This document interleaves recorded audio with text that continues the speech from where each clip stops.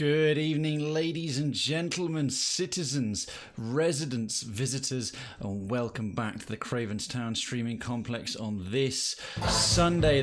Fuck, that was quick! I've never even get through the first line! He's for every one of us. He's for every one of us. He's the son of Oh, darkens! Hoi, 9 months. 9 months, not just months, months darkens.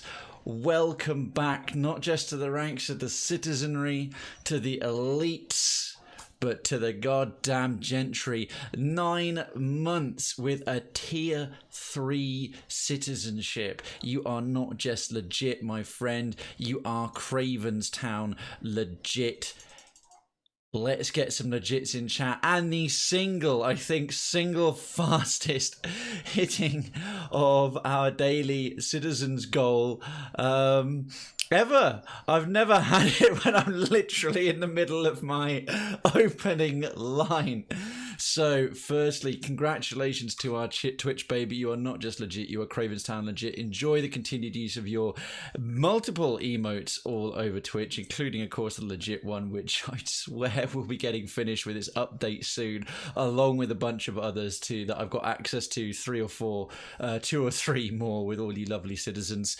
Every time someone says legit, does something legit, or you want to emphasize other emotes and make them legit, wave your all new, or still relatively new, 9-month golden flag loud and proud every time you chat. You have earned it, my friend, and you are getting very, very close to the 1-year flag as well. You will be able to enter not only our monthly giveaway, but the next giveaway is also going to be part of the 1-year celebrations. There's going to be multiple citizens giveaways, I think, in the next stream we do, and of course you will have access to doing all of that. You will maintain your access to citizens towers in the Discord in Cravenstown itself. And last but no means least, thank you not only for the continued loyal subscriptions that you've given, but everything else. You are a champion amongst the citizenry and the community, and in supporting me in so many ways here, and I really appreciate it.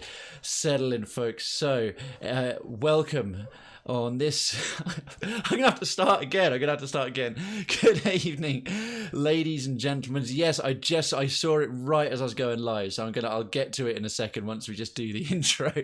Good evening, ladies and gentlemen, citizens, residents, visitors, and welcome back to the Cravenstown streaming complex on this, the 21st of April 2019. And if it is your first time here, a very warm welcome to the Krayven channel and the main show in streaming complex for Story Sunday. It is a pleasure to have you here, and a very happy Easter from myself, the Craybots, and the whole community. However you've been celebrating, whether, I hope it's just been wonderful. I hope it's been really nice. I hope you are, if you're full of chocolate, which I sincerely hope you are, provided you're not allergic or something like that. I hope you are replete with cocoa treats and settling into a steady mixture of a sugar rush and a food coma, and you're just like some warm, buttery chocolate for your ear holes now that your mouth holes have had their fill. And I've got you covered. I've got you sorted. No worries, and you're welcome.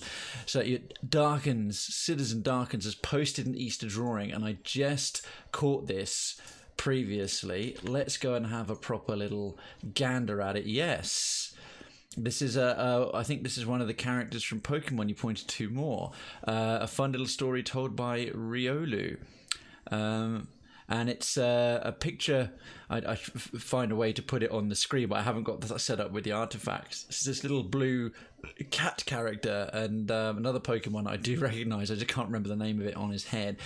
This is not the request I signed up for, since my exploration team as members decided to go home for Easter and I don't have family here. Since I was human turned Pokemon, I took a request from the bulletin board. I was to help the local schools set up the Easter egg hunt. When I arrived, I helped set out the eggs and watched over the event with others. The young Pokemon took off, and the others went after them. Now I'm trying to deal with a hyperactive Charmander and Squirtle and an Eevee that's grown attached to me. That's it, it's Eevee. I'm not a pokey sitter. Plus, no matter how many times I take off the bunnery ears, one of the young ones puts them back on me. It's rather frustrated. This Riolu is just trying to help in the Pokemon Easter egg hunt and is now caught pokey sitting these various hyperactive young Pokemon. And this wasn't what I signed up for. I was just volunteering to help make Poke-Easter, a pleasant day for one and all. You've captured the expressions, lovely. The way he's posed down and he's got it, he's just like, Eevee just couldn't give a damn, looking incredibly pleased with themselves, sitting on his head. Easter drawing by Riolo. It's a lovely little story, Darkins. Thank you. I noticed you got your new avatar in there. Excellent stuff. So, what's been going on? Well, I'd say I'm feeling better after yesterday and hungover Borderlands, which went really quite well. For me, it was a technical test. I changed a few things around. I changed some settings and some broadcast bits and tried to make things a bit smoother, a bit more stable and everything else. And it seemed to pay off. After Wednesday's jitters and difficulties, the Borderlands show that we put out last night seemed to have no trouble whatsoever. So I found a little magic formula that works without sort of compromising quality. So I'm really quite happy with that. And it was good fun. We had a good, not only big boss badass fight versus Wilhelm, the enormous robot, but we got to the end of Chapter 8 and Chapter 9 began with Sanctuary teleporting away thanks to that cipher Lilith and us being left a little bit up shit creek and having to slog it on foot after we got accidentally psychically teleported outside of the city right before it disappeared. It's hard to see, but there's a Charmander and a Squirtle in the background. Let's take another little look. Oh yes, like the tiniest little silhouette just above that sort of big blue and red house come super egg. Yes, walking over the hills and far away. Oh my god! Happy Easter.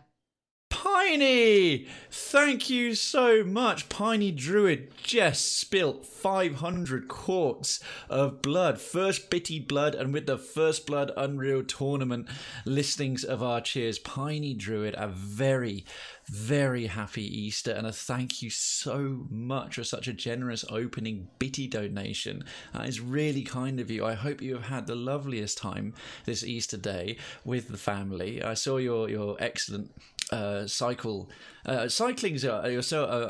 photo in the photo galleries along Picture Canals in Cravenstown between yourself and the hero Twitch Deserves and a couple of others, really getting in the cycling mood. People were like, I want to get fresh, want to get healthy now the good weather is here. So that's been spot on. For myself today, didn't really drink anything last night. We did last night special Saturday Borderlands 2, which was really good fun. We had a nice bit of progression on the back end of Wednesday, as I was saying, and technical improvements. And I pushed away the remainder of yesterday's rather epic hangover. Today, I am a little bit quieter. I'm going to try and be a little less excitable and all over the place when I open up, because I am having a food coma. Friday night, I abused my body terribly, or Friday daytime and into the night, I abused myself terribly with the dangers of alcohol. Just say no, kids. And this afternoon, in the best possible way, I indulged my body with food. So I've made sure I've gone to the bathroom right before I started, like I always do when I haven't overloaded on fluids. I don't have to get up for the sole and explicit purpose, so all of you out there in Cravenstown itself and enjoying the show do not see my bloated fat belly that is full of Second blood. well in, or second body water. Darkins, thank you so much for the 75 biddies. You are both lords amongst men. I sincerely appreciate it. Thank you so much. So yeah, if I seem a bit like happy, but it's because I'm stuffed. Got up nice and late this morning, as I usually do. Easter Sunday was just a better excuse to do so. And rolled out decided it's been beautiful since the second half of this week right through to now. It has been a glorious spring weekend. It's almost too warm, but we won't get into the terrible climate change reasons of why that's occurring. Just going to enjoy it. Yesterday and today I was starting to cook a little bit last night. I got to 28 degrees Celsius in the room, and today we opted it was just too nice of a day. Got to get dressed, go up and have a nice walk. And Piney says the morning ride was a wee bit rough. I was nursing a recovery from a bottle of Highland Park. That's a quarter of a bottle of that stuff of good malt. That'll you'll feel it. I mean, you're able to get up in the morning, you're able to function, but to still stick with your cycling plan whilst you're rolling along with that is like. Oh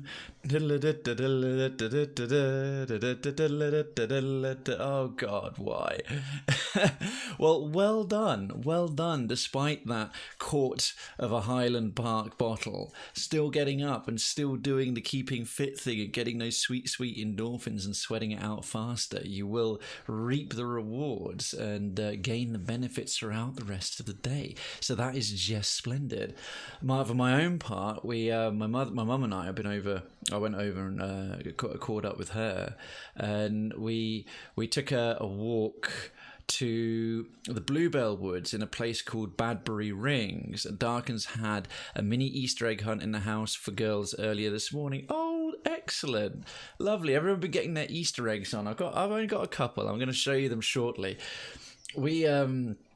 There's this lovely bluebell wood in a place not far from my family home called Farringdon. It's near Drayton and so on, if you know the UK a little bit. And they have these immaculate National Trust, really well kept and maintained bluebell forests. So you've got especially the main bit carpeted with these delightful little purple blue flowers. If you catch my Twitter, my last post before the one that I'm going live is a couple of pictures. In fact, to that end, if you are on the tweeters and following me, or even if you're not, do feel free to retweet that going forward. Let everyone know that we're live and spread the word. But also you can see my Twitter on there. If you're not already, you could follow me at Krayven_Twitch. And see the bluebell pictures. And as Piney attests to, you saw the pic of the forest. It's very lovely. Thank you. I thought so. And it's been bone dry, not a cloud in the sky, bright blue sky, and a lovely bright sunshine dappling through the trees. The elms are just coming into season with the sort of lime green leaves. It was very, very nice. Very busy. Quite a lot of people out because it's a nice local National Trust spot, taking their families out, and there's a little ice cream van in the car park. So lots and lots of excited kids running off all the chocolate eggs and sugar energy that they had clearly had earlier that morning. And my mum and I were quite good walkers. We're not slow walkers. In fact, slow walkers annoy us both. So hey, Citizen Tiger Max, it's good to see you. Happy Sunday. Settle on in. Going a little bit of just chatting, a little bit of Easter, back and forth, catch up with the community, and then we'll be starting with a bit more Pillars of Eternity 2, a delightful narration as you slip into a chocolate-based food coma. And if Paul Gadd invites you for an Easter egg hunt, I wouldn't go. Good to know. Thank you for that sound advice. I will call Paul Gadd, no Easter egg hunts. Geen Easter eggen. So yes, we got there, and once we went around the main bit, that's where I took the photos, that has the most bluebells and is very, very pleasant. We went a little bit more off the beaten track into the rest of the forest, where it's a less manicured, and there's still pathways and footpaths. It's still very affected by people. It's not forest, it's a wood. The distinction being woods are kind of managed and grown and done by humans, whereas forests are completely natural and wild. But it was still really nice. It was nice to get into some really clean green air and just stroll through the sunshine. It did start to get very warm. It must have been about mid to high 20s in the sunshine comfortably, and after a while you're walking up and about. I wasn't really dressed for a hike. I had my flat bottom smart shoes on with no grip, but it was great just to sort of take a leisurely once the noise of excited children was in the distance. And don't get me wrong, love kids, always to get on well with children and so on, but I wanted to get out into nature and find my own little spot where I could sort of walk and do a bit of a loop, and we managed that. Before we got there, though, stopped into our favourite pub that isn't immediately local. It's this called the Horse and Jockey in Drayton, and it's run by a lovely husband and wife couple. So it's in that kind of category of pubs and ale houses where the owners are the landlords. They haven't bought a place and then fobbed it off to a manager to run it for them, so they just reap the profits. It's a thing they've wanted to do. They want to own a pub, and they want to look after it and make sure it's done right. And when you come across one of those places, they're always better. The food is always like homemade and really well done. They'll have some unique ales and things with the sort of local breweries and microbrews and things with the village or the town. It's like a proper village pub that's a real heart and soul of the place. And the Horse and Jockey in Drayton definitely has that going on. They also serve possibly the best chips in the county. Now, for those of you on the continent or in America, you love kids, Krayven. That sounded sketchy. It didn't in the slightest. It didn't in the slightest at all. But we live in such cynical times that unless you quantify it with, I just mean like I think kids are great and I'm comfortable around them and all that. It comes off that way. But no, I do. I love children, small children. My odd daughter, Ariadne Goldberg's daughter, she's absolute delight and she's really, really funny. But I always do well with children. But yes, not in the Operation U Tree sense. I hate having to quantify it that way, but there we are. Tiger Max, so you went for an Easter egg hunt. Who is Paul Gadd? Who is Paul Gadd and why should we avoid him? I do want to hear more of this story. You've tantalised me with this kind of slightly unnerving occurrence and given me a suitable warning. But what happened that's led you to have this warning that if Paul Gadd invites you for an Easter egg hunt, I wouldn't go? Fill me in. I have not had an Easter egg hunt today myself. We did this walk, but we had these bowls of chips. So these chips these are English chips. What the continent call chips and the Americans call chips, we call crisps. Although we have chips as well, like Doritos, but crisps. Chips are not fries. Don't think they're synonyms. If you think they're synonyms of a different word for the same thing, you're wrong. You're very wrong, and you should be ashamed. Fries are fries, and they're from Belgium. They're not French. They're not French fries. That's just a misnomer by the Americans. Chips are thick, steak cut, oven cooked. They're related to fries, but they're their sort of bigger, beefier cousin. And this place, the Horse and Jockey in Drayton, just does the best ones. They don't fanny on with making them like triple cooked and spiced up with this or cheese with that. They just nail chips perfectly, and they're like this thick and yay long, and you get a good portion. So we had that and a light ale, and then just continued to walk out, and it actually filled me up quite a bit. It was a hell of a between lunch to a late lunch, early dinner kind of thing. Did the rest of the walk. It was charming. Sweated off a little bit of said chips and got back, and I've just had a delightful, not quite Sunday lunch, not quite a Sunday dinner. We've been slow cooking lamb shank all day. Fries are anorexic chips, and they're cooked differently. They are. Fries are skinny and thin, but they are fried. They're deep fried and done right in a fryer. They're very, very good. But chips are their own thing. They're done a different way if you do it right. And Darkin says, when I was young, we had an Easter egg hunt at my grandma's house. We thought we found all the eggs till we found one 2 months later. Oh, God. That must have been in a bit of a state, a bit sort of sun damaged and overcooked. Or was it... When you found it, Darkins, especially if you were young, did you still unwrap it and have at it? Did you still eat the chocolate that had been in the ground or been on the ground for 2 months? I ask because I am unashamed at admitting I absolutely would. I would have gone to town on that bad boy. 2-month-old, exposed to the elements, Easter egg chocolate. I would have nailed it. I'd have absolutely nailed it. I wouldn't have even taken off the frickin' wrapping.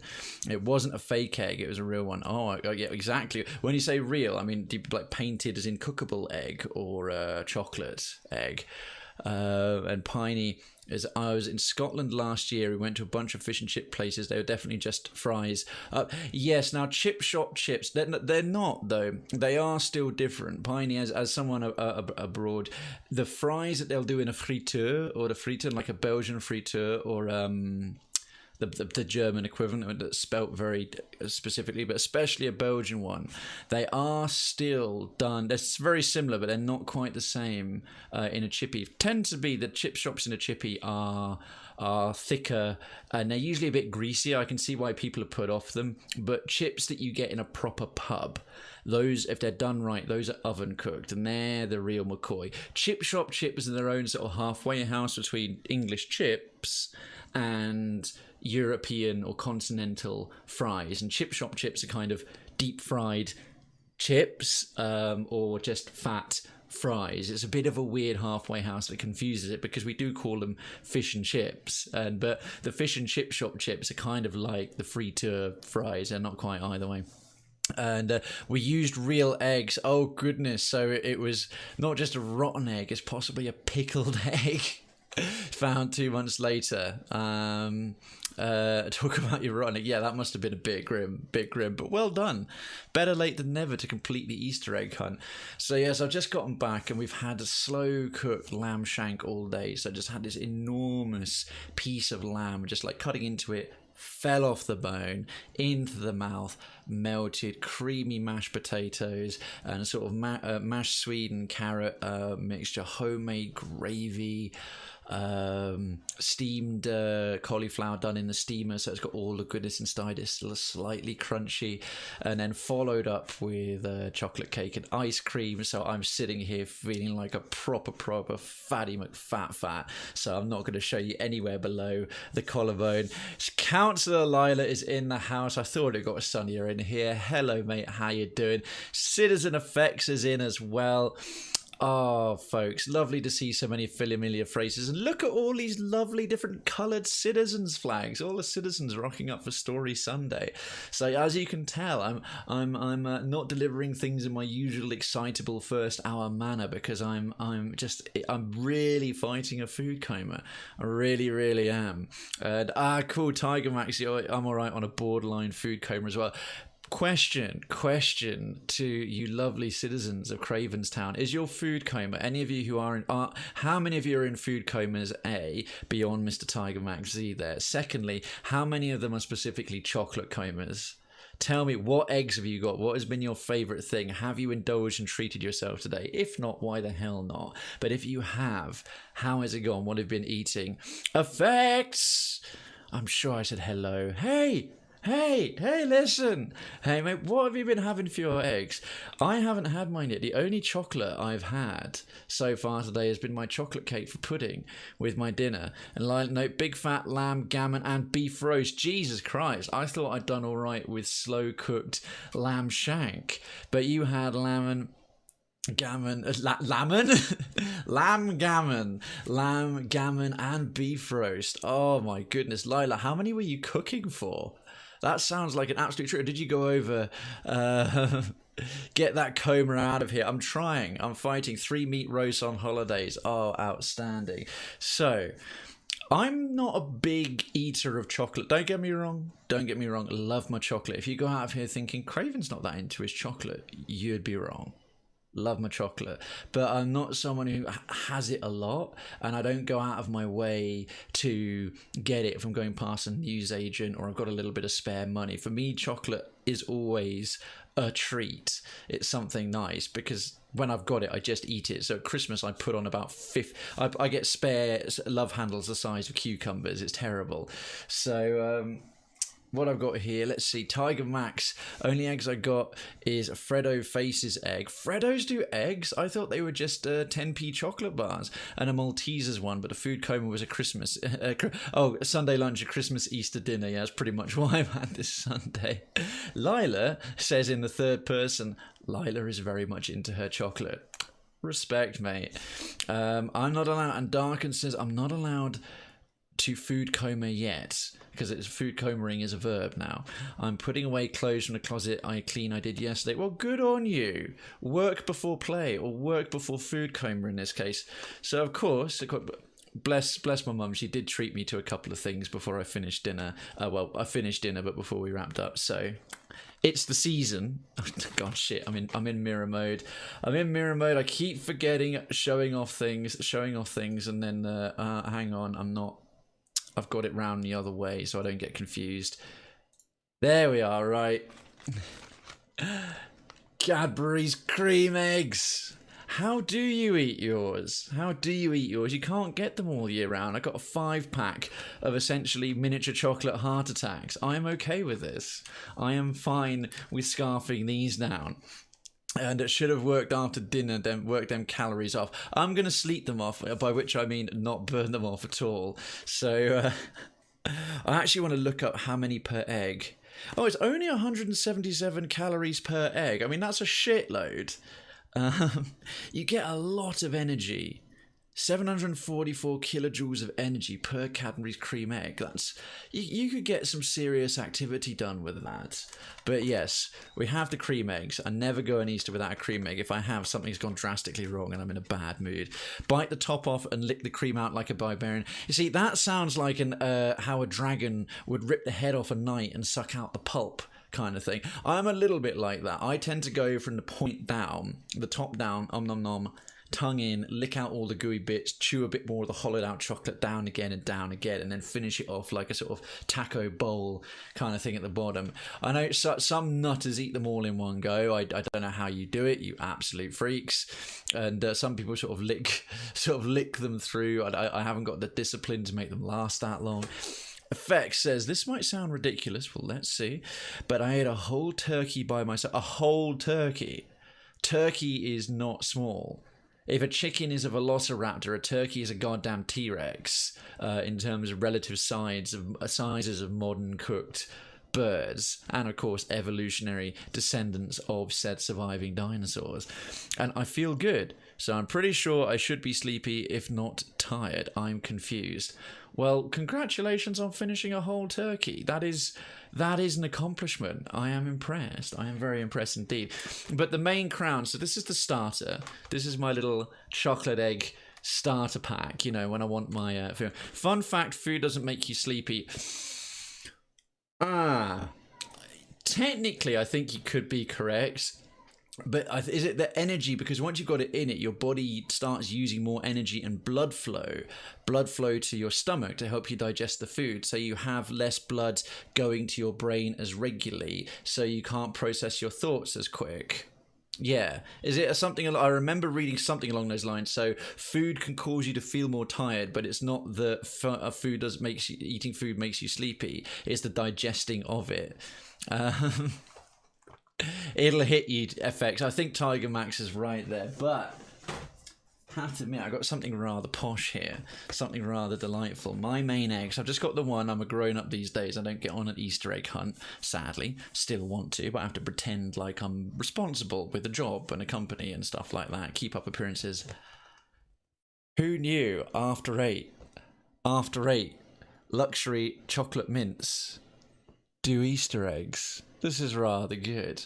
I did not know this is a thing, but it comes with a box of After 8 mints as well. You better believe once the stream is done, this is getting destroyed. I know, right, Lila? Yes, they do. After Eights do a chocolate egg with boxes. So now you know. Now that's a chocolate egg, right? Right? Hells yeah. I'm going to be all over that. And I love After Eights. I don't get them very often, ever. They're usually some sort of last place you'd expect to see them. Effects, but turkey has some stuff in it that makes you sleepy, but that's the exclusive thing to turkey meat. Is it? Is it sort of like a type of preservative in turkey in certain countries? What's in turkey meat that makes you sleepy? It's only 7:42. Oh my god. No worries, still after 8 a.m. though. It's still after 8 a.m. Yes, I can't. It's another 15 minutes before we can do it. So that's where we're up to. It's been Sunday. Obviously, I've done Thursday, and then yesterday I got the update. So I don't have a great lot, too much to go through today. But from today, we're back on the normal schedule, just to get back to the stream side of things now. Now I've finished showing stuff off, I'm just gonna flip things back the way I like them. That's better. That's better. Right, when I point that way, it is to the door. All right, good. I know I'm in mirror mode. I know none of you are going to recognise me at Twitch London, which brings me on to the next thing. If you're not already, Twitch London tickets, if you're not already going, you haven't already got them, Twitch London tickets are now available. What is Twitch London? It is a more party style meetup, hangout, chill, awesome gathering that happens twice a year in London that is all about Twitch. And up until this year, with TwitchCon EU happening for the first time, TwitchCon Europe, it was pretty much the only equivalent of TwitchCon or close enough in Europe. It's not run by Twitch, it's not their official event, but it is endorsed by them. It's done so well that not only do Twitch allow the use of their branding and their logo and stuff like that, but they also send Twitch Prime and to sponsor it, and there's a bunch of other sponsors. And tickets went available for people on the Patreon, because they've now set up a new Patreon in the last week, yesterday, but they're open to everyone as of today, and they were so popular it crashed the website for 2 hours. It's on meetup.twitch.tv /London, and I will be there, of course. I haven't missed one since the first one I went to, which was the second one ever. This is now going to be the fifth. So on the 6th, and it's going to be the 5th Twitch London. So on the 6th of July, from 3 p.m. in the afternoon until 11 o'clock at night, is the main event on that Saturday the 6th. Is at Twickenham Stadium. It's getting bigger and bigger every time. If you're in the UK or nearby, you can make it over. You're a streamer in your own right. You want to meet the community, you want to come and get a drink with myself, I'm going to be there. I'd love to meet some of you. The event shuttle port, Mr. Redweird, Councillor Redweird, posted a little link in there as well, so do check it out. Best of all, tickets are free. Obviously, you've got to sort out your own transport and everything else, and when you're in there, drinks and food will cost stuff. Not much. They're a lot cheaper than TwitchCon if you went to that. They're relatively reasonably priced by London standards, but the tickets themselves are free. As a result of that, they do tend to go quickly. Since they've first been available this afternoon to the overall main body of people, over 1,000 have gone already, and I think there's going to be like 3,000 or so. Let me just catch up there. It's something, just regarding Turkey and how it makes you sleepy, it's something in the amino acids that splits to the proteins and the sleepy stuff. When are we going to get a Twitch Birmingham? Not sure. The Twitch London team are looking, they want to branch it out, but for now it is just primarily done by a couple, and they've just set up a dedicated office and hired a full-time organizer for it for the first time ever, hence the Patreon. So perhaps it will branch out to become in multiple UK cities, but it's sticking with London for now. But Birmingham to London's pretty doable, Tiger Max. You read that, but actually not that. Yes. Oh, let's see. Piney's got some more information on why turkey genuinely makes you sleepy. Yes, it contains tryptophan, which ultimately converts to melatonin in the brain. Eating turkey by itself won't make you sleepy, though. It needs to be with loads of carbs to trigger insulin and the removal of amino acids from the blood. That Piney Druid knows. Piney Druid has got the dietary science down. Hats off to you, good sir. And darkens the thing in turkey you're thinking of. Tryptophan is on it as well, and there isn't enough to make you sleepy. There's less there's less tryptophan in turkey than chicken, and given their relative size ratios, that means chickens are pretty loaded on tryptophan. I know after I've sat down with a bucket of chicken, I usually feel ready to pass out. But that's probably due to some unrelated reason, who knows. But yes, Twitch London, it's always great. I appreciate that a lot of times, no matter who you are, this community, any community, when it comes to online, you know people online, people like to have their demarcations of, I love the friendships online, I like the forum, the idea of going and meeting people in real life, though, especially at a big party with a bunch of strangers and drinking, can be daunting or affect people's social anxiety. Total respect for that if that's the case. I will say, for what it's worth, if you are considering Twitch London, but what I've just described is playing on your mind a bit, or you know it might, Twitch London is very, very nice and very good for being able to come along by yourself and end up with some friends by the end of the evening. It's really well organised. They've had quite a bit of practice at it now, and if you don't want to dance and do the ravey party bit, they've always got a whole extra section with couches and seats and places to stand, other booths going on, little bits and bobs. The last one they did in winter, in East London was really, really well organised. It was the best one yet, and there was something, no matter what you're comfortable with, to do. It's very easygoing, it's very chill, so it's not like a convention. Don't go expecting a gaming convention or a sort of serious networking event. You can, of course, network, and there will be people who know one another from Twitch a lot, sort of chatting, catching up, hanging out. I'll be one of them for sure. But yeah, it's so easy to just chill and chat with people compared, for example, to other conventions. If I had not had Twitch London and the friends I'd made through it and the streaming friends that I now have and can call streaming friends and I see throughout the year, our community grows. Call me Magvo, thank you so much for the follow. Residency to Krayven's Town is granted. Lodgings are being prepared. A Kraybot will be down to help you with your belongings to your new habitation pod shortly, that you can stay in when it suits you and when you see fit. Folks, could we please get a very warm Krayven's Town welcome to Call Me Magvo. Very much appreciate you supporting the channel. And Effect says, I like how whenever I join in this stream, I learn the most random stuff. Well, we aim to educate as well as entertain. It's not actually one of my aims, but whenever it happens, I am delighted. Thank you, Effects. And Darken says, usually what makes you tired on Thanksgiving, some other holidays, usually overeating. Yeah, overeating. I think the excessive digestion your body has to do so that the blood is going to your stomach and doing more there. And it's like, right, lots of energy in here burning up. It makes you a bit tired a bit faster. I know I eat more than I should on holidays. Oh, I always do. I pig out. Especially seasonal holidays, Christmas and Easter. I'm a despicable glutton. That's why I'm sort of in this food coma mode today, and I'm just sort of taking a chill bit of Jess chatting before we get started with Pillars of Eternity. But yes, Twitch London, when I first went there, I knew basically no one except for Redweird. Now that helps, I had a buddy to go with, but I didn't know anyone I'd be seeing along the way, and we just sort of chatted to people, or people we saw. He recognised a few others because he'd been streaming a year by then when I hadn't even started the first one that we went to, and it's just really, really good, and they're getting better and better and tighter at organising it. You usually get some cool free swag. If those of you remember my Twitch Cup powered by Twitch, I got that for a couple of pounds donation to a charity. You get like glasses and like little stickers you can get away with. It's a lot of fun. Of course, much like any other event that I do in the event shuttle port is going to be the information for that and discussions about that. I do look forward to meeting some of you. If you opt to go to Twitch London, let me know, put it in there. It's probably one of the best times if you want to come and meet myself, meet other people from the community, meet like Redweird and so on. We're all there. We're delighted to come and hang out with you guys, have a drink, and just sort of shoot the shit and get to know one another face to face. As I say, tickets are available now. They are free. You can just get one. And perhaps if you can't make it, it's not the end of the world. I mean, I'm not encouraging you to just get one and knowing you won't use it, obviously, because people want to get them to come along.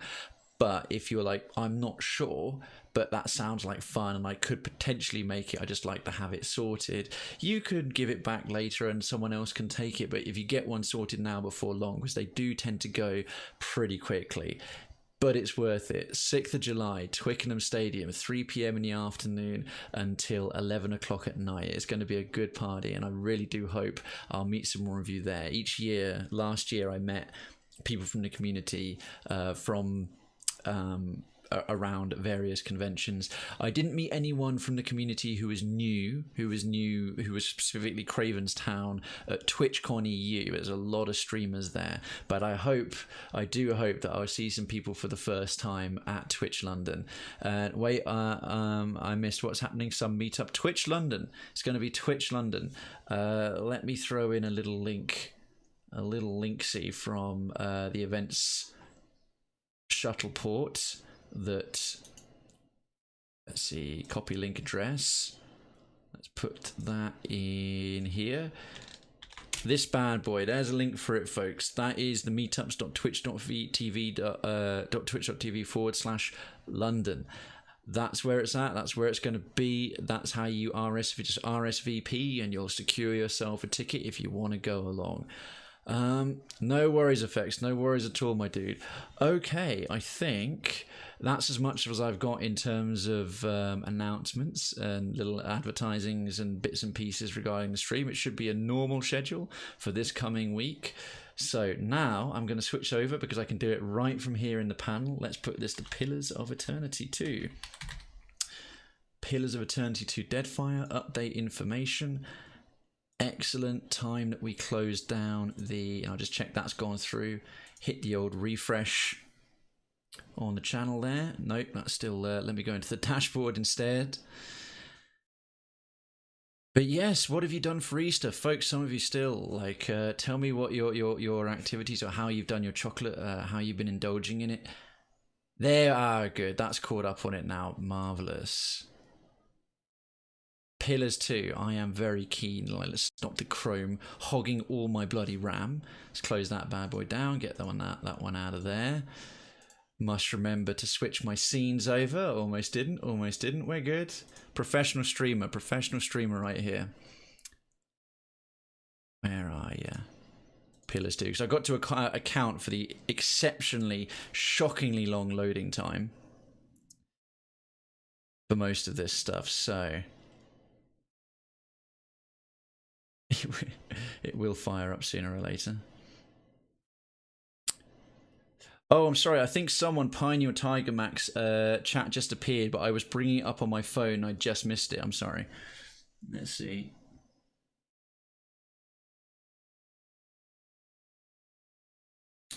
Is that you there, Minecraft? Let me look. Bring it up full size. Good evening, Mr. Krayven. How are you? Yes. Minecraft, thanks. I forgot Easter was a thing. I am very well. How are you doing? I'm in a bit of a food coma.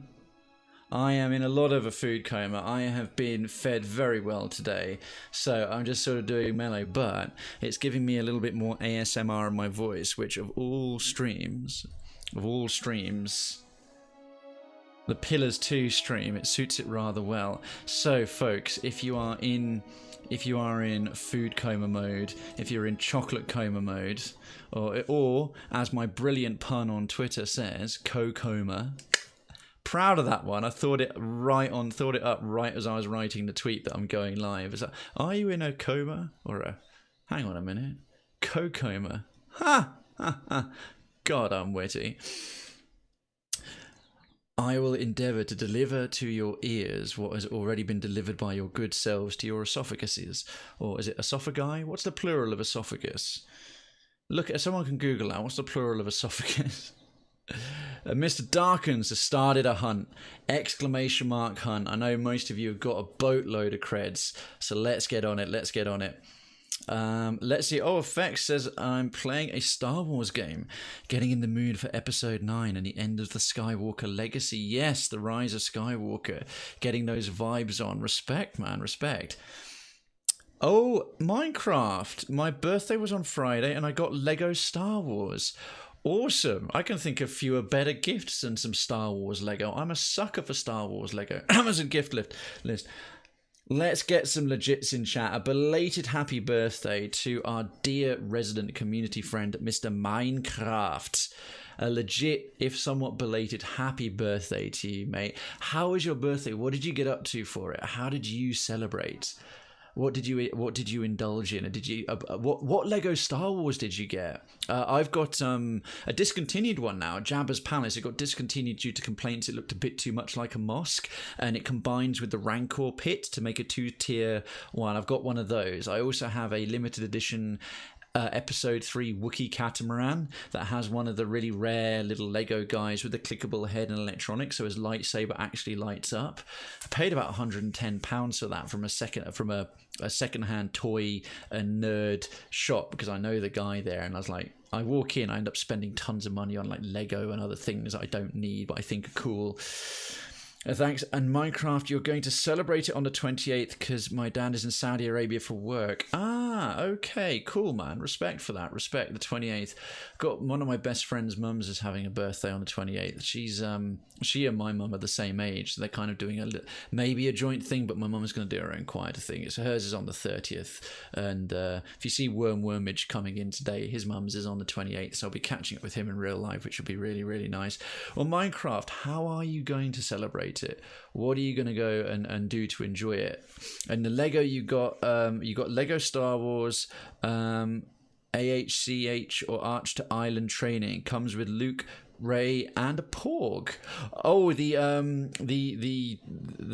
island from the I suppose the end of episode 7 and episode 8, where Luke is going insane, drinking sort of radioactive, weird space cow milk straight from the udders, because that's not completely unhygienic at all. Oh, that's cool. A little trading set. Oh, Minecraft Toad's Jelly. You got a picture of that? Post that in the photo galleries in the picture canals of Krayven's Town. I'd like to see what that one is and maybe treat myself to a set.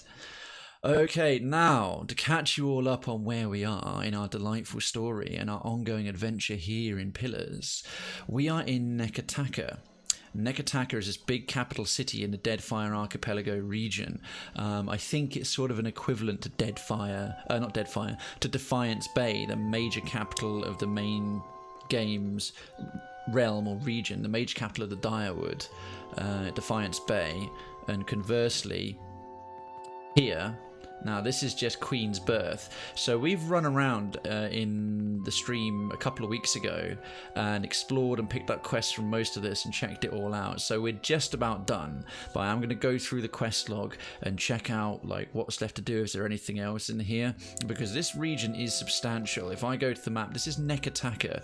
Capital city, yes, so it is. It's the capital city. It's the Defiance Bay of Deadfire. Population 124,000. Religions Hylian, or worshippers of Hylia, Ondra, Magran, and Barath. Imports wheat, cotton, textiles, leather, silk, marble, svef, drug, and whiteleaf, another drug. Our fighter, Adair, from the first game is keen on his svef in his pipe and exports. Palm oil, rice, cocoa, enjoy your cocomas, pearls, teak, koiki fruit, and luminous adra. And we've got to go to each of these, and I love these maps. Firstly, supplies on foot, some overviews about the city, its logo, and the regions you can go to are not part of the whole city, so it shows them in the context of the wider city. So we're here in Queens Berth. You've got these, there's up to 6. So Queens Berth, Periki's Overlook, Serpent's Crown, the Gullet, the Brass Citadel, and the Sacred Stair. But you see them as part of this wider map, which makes it much more believable that many people live in it and it's that big and it's fully functioning.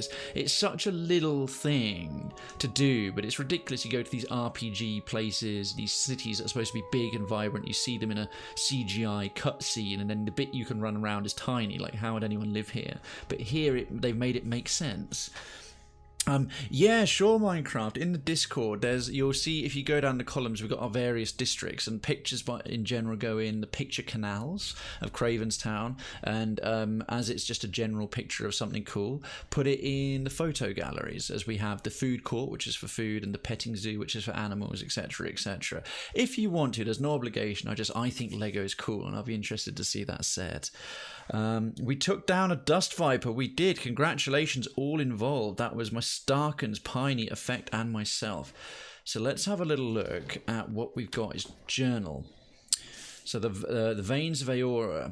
We've got to reach the Kanga Palace in the Serpents Crown district of Neketaka. So that's one of the reasons we're here. That's at the top of the mountain. An honoured guest. We're going nowhere near that because that quest is way too out of our level and it's in the middle of sodding nowhere. For the Principi, Bounty, Chorno, Chorno and the Voyager Early Muster frequent the waters north of Neketaka and south of Sayuka. So that's actually on the water, a bit out of the way. These are for the pirate group, the Principi, the Princes Without Something. Principi's, I can't remember what it's called. Fort Deadlight, apparently not a trap. What symbols of death? The Sacred Stair in Neketaka is also really, really a high level. Hopefully we can just continue with that one. And the Valian Trading Company, there's a bounty on Biakara. Okay, that one's a little bit out of the way. Tasks. Lord Admiral Imp. Yes, we took care of him. He was in Neketaka. We did that last week. Very bugged out fights because we're in turn-based mode, because we're not doing real-time pause-based combat playthrough. We're doing a turn-based playthrough. The town guards can randomly get triggered, which is actually making some quests where you have to fight in town Very hard to do. I was getting frustrated with that last time we played. Citizen Decadency, hello to you. Hello, hello, hello. And you got the Resistance Troop Transport too. Oh, Minecraft, that sounds awesome. Citizen Decadency, a very happy Easter. Welcome on in. We've just gotten started with the gameplay side. So we'll get back to the Radiant Court in Dunwich later. And all these other bounties. Oh, Serpents, she's going to kick our ass. Lady Apero will have to level up again. She's at Serpent's Crown in Neketaka. Katrench, oh, she's in the Sacred Stair. Torkar in Lifter's Refuge in Dunwich. Yeah, he kicked our bum last time. So we've only got a few. And then in the main quests, the general quests, Khan has asked me to help her find Oswald, an old elf who owes her 5,000 copper. Find the ancient temple near the Karatapu Channel. Oh, that's in an island southwest of Neketaka. A bigger fish. Find the sailors. Martino wants a group of Royal Deadfire Company sailors ousted from the Wild Mare in Queens Berth. He seemed to favour a permanent solution. Martino mentioned the sailors were singing outside the Wild Mare. Well, we're here right now. We'll probably start with that. A sinking feeling. Oh, yes. Oh, yes. We've got a little family rivalry between the Bardatos and the Valeras. So that's a sinking feeling. But then there's Family Pride, which is the main overarching quest. Sorcerer and a Gentleman. Huh. Questioned Udine at the Luminous Bathhouse in Neketaka. Luminous Bathhouse, that's been Periki's Overlook. That's very high level. Okay, wait for Aloth to explain further. The Lighted Path, I know that's an ongoing thingy. The Lantern of Gorn. Oh no. Ah yes, Nordigan, the Temple of Gorn in Neketaka. I'll try and join via my PC. Okay, Minecraft, thanks man, no problem. Investigate, yes. Investigate the ongoing feud between the Bardato. You know what, we'll come back to that. I think the first thing we'll do is... can I flag that? Is there some way to do a bigger fish? How do I put that as the... my active quest? Not sure I can. So, company of sailors ousted from the Wild Mare in Queens Berth. Let's find the Wild Mare. And then there's this guy here. He's the shipbuilder, Zamar. He's quite cool. I think it's down here. Yes. So I'll have the whole crew. And we will put things on fast forward. Oh. Sorry, tiny bit of lag there, that's surprising. I've got the RAM down, I'm doing 30 frames per second. I might check the game is transmitting at 30 frames a second to make sure it's all hunky-dory and smooth. Okay, excellent, here we are. Let me just bear with me, folks. Bear with me, graphics. Can I affect... VSync. Game's refresh rate will be synchronized with the screens. Fine. Fine.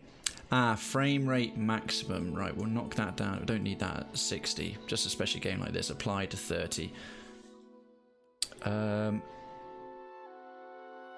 Allows for higher quality surface light. Let's try ambient occlusion instead.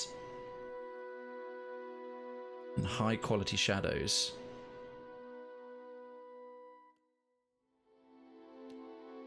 Hopefully halving the frame rate will allow... Save those changes, please.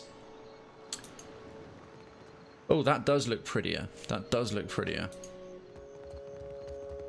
Seems to be running quite smoothly as well. Oh, look at the quality of that lighting now. Yes. Yes, Queen. I don't have a voice for shanties these days. About the Too much shores of salt in Ramadan. the air. Not even my Vithrak darling. A bigger fish, quest 10 updated. minute falsetto per complancanet. Okay, get the sailors to leave.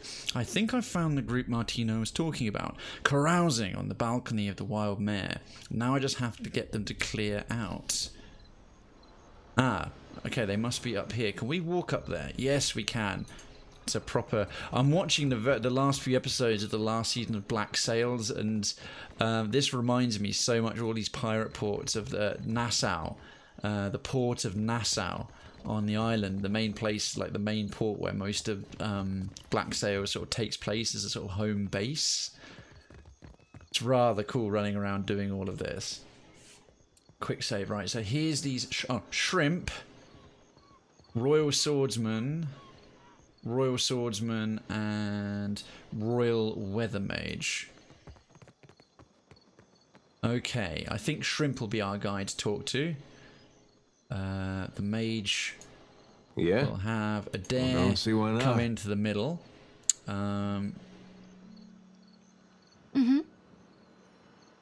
You come over here with your lovely lantern.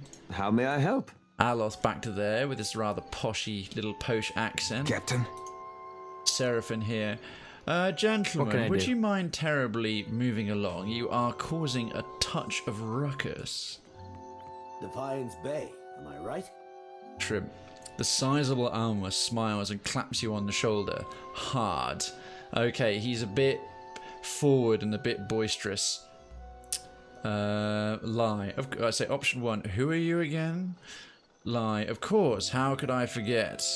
Or 3. Say nothing. Defiance Bay. Am I right? Yeah. Sorry. Who are you again? I was but a face in the crowd, but I remember the one who walked out of Hadron House alive. Oh. Now that's a reference to the first game. Hadrit House was the house in Defiance Bay, where a group of spies... Okay, or was it? I actually can't remember. It's been weeks ago since months since we did the Hadrit House in Pillars of Eternity 1. He claps you on the shoulder again. Let me pull this a little bit closer. There we are. He claps you on the shoulder again, harder, and this time you recognize inebriation behind his enthusiasm. Excuse me. He's had more than a few. Perhaps we should go before this ends in rambling professions of love. He leans close to you, speaking low. Yes, Aloth came across his old roommate from wizarding school who is now a male prostitute. That happened last time we played a couple of weeks ago. It was delightful. I must be seeing double, Elfman, because it's like there's a great big lady crouching on your shoulders. Oh, that's interesting. He shouldn't be able to see that. That's a reference. Here we are. This is a result of choices you made in Pillars of Eternity.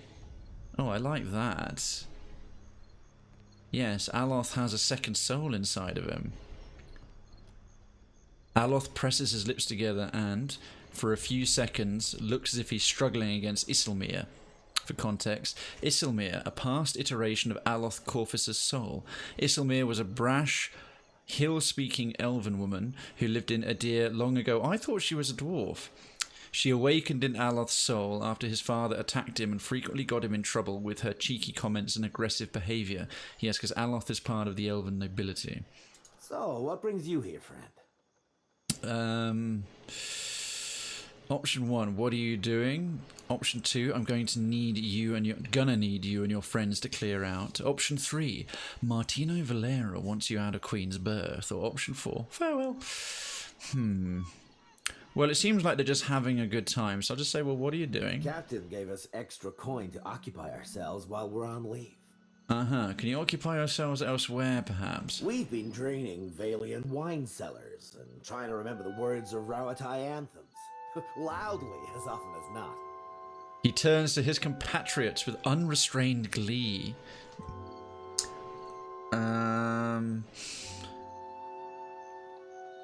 Martino Valera wants you out of Queen's Berth. Oh, hang about. Hang about. This is part of the whole family feud thing. I'm just going to say farewell for a second because... Yes, now family pride. Let's go through a little bit of this, folks. A reminder for myself and for you nice people. The Queens Berth district in the city of Neketaka is home to several Valian families. Two of the most prominent houses, Bardato and Valera, appeared to be in the midst of an escalating feud. Considering the importance of these families, I'm sure the Valian Trading Company is invested in bringing the dispute to a close. Yes, they both have quite some influence with the Valian Trading Company, of which I'm hoping to get in good with for various reasons. And the hunting lodge has updated its status to ready, if you want to go out on a hunt again, folks. So we investigated the feud a little bit between the Bardato and Valera families and got some updates. So it may be worth looking into just why these two houses are pitted against each other. Both families have estates here in Queens Berth. Speaking with their respective heads should make the source of antagonism clear. Minecraft says, is it okay if I send an invite to my phone account? My PC Discord doesn't work correctly. Yes, absolutely fine, Minecraft. That's no problem at all. You copy and paste and send the link away. Absolutely no problem at all. Exclamation mark Hunt. Thank you, Decadency. So we spoke to Azali Bardato, has asked me to find information regarding a possible Valera plot. I'm on the lookout for Zili Valera. And then Martino Valero, I think is one of the younger sons, or possibly the boss. I don't know which one's the head of the household, or the lord, essentially. Has asked me to get rid of some troublemakers by the local tavern as a means of proving myself. He'd rather they were dealt with permanently, but it's entirely up to me. And then I have decided to try and mediate peace talks between the two families. The first step is to talk to the head of each family and convince them to meet. Zali Bardato is she's concerned about potential assassination attempts. I think she's the head of the Bardato family, and Martino, that's a sort of test of proof. He's the head of the Valeras. However, we have these other two things. So a sinking feeling. This is now Fine Zili Valera. She's concerned again about a Valera plot. She suggested I start with Zili, a more easygoing member of the Valera family. Apparently, he plays his lute around one of the local watchtowers here in Queens Berth. I can't join with the link. I don't know why. That's curious, as other people have managed to join with the link no problem, but you're not the first person to say that. I'm not sure. Lila, if you're there, can you possibly sort out, generate a new invite link and send it over to Minecraft? If that's possible, that would be great. And then a bigger fish is get these sailors to leave. Well, how are we going to do? Just you and I. Oh, we won Decadency. We're awesome. More sweet, sweet creds for us. So this is just a case of proving myself. I think perhaps this one will be somewhat safe to do. He says he wants them dealt with permanently, but I really don't want to kill them. Drink or just a chat? The sailor gives you a welcoming grin. He even recognized me from the first game. Let's see. I'm going to need you and your friends to clear out. Or Martino Valera. Probably not best if I mention his name. I think if I just say I need it, he'll be more trusting of me, although it's a little bit annoying. I'm a lord in my own right, and he's just some jumped up little pirate king. He should be deferring to me, but there we are. I do not understand. We have done nothing wrong. Okay, the sailor looks from his fellows back to you with a mixture of hurt and confusion. That's fair. That's fair. So on second thought, you can go about your business. Now we have a skill check, which I'm almost bound to take, which is a bluff skill. Or 3, I'll dump you in the canal if that's what it takes. Or attack, time to stamp out a sea rat. But the skill check's available. It's nothing personal, there's just an angry ghost right where you're standing, and I mean to banish it. I'll probably lose a little bit of rep with a couple of my party members for telling a fib, bluffing, but skill check, let's do it. Joking. There's no... No. Really? That's brilliantly acted. The sailor swallows and glances over his shoulder. So, first option. Oh, that's cool. I've got a profession ability check. Number 1. So, as a monk, I can raise my hands. Begone! I'll have no mischief from you, crooked thing. 2. Stare into space with your mouth hanging open. 3. Point your finger to a spot in the air and scream. Or, sleight of hand, skill of 2. Touch his shoulder while he's distracted. Now I've got a skill check, but having a profession check or a class check is much rarer. So, is this me telling the ghost or telling him? So I'll raise my hands. Begone. I hope it's me just telling him. Begone. I'll have no mischief from you, crooked thing.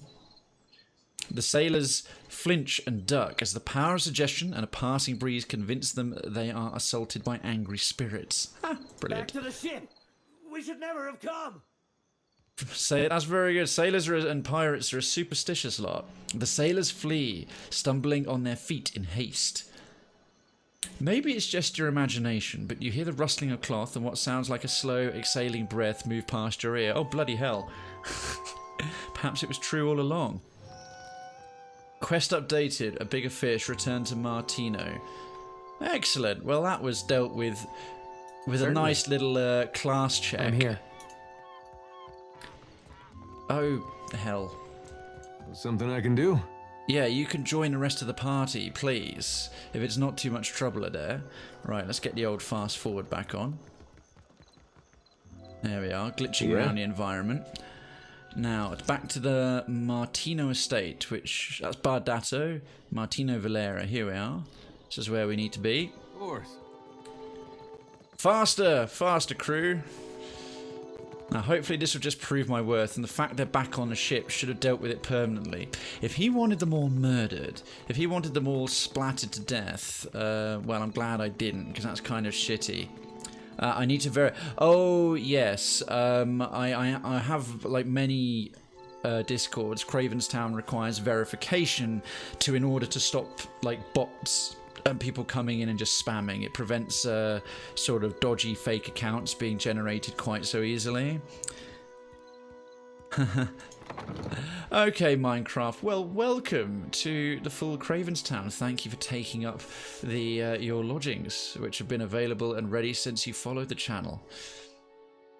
I look forward to seeing your Lego sets, your birthday treats. Let's have a little chat with Martino Valera, and hopefully he'll give us a bit more insight into the feud and a bit of what's going on.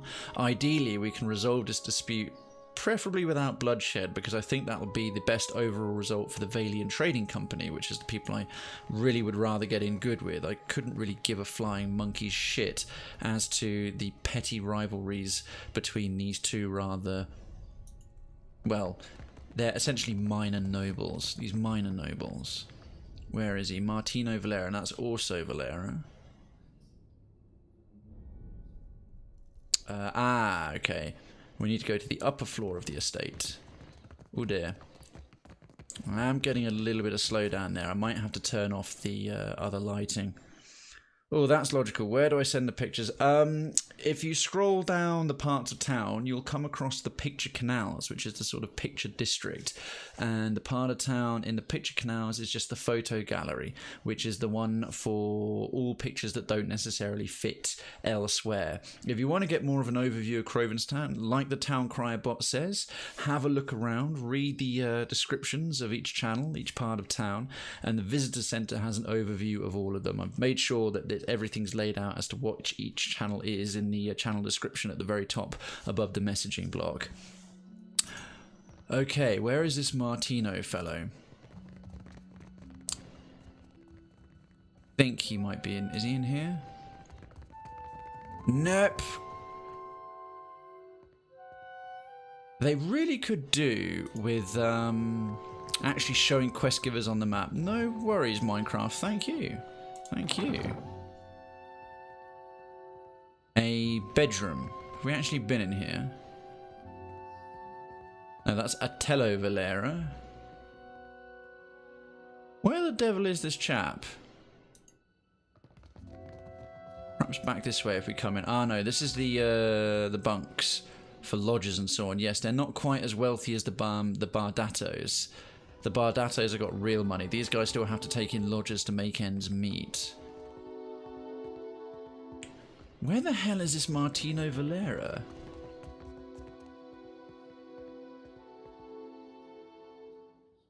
He was in here. Him and one of his boys were in this room last time. That's where we got the... yes, photo galleries, Minecraft. Photo galleries in the picture canals. Don't worry, even if you forget, just go through and have a look at the descriptions of what they are. It should be relatively self-explanatory. Perhaps he's elsewhere in the house. Valera Guard, Valera Spellrite. Let's get fast forward back on just for the sake of expedience. Now, I might have to go back in. I think I'm pushing the graphics a bit hard, even with Ambient wildlife. Glow. I think maybe some ambient occlusion. High quality shadows we'll try, but I think ambient occlusion is making it a bit tricky. Yeah, it's a bit flatter, but that's okay. Well, let's have a little chat. Let's have a little chat with this fat chap. You gonna make a habit of turning up? Oh, nice to see you too, dickhead.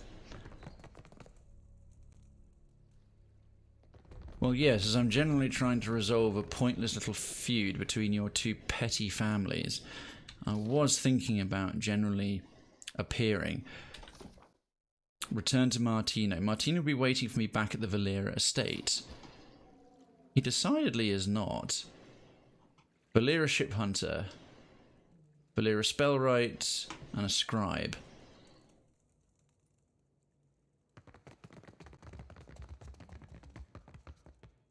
Also Valera, who has nothing really to say to me, and there's nobody in here.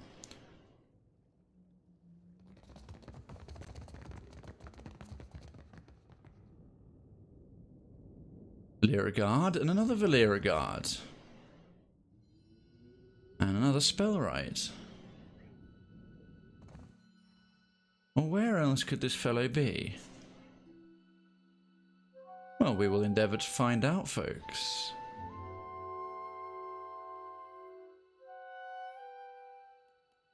Okay, so Valera Ship Hunter, that'd be a cipher essentially.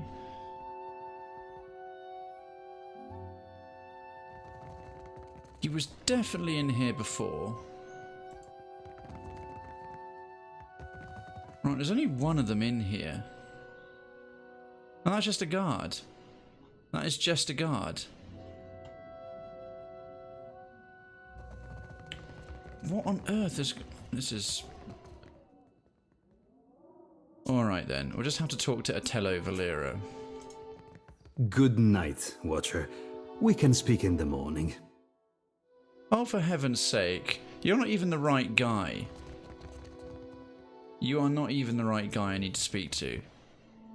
Okay, well, can I at least, you know, stay in your bed or something? Ooh, have yourself a look at that, mate. Alright, there's a trap there. Oh, God, I hate it when the day... where are we on? A day for hour 7. Pre-dawn. Resting is not allowed in this area.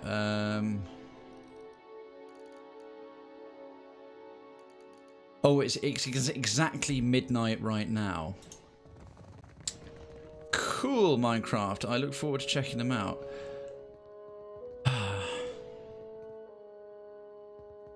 That's annoying. I just wanted to turn in a little quest that we got done, and the Egypt isn't anywhere near as freaking...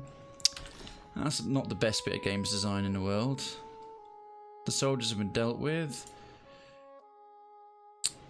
Okay. In that case, let's go and have a little look for Zilly Valera. He's clearly not in the manor. Perhaps he's doing some late night loot playing on one of the watchtowers. AHCH to island set looks a lot like Yoda's hut. Oh, that's quite cool. What planet was Yoda on? My memory's failing me from the original trilogy, when Luke Skywalker meets him for the first time, and he starts lifting the TIE fighter out of the swamp. The swamps of... As soon as one... Dagobah. Yes, the Dagobah swamps. Ugh, I'm going to have to hand in my nerd card. I can't believe I forgot that. Oh, well. Right, now I trust, or I hope that it's one of the watchtowers. They haven't specified... This quest hasn't to go and find Zilly Valera. Has not specified watchtowers in any particular part Been of... having some disturbing dreams. Makes it hard to sleep. Uh-huh. Okay then, Jyoti, no problem. Well, just crack on. Yeah, it just says one of the local watchtowers. Let's have a gander at the map. Don't know why that didn't come up right away. One of the local watchtowers. How many are there? There's only 2. So, a cobbler.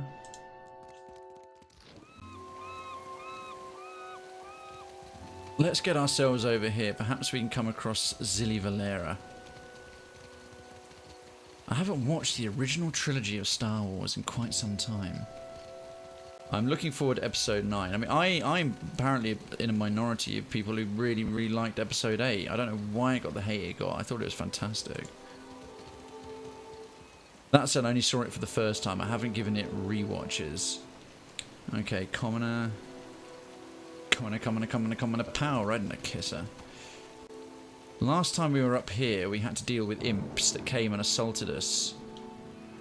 Okay, it's the middle of the night and it's pissing down with rain on the seafront. I can't imagine anyone's having a noodle on their flute or on their lute, whichever one it was. Yeah, I thought so as well, Minecraft. It was decent. Episode 9 trailer does look pretty sick, yeah. I love that dude's reaction video to it, the one who's like super excited about it. I enjoyed it more just watching him. Okay, this is a watchtower, isn't it?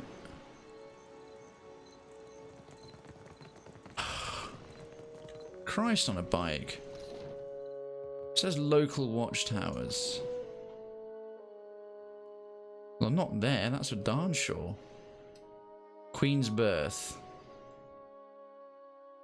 Why is it saying I'm in the middle of here? Right, there's some bridges up here. There's Luminous Adra Mill, Sansa's Map Emporium, Peddler's Canal,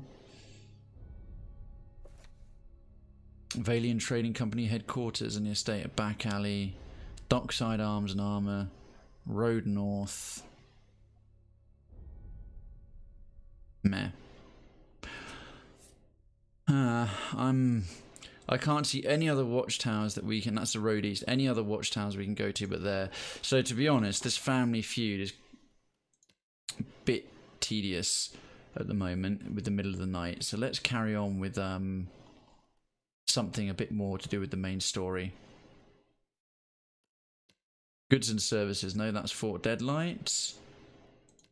Symbols of Death, the Sacred Stair District. And Veins of Aeora. We're going to have to make our way to the Serpent's Crown District. Okay, Minecraft, we'll see you in a little bit, mate. No problem at all. We'll see you in a little while. So that would be heading towards Sacred Stair, Serpent's Crown. We've got to go via Periki's Overlook to Serpent's Crown. So let's instead perhaps head to Periki's Overlook. Because I can't seem to complete the handful of quests that we've got here at the moment. Let's have our intrepid crew jog north, and we'll deal with this Valera Bardato stuff later. I want to see a new part of the city and see it at night as well. We might run into the bounty we're supposed to be going for that only appears at night, which will be troublesome if we do, because they're 4 levels, at least 4 levels higher than us, and they'll probably kick our ass. By the way, apologies if the experience you're seeing on mobile is a little bit darker. I've done everything I can about that, but unfortunately it's a problem with the Twitch app. It is entirely down to the Twitch app. Oh, I just came the wrong way around. If you're watching on desktop, you're seeing stuff exactly the same way I'm seeing it, with the correct light levels and everything else. And if I turn up the light levels to make it work on mobile better, it'll be too bright and washed out on desktop. Deranged 420. Oh, well, thank you. I don't know where you heard that from, but you heard entirely accurately. I am an exceptionally cool dude. But I'll accept pretty cool dude. Can you not tell? This is my cool face. Deranged 420. I am doing okay, thank you for asking. I've got still on a bit of a food coma, so Story Sunday and a mellowed narrative delivery is suiting the fact that below the height of the webcam is an extremely distended belly of Easter chocolate and roast dinner. Locally. Deranged 420, thank you so much for the follow. Residency to Krayven's Town is granted. Lodgings are being prepared, and I really appreciate you supporting us. Welcome to yourself, good sir, and a very happy Easter. How are you doing? It'll take 1 hour and 19 minutes to complete your journey from Queens Berth to Periki's Overlook. Let's do it. Oh, hello, what's this? We have a mutual friend in Captain Cabinet, do we? Oh, excellent. Oh, well, was it his recommendation to come over? In which case, that's very kind indeed. A Principi group notices you walking and approaches you in the street. Well, what's happened here? A random street encounter.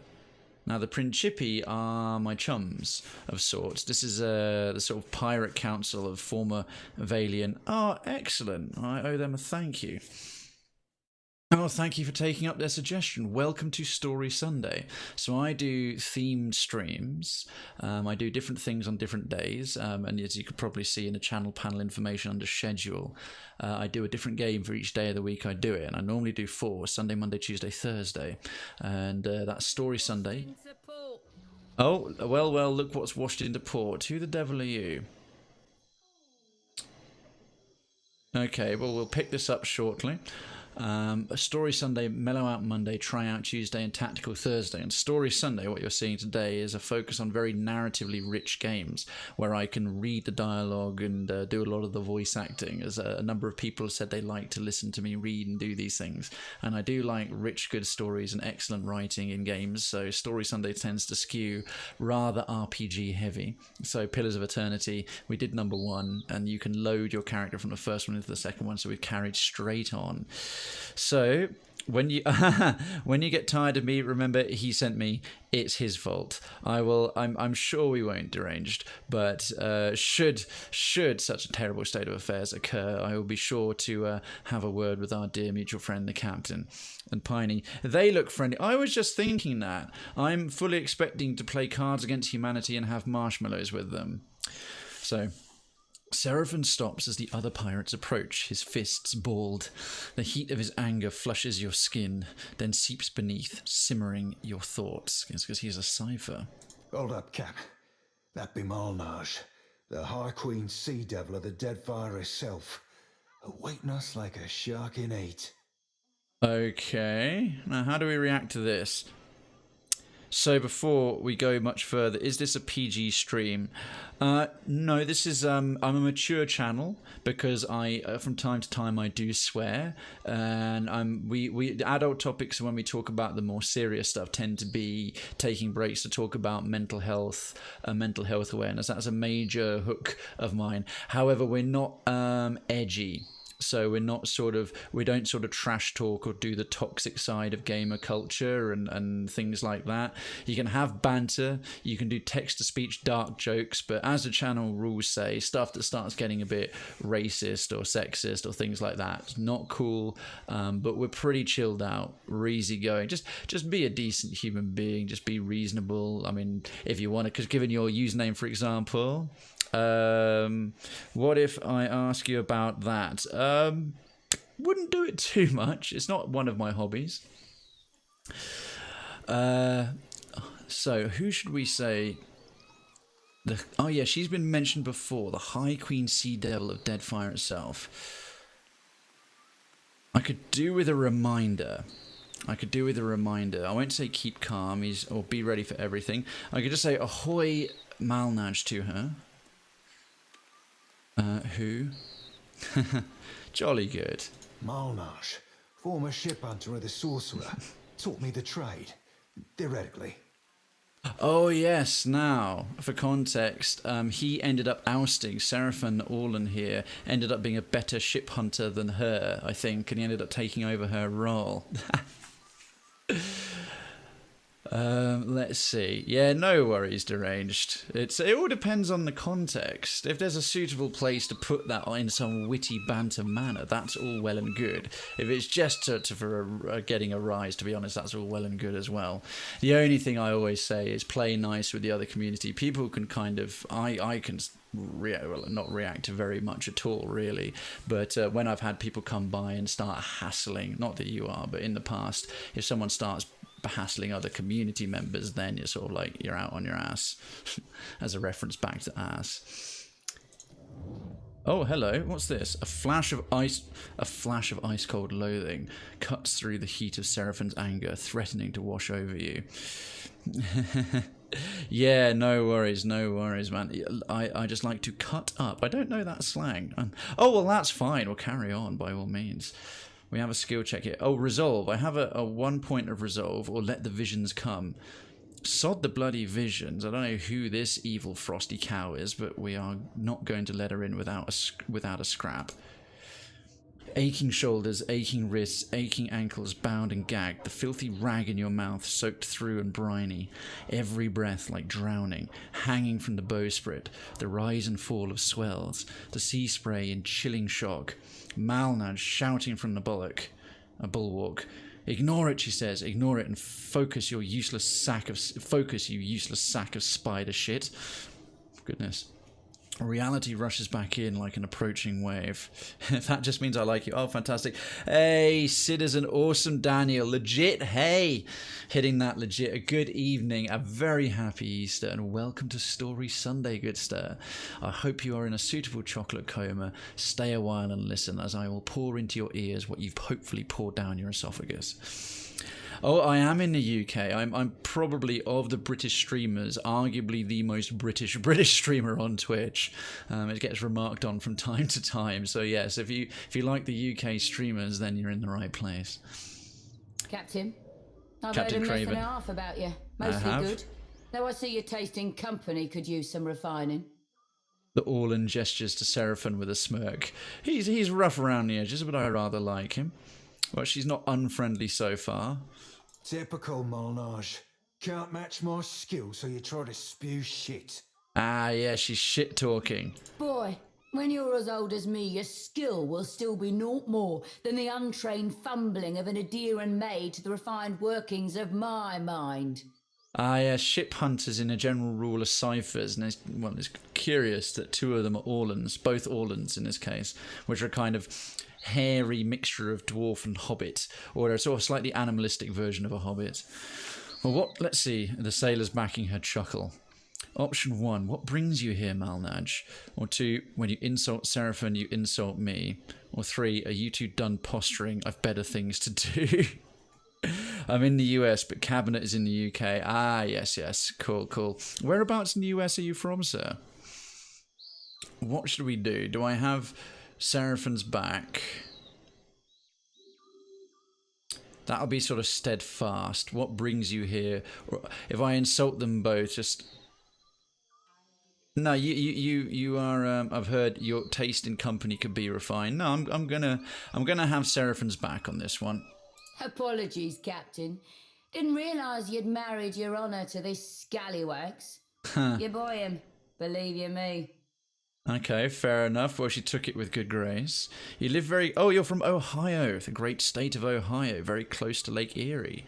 Well, very nice as well. I hope it's as pleasant an Easter day over there as it has been here. I've heard about your run-ins with Captains Benweth and Ferrante. Yeah, I kicked their asses. The old principe seems like.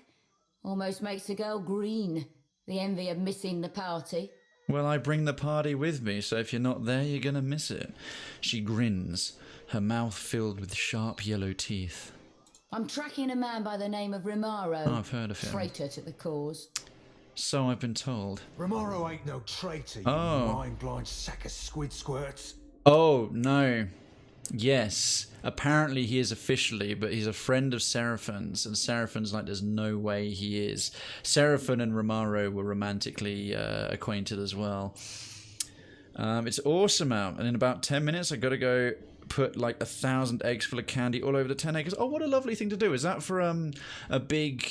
Oh, of course, in the US it's in Ohio, so it was about, what, 20 past 1?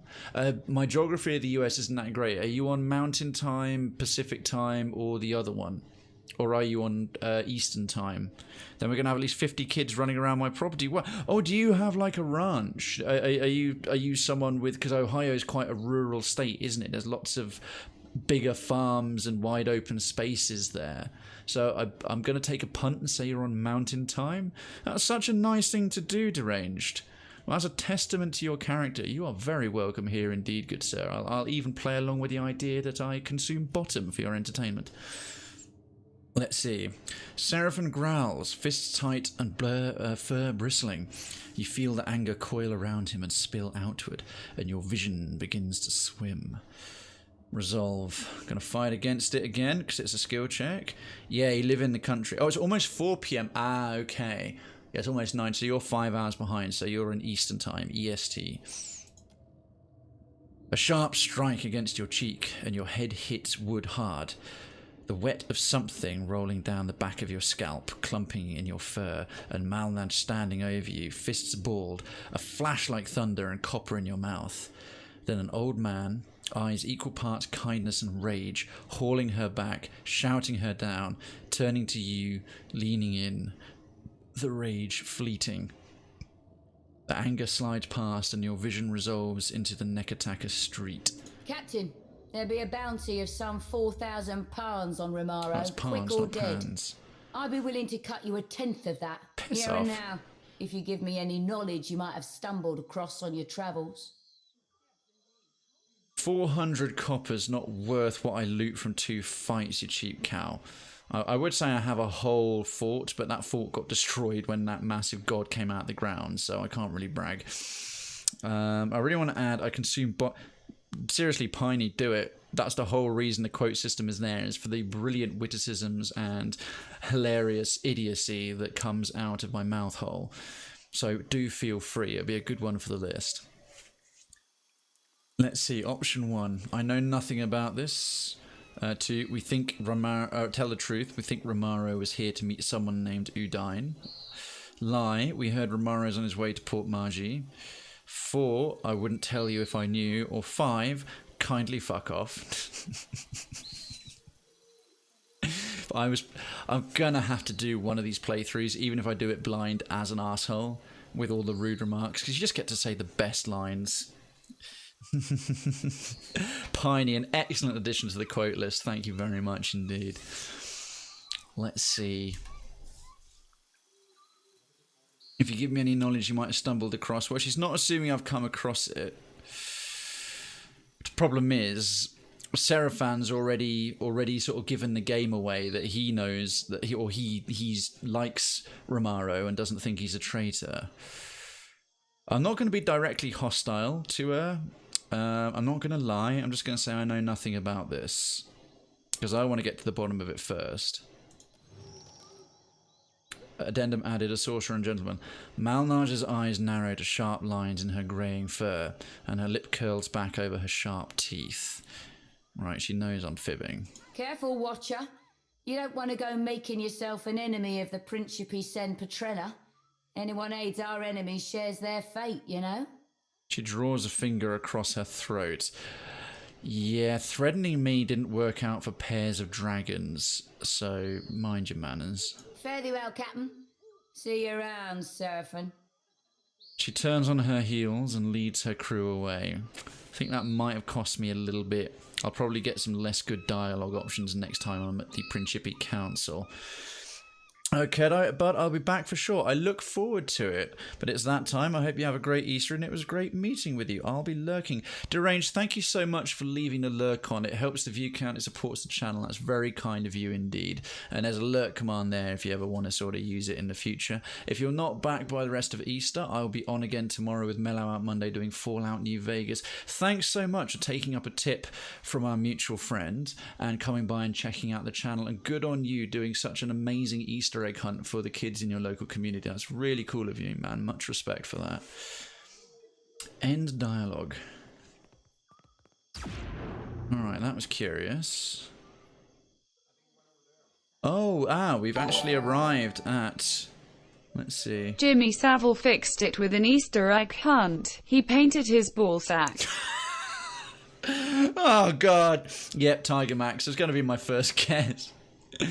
Jim will fix it with an Easter egg hunt. Oh, we're just in the Neketaka streets. This is a secret, like, generic... That's cool. It's a little temporary place. We can't discover this on our own. Tiger Max, thank you so much for sharing yet another brilliantly appropriate joke. So yeah, we aren't all goody two shoes. We aren't all we're not entirely PG. I don't imagine there's going to be anything to pick up here, but I do love that they've modelled a separate area just for generic meetups like this as you wander the streets. Again, it fills out and fleshes out and gives a richness to this sort of city environment we're in. Let us press on to Periki's Overlook. 57 minutes. Oh, we hadn't got too far out of Queens Berth before we were accosted. I'm going to hell for that. Oh goodness me! If that one, you'll be on the 9th level, the 9th circle of it by now. After all these delightful Harold Shipman references, it was funny though. So maybe the devil's got a sense of humor. Who knows? So this is going to be a brand new region. I think we've got 1 or 2 quests, one at least here in Periki's Overlook to follow up. What I can't recall is if it's outside our level yet. And hopefully a few more we can pick up. Plus we can see the lie of the place. So the one we just came for, Queens Berth, is the main harbour area of Neketaka. There's obviously the palace at the top. It sounds like there's a temple area in some place. So this is Periki's Overlook. Let's see what we've got here. Oh, interesting. There's only a few major buildings. It seems quite upmarket. The Water Shapers Guild... Archimere's Manor. Isn't Archimere some sort of archmage? Amata's Refreshments. The Dark Cupboard. I guess that's some sort of pub. Kutzley's Exotic Herbs. Overlook Cuisine. Mary's Metalwork. Luminous Bathhouse. I think that's one place we need to get to. To the Gullet. That's the sort of poor part of town. Eolfa's Raiments. Serpent's Crown. And yeah... Alright, so this is a relatively upmarket part. Curious Lantern, name your price. Perhaps this is the Merchant's Guild, like a merchant's area. Neketaka Guard. Kuaru Traveller. Let's see who we've got here. Going to keep an eye out for any NPCs. We'll turn off fast forward mode. They say a bored mind makes a great office for the devil. In my case, it's fully air conditioned and has free typing. You have a free typing pool, a water cooler, multiple refreshments, and 2 different vending machines. Another child of the gods. Something, something. Yes, because my character's a godlike from this part of the world. He speaks the language. What do we got here? Glaive berries. Oh, hell yeah. I'm just going to rob your plants. I'm down for getting some glaive berries. They went into the stash. The Dark Cupboard. Who's this? These imps. The imps talk in all caps. All the time. Dark Cupboard on the west side, eh? That's the noise imps make. And there's a wee something over here. They keep saying Curious Lantern, name your price. Who the hell are you? Oh, Peridots. Cha-ching. Oh, just a regular trader. Well, let's have a first port of call. Let's look where we're actually supposed to be going in this part. This is Periki's Overlook. So, the Veins of Eora. That's in Serpent's Crown. It's not an Honoured Guest. Chornu. No. Goods and Services. No, that's Fort Deadlight. Symbols of Death. No, that's in the Sacred Stair. Bounty Biakara. No, that's off the coast. Lost Jews in Good Faith. No, that's in another water channel southwest of somewhere. Bigger Fish. He's not back at the estate yet. Sinking Feeling again. He's not. Lantern of Gorn. Nope, nothing new there. Temple of Gorn in Neketaka. Family Pride. No. Sorcerer and a Gentleman. Is this it? Ah, here we are.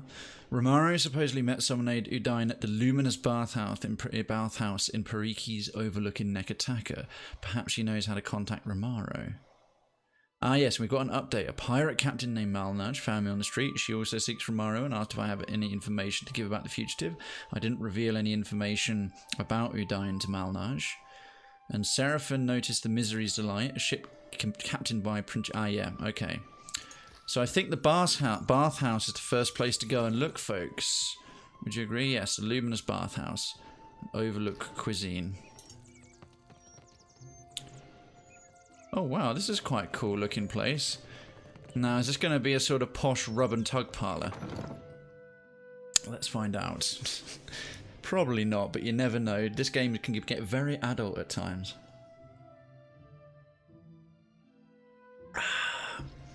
Don't want to stay hydrated, bot telling me off. I'm not keeping my fluid levels up. And don't forget yourselves, folks. Chocolate, processing all that chocolate can make you a tad thirsty. A bit parched, right. Okay, fast forward's not... Whoa! Look at all these fully naked, 3D modeled, fully naked dudes in the water. Huh. Okay. Is this one of those types of bathhouses? Oh no, there are ladies here as well. Well, everyone's just naked. Oh, well, not quite.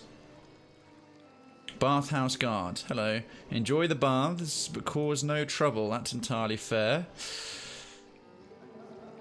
This is such an amazing looking environment. Look at that, like, dynamic steam and water.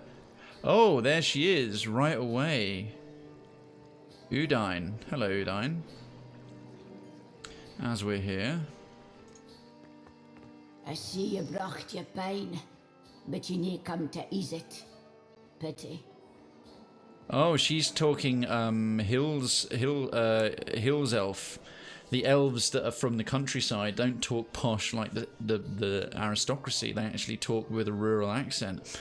So I see you brought your pain, but you're not here to ease it.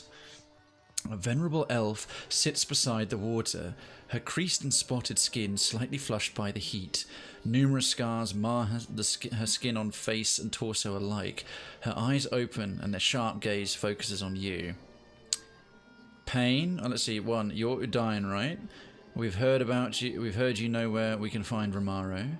2. Pain? I have no pain. Or 3. What brings you to the bathhouse?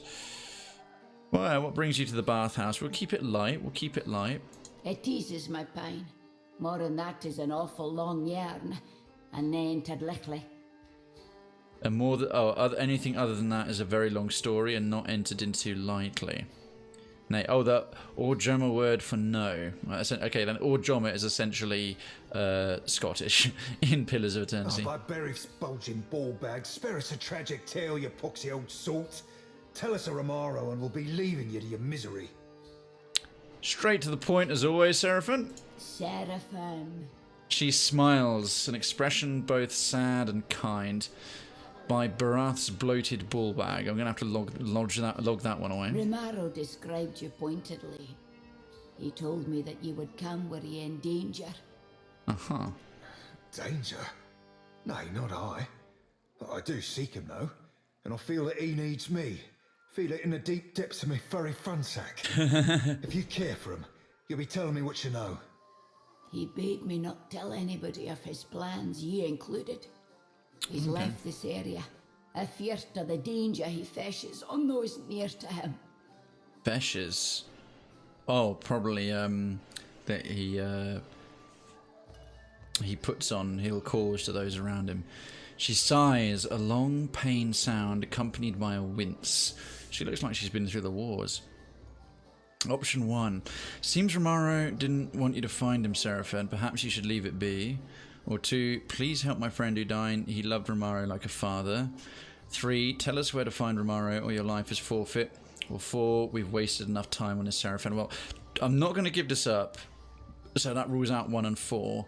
And I'm not going to say your life is forfeit. She sounds like she's been through enough. Please help my friend. He's the nearest thing I got to kin.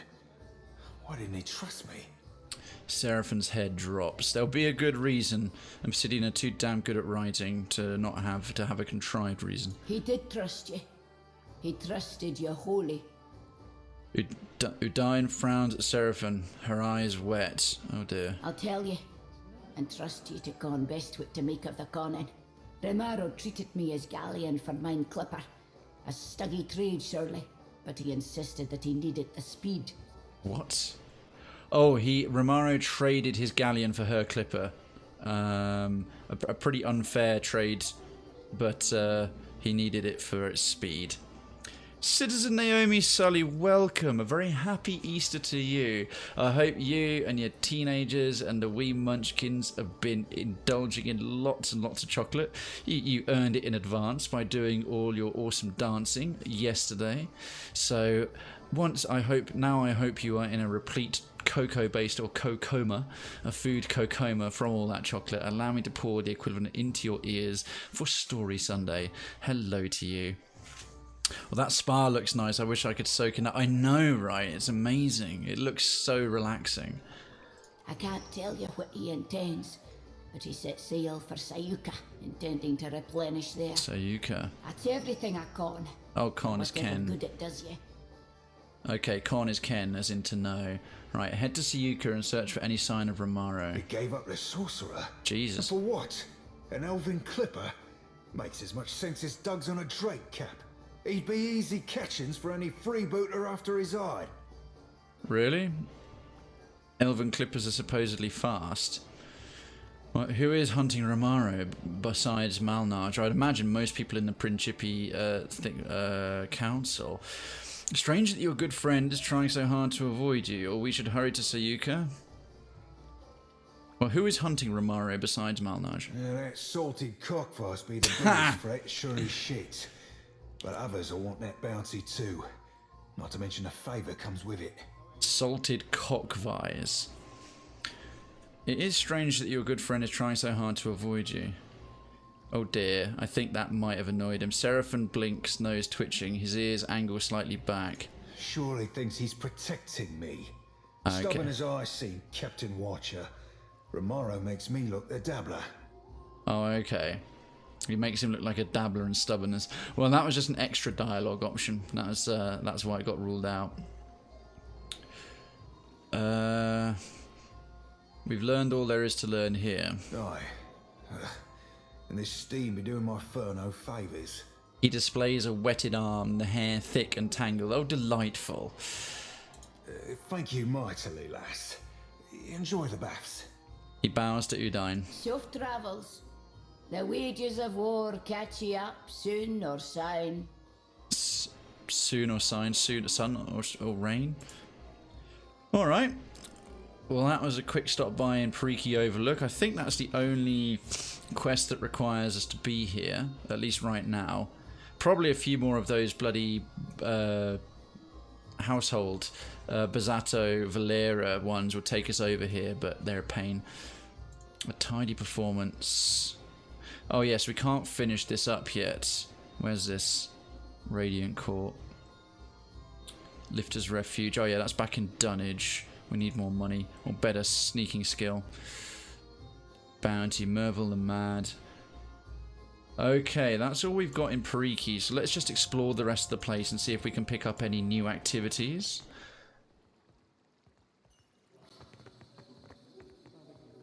Bathhouse attendant, steward. We'll zoom out a little bit. Oh man, look at that fish tank. Rare and colourful fish swim from end to end in the watery enclosure. That is an exceptional... Look at that, it's like a little ocean. Oh, we need one of those for our ship. Well, once we have enough money for a really good... So basically, okay, Adair wants to pimp our boat. He wants to fish. Perhaps we should have a whole shark tank. Of course he loves it. Bathhouse steward. Amrio. Now who's... And a Rautian diplomat. Oh, goodness me. Yep. Oh, I've noticed, although the people are naked, there's like no details on their nakedness. No one has any nipples. That's quite weird. And Amrio, who are you? Is this your first time to the baths? Oh, great, it's a naked old man. Well, considering that I am fully dressed, you might take it as read, yes. An old man stretches his arms over his head and yawns, making a show of displaying his moistened physique. Oh, God. I haven't been in the water yet. It looks like someone needs a nap. I don't mind the banter. I'm making Krayven a little bit more sarcastic than he was in the first game. A bed, perhaps. But there will be no sleep for me. He spreads his lips in a knowing grin. Bow chicka bow wow. I might have the skin and bones of a retired scarecrow. But the waters bring youth back. Where it counts. He studies you from under a lowered brow as his knees begin to drift apart. Oh, God. Oh, God. Please don't expose yourself. Option 1. Go on. No. 2. Nope. You can stop that right now. 4. What's this option? Dwarf or Orlan? No. You genuinely believe I needed to hear and see this? God. Now then. You genuinely believe I needed to hear and see this? Excuse me? He pauses and blinks at you, a rivulet of sweat working down the bridge of his nose. 1. Just keep it to yourself, Grandpa. 2. Oh, a skill check. Intimidate. Go admit to the steward you're treating this establishment like a brothel. Now, I've noticed this in the second game. In the first game, skill checks always gave you a more positive outcome. But in this one, even though you can get skill checks for dialogue, but that dialogue doesn't necessarily give you a good option. Like, I used one to threaten a guy's dog, and the dare got furious about it, even though it required an intimidation check. To be honest, if I was here, I wouldn't be averse to treating this place like a veritable whorehouse, so just keep it to yourself, Grandpa. No matter. I won't let this energy go to waste. He furrows his brow and glances toward the other patrons. Well, that was, interesting. Okay, so we almost got exposed by a dirty old man. Ah, Huina. And Sinu. We've got a couple more. Let's talk to what I hope are some slightly younger and more attractive people. I hope we haven't spent too much time in the baths. A young woman takes your measure wearing a concerned frown. Okay, this is more like it. Let's see. Nope, it's fine. I don't work here. I see. My thanks for clearing that up. In any case, we hope you enjoy your time. Her companion subtly tips her head to shoo you away. Yeah, fair enough. I'm not going to enjoy the bath. Who else have we got? Have to admit, I'm being a bit of a creeper, just walking around fully clothed while everyone else is just chilling, having their good times. Mataru warrior. Oh wow. Okay, there's just some fully naked bits on, really fully naked bits on display. I'm kind of impressed that they haven't decided to make them all like Ken dolls. Ken dolls and Barbies. A little bit they have, but well, whatever. Oh, should have come down here very quickly. See if there's anything at this end, people we can talk to. Ah, Ganor. And who is Ganor? Well, firstly, you've actually got some clothing on, which makes you a bit different already. Ah, hello. Oh, he's a moon godlike. You are greeted by a tall, carefully composed man. The crescent moon in the centre of his forehead glows faintly. Up close, the careful tailoring of his opal-adorned robes and their immaculate cleanliness speak to a deep well of vanity. Ah, someone's rather proud of themselves. Welcome, I am Ganor, owner and proprietor of the Luminous Bathhouse. Oh, because I'm a godlike. He's been quite polite to me as a fellow godlike. You are the first of Margaret's children to visit my establishment. He stares for a moment at your flaming head, pursing his lips. Dude, you're a godlike as well. Come on, let's stick together. Mind where you stand, lest you set the linens aflame. They will cost you a pretty copper to replace. It's curious. My skin is ever burning, but the description is the fire of a godlike skin doesn't actually burn people, yet I've been able to grip metal and melt it in my hands. Maybe it's something out of choice. The fact that my head can set stuff on fire. It's odd. It's supposed to be just illusory fire, really, but apparently it varies. They should get some consistency for that. Anyway. Your exchange with Amrio was observed. Such behaviour is my responsibility. I've tripled his rates until he learns to conduct himself. Okay. I possibly should have used the intimidation check to go and get him to pipe up. I might have gotten a discount from him. What do you have for sale? Moistened Cove, the Bathial Drop, Oh wow, that's a last for 1 rest, 2 health restored per round, 1+1 max power pool, and the Abyss. 25% beneficial effect duration, 10% area effect. That's 800 to rest in. Jesus, this guy is discount on room 0. Yeah, we won't be spending any money here, that's for sure. My friend, you return. If you require anything at all, you need only ask. His small smile is tight with suspicion as he bows shallowly. I'd like to try your bath. Of course you would. Just speak with the steward near the stairs. He will make certain you're treated well. I wouldn't mind trying a little bath. I want to see what happens with a fire godlike. The steward near the stairs. So, Ganor, that was this...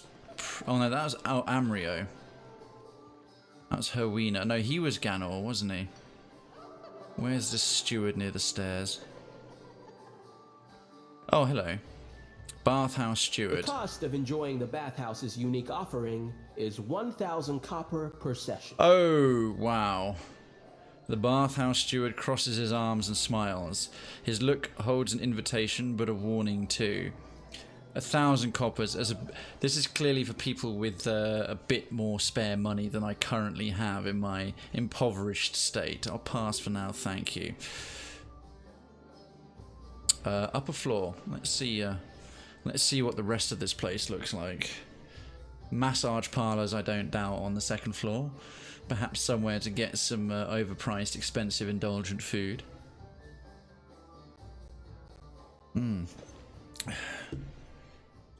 Now then.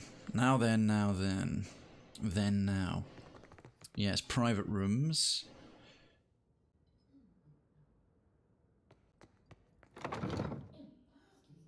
Let's see, our bathhouse occupant. If we come running up here, what can we see inside here? Anything? No. These are very finely appointed, I must say. Indeed. Going to lurk and do some yard work. Okay, Piney. Good luck with your yard work. Thank you so much for the lurk support. All of you who are just chilling and lurking, I really appreciate the fact it still helps the viewing numbers and keeping the sort of channel running and all that kind of good stuff. Good luck with your yard work, man. And I'll be back on for a little while yet in case you finish and decide you want to come back.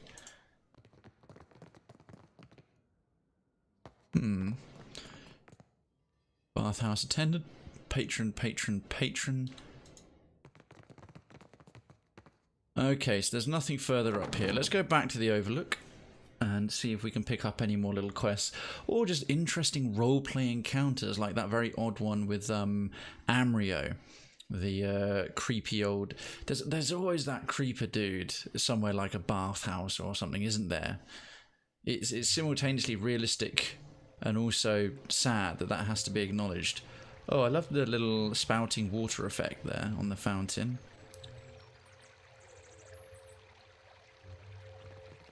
Well, there's perhaps some folks on the balcony. Nago, you have truly put your foot in it this time. Why? What's happened? There's a pet, right? Barath's Bell. There's a forsaken cat. This is what I like to explore everywhere. Every single region seems to have a pet in it. Skewers, crusted swordfish. What? No, I don't want hot razor skewers. I thought we said butt razor skewers. Why do I want a razor skewer in my butt? We have Noah. We have a new cat. We have a new floof. All about the floofs. There he is, Noah. So, who have we had? Levin. We'll put him to one side for a bit. And glaive berries. Noah, what do you do, Noah? What perk do you give us? 25% stride. Well, that's good. That makes us a bit faster moving about. Awesome sauce. Folks, we have a new kitty. Yeah, awesome. Well, let's get the remaining. Another child of the gods. You are most welcome here. I'm actually nowhere near you. You can't even see me from where I am on the balcony. Let's rob all these lovely flowers. Bathhouse patron, bathhouse patron. Oh, interesting. Absolutely no named NPCs of any capacity on the upper balcony. Nago, You have truly put your foot in it this time. I'm assuming someone's talking to me. Have you ever been to a bathhouse? I went to one in Korea when I was like 11. I was a very freaked out American kid. Yes, I have. When I was doing my travels around Japan, the bath culture, the public bathing culture was something I enjoyed. Typically, I'm not shy, but I don't tend to indulge in all that stuff too much. I've obviously like Western impressions and Britishness and, you know, public saunas and steam rooms. I've done them, but I tend to be in my swimming shorts and I'm doing them because they're usually tacked onto a leisure centre and there's a pool right next to it. But in the bathhouses in Japan, of course, it's you keep a tiny little towel and you keep it on your head when you're going from place to place. But I was 8,000 miles away from pretty much anybody I knew, and I was just like, yeah, go for it. I mean, I was striding around the place like a giant at 6'3". I did two particular... Well, most of the hotels I stayed in had a small ryokan service, and including one of the temples I stayed overnight in on this sacred mountain that you take a cable car up to. But my two favourites were these two dedicated... ryokans, traditional Japanese bathhouses. I am tall, yes, I know, everyone is... You're a follower of the light? Light? Oh, you mean... well... Depends on what you mean by follow. Maybe you heard earlier. I follow Aethys too. Mostly, in a way. I mean, I am a child of the Dawn Stars, even if firstly I'm a Gaunite. That's good, I guess. For you. Oh, maybe you don't want to talk about it. That's all right. Surely some other time, then. Was it the way I said it? Or maybe I'm in need of a washing. That was a wonderfully awkward interaction. Brilliant. Pie Thief, hello. What character build is your main character? He is a fire god-like monk. Let me just bring up a few more details for you.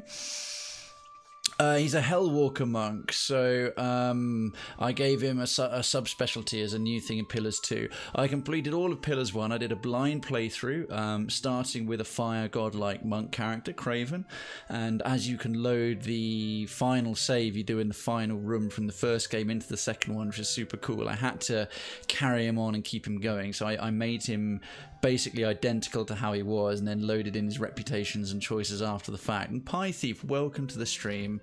It's nice to have you here. This is a first blind playthrough as well, and I'm doing the beta of the turn-based. It's not without turn-based combat, it's not without its bugs, but I am enjoying it. And I'm very much a lore junkie. I loved it. Story Sundays is about narration and reading out good sort of dialogue and following up all the lore and that. So if you're into that kind of thing, then you're very much in the right place. And if you don't mind seeing a blind playthrough and someone discovering it, then likewise you are in the right place. You just finished your Death God-like playthrough of 1 and 2. Excellent. Well, yes, I'm I guess not too far into number 2 yet, but Fire God-like monk. What class did you have? What character class? I'd be interested to hear.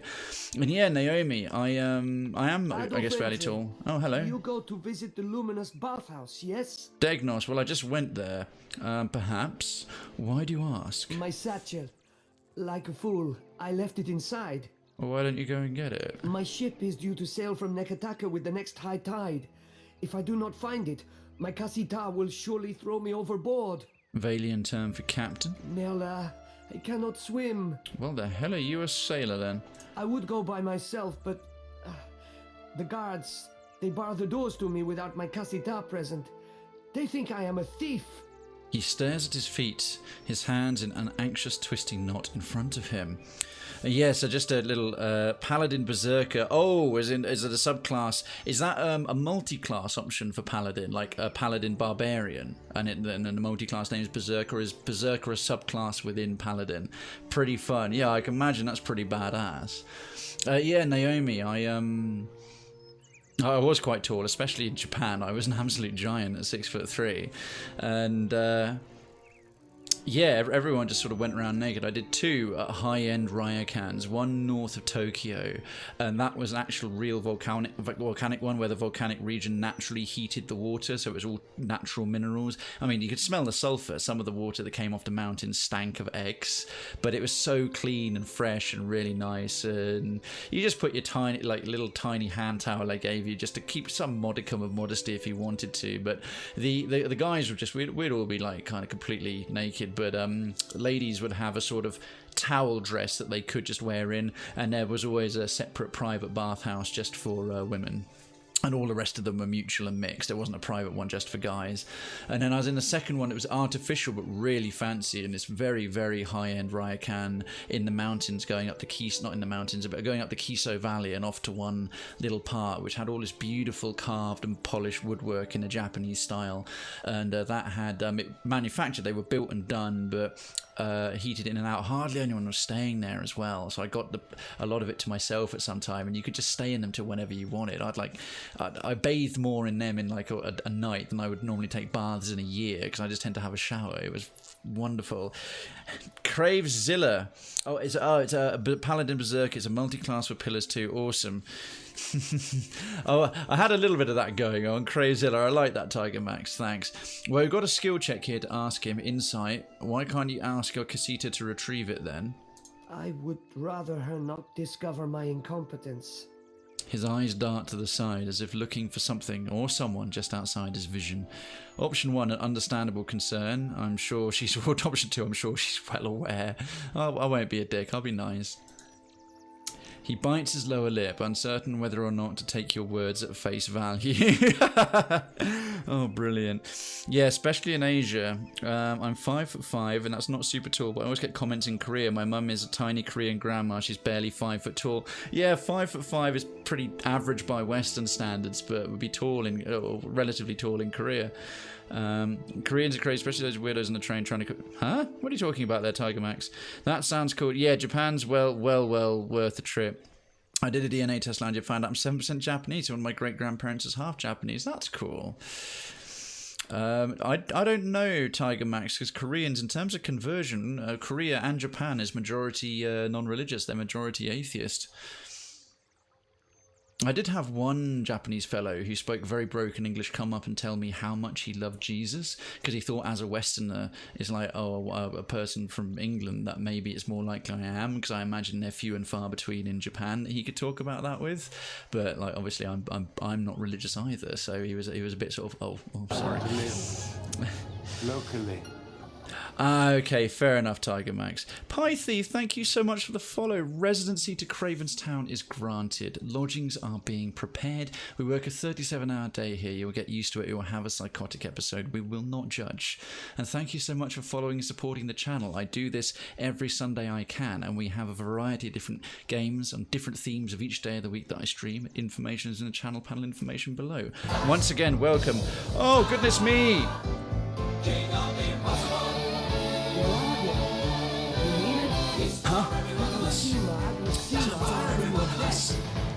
Oh, it didn't change. Bugger, hang on. Glenn Close got run over on a farm. She was fatally tracted. Oh, Andy, thank you so much. The hero that Twitch deserves. Thank you kindly for 8 months of loyal citizenship. You are not just legit, you are Krayven's Town legit. Sorry, I just tried to use a button that I've macroed to do without having to leave the game, but it moved the dialogue forward. It just made a choice for me that I didn't even intend to make and I didn't get to read. But first of all, Andy, welcome back to the ranks of the citizenry. You are not just legit, you are Krayven's Town legit. Oh, thank you. Yes, I'm quite comfortable in this one. Enjoy the continued use of your legit emoji all over Twitch, the most common bit of gamer slang and the only place you will get one. And folks, citizens, those of you who are here and non-lurking, please hit that legit. Welcome one of our most excellent, dedicated and supportive citizens back to the ranks of Krayven's Town citizenry. Wave your Krayven's Town flag loud and proud every time you chat. You are only on silver for 1 more month. And if you stick with us, which I'm pretty confident you will do, you'll be up to gold. You'll be up to gold. Whether I'm here or not, wave that flag every time you want to type here, even if it's to write Krayven is a bum willy and right when I'm testing things and I don't realise anyone's in the channel. You will, of course, be able to enter the Citizens Only giveaway, which will be at the beginning of May, and it won't just be one. There's going to be multiple competitions, because at the beginning of May it's going to be our 1-year stream anniversary. So this time round there's going to be multiple options to win all day, my extra long 1-year stream anniversary stream, so don't miss it. You will maintain your access to the Citizens Towers in Krayven's Town itself, and last but by no means least, my undying appreciation and gratitude for your continued citizenship supporting the channel. It helps me to keep doing this. The amount of gifted subs that you've given out to everyone else, I think you now hold the record in town for gifted citizenship visas to everyone else. Meeting you in person, everything from TwitchCon and just everything else you do for the channel is so very, very much appreciated. Let me catch up, make sure I didn't miss anything there. Hey indeed. And the hero Glenn Close got to run over on a farm. She was fatally tracked. That is a very good pun. That is a very good pun indeed. All right, I've got to set up the rest of my my macros here. Gelade, you mean it? Agrissima, I'm in your debt. And the air of misery suffusing him lifts for a moment. His eyes go wide and he grins. There is oh one dear. thing. Madiko, how could I have forgotten? Legitty quit. I didn't want to agree to this right away. I pressed G1 thinking it wasn't bound to anything. But I've got it bound to Control Alt and then 1 on the numpad. Shit, 1 on the numpad must have triggered the first decision, the first dialogue choice. What did I actually select? Well, what's the problem? If you could, do not open the satchel. The contents are... The information is... Is what? Proprietary. You understand? Okay. Let's see, Krayven, did you have a curry when you went to TwitchCon? I could really murder a nun. God almighty. Harold Shipman joke. I didn't. I had currywurst. I had currywurst, curry sausages. How are we doing, everyone? Hope everyone's good. Naomi Tiger, I'm alright. And he used a perception dialogue and he was afraid the boss would find out he's incompetent. I did do that, but there was another one after that that I didn't read, that when I pressed a button to change my scene without having to necessarily leave the game, it did it in the game as well, because it's obviously bound to something else. Now, this has got a skill check, but in this instance, again, the bluff check is to lie. Previously in the first game, as I say, skill checks are usually entirely positive, but I don't want to lie just for the sake of a skill check. On my honour, I will not open the satchel. 2, lie. I would never. 3, you request a favour, and then attempt to dictate the terms of its fulfilment. Well, or option 4, well, now I can't wait to see what's inside. Not too shabby, not too shabby. Andy, I'm glad to hear it. I'm glad to hear it. Oh, why hasn't the alert gone off? Oh, fiddlesticks. Streamlabs is such a butt at the moment. It is so well, you know what? I'm going to give it a minute to see if the delay comes up. It's all gone off. It's all gone off. And the freaking delay hasn't gone up. Bugger. Oh, Tiger Max says, did you know how Retrobit are making proper licensed Sega Mega Drive and Saturn pads? I didn't know that. I didn't know that. That is cool. Alright, it looks like Streamlabs is being a bit of a poop. Let's try and do that properly. There you go. Keep it in game this time. Best sub alert on Twitch, folks. Best sub alert on Twitch. You know it. Oh, Pie Thief. First of all, a thank you very much to the hero Twitch deserves for gifting 1 citizenship visa to Pie Thief. Their citizenship visa is stamped and you are amazeballs. You're exempt from taxes and laws for the rest of the day. And Pie Thief, welcome to the ranks of the citizenry. You are not just legit, you are Krayven's Town legit. Enjoy, firstly, the use of your all-new legit emoji all over Twitch when someone says legit, does something legit, or you want to just acknowledge that they are making an emote more legit by putting legit in front of it. Hang on, let me just come back out of here. Second, wave your all-new Krayven's town flag loud and proud every time you chat, and the longer you are with us, should you opt to renew your citizenship again, or you perhaps receive another gifted visa. your flag will improve over time. You'll be able to enter the monthly Citizens giveaway. We do a Citizens only, a subs only prize draw on the first stream or around the first stream of the month. The one in May is going to be a special 1 year chance to win a prize, so don't miss that. We'll just be here when I open the competition, do !! giveaway. Should you choose to become a member of the full Krayven's Town, which is our Discord, you will links in the channel panel information below.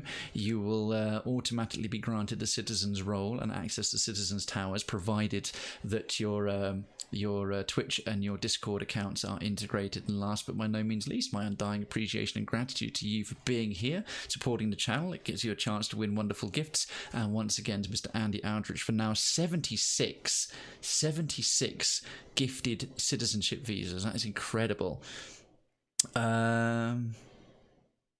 Make sure I got that right. I'm doing good. Naomi's just doing good. Just waiting for my wonderful hubby to bring me food. That is a wonderful hubby. Trying to study with Story Sunday on in the background. Well, I do hope that these are suitably dulcet tones, although I can imagine they might be a tad distraction. As long as you aren't playing with Jimmy Savile's Etch-a-Sketch because he loves someone fiddling with his knob. Oh, for God's sake. That's a good one, Tiger Max. I like that one very much.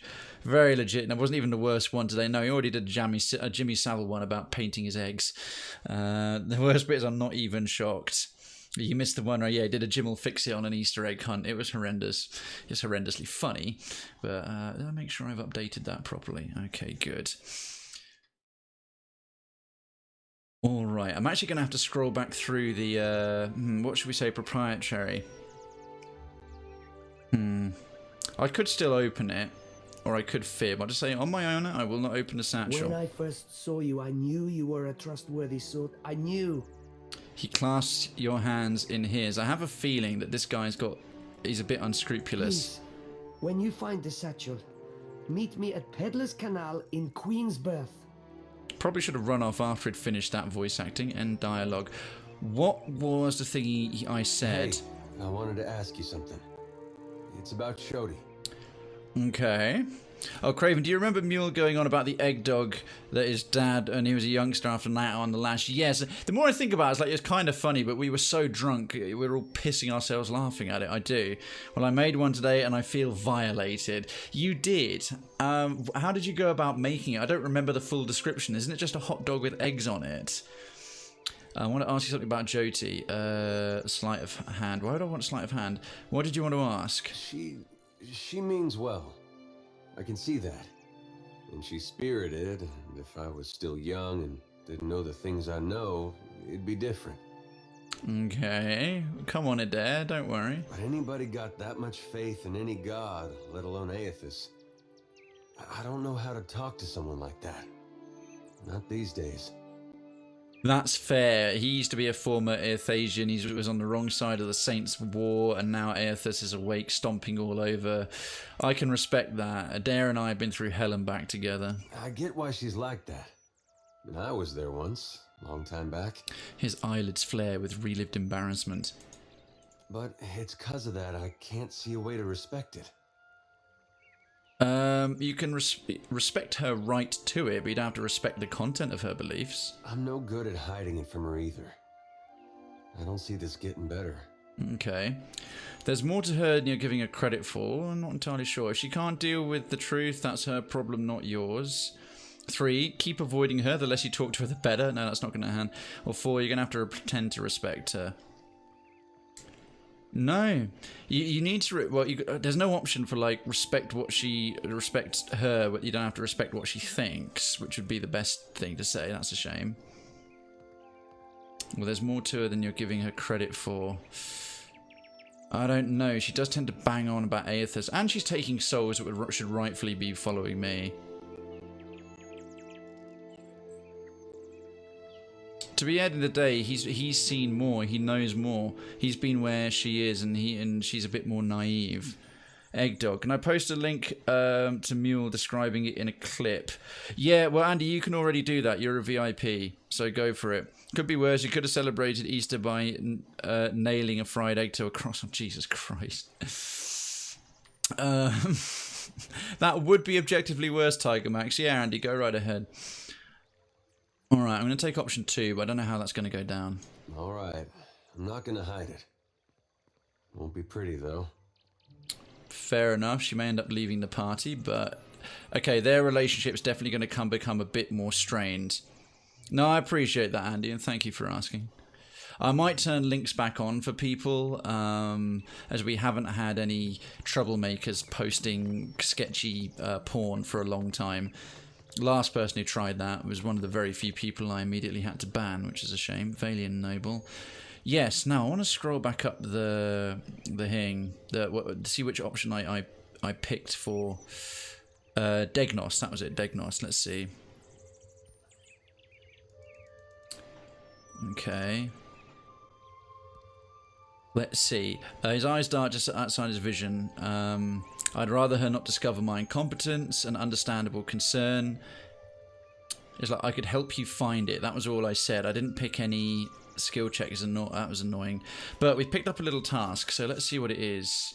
It'll be down in the Sealed Fate. I found Degnos outside the luminous bathhouse, lamenting the loss of his satchel. He said he left it inside one of the rooms on the second floor of the bathhouse, but the guards wouldn't let him back inside to retrieve it. Alright, well, as we're right here, we'll go and take care of that quickly. So yes, folks, that is an egg dog. Well, that's a clip of Mule talking about it.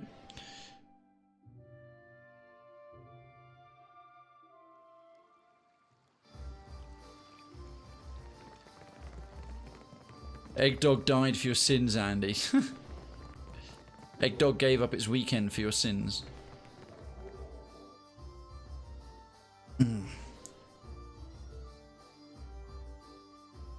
Hopefully we'll get into a good scrap before too long. Although we've got so much of the city to explore. Like absolutely shitloads of it to explore and pick up quests and stuff. Oh, hello. Apparently it doesn't count as stealing in here, so let's see what's what. We'll have that. Glad I came back.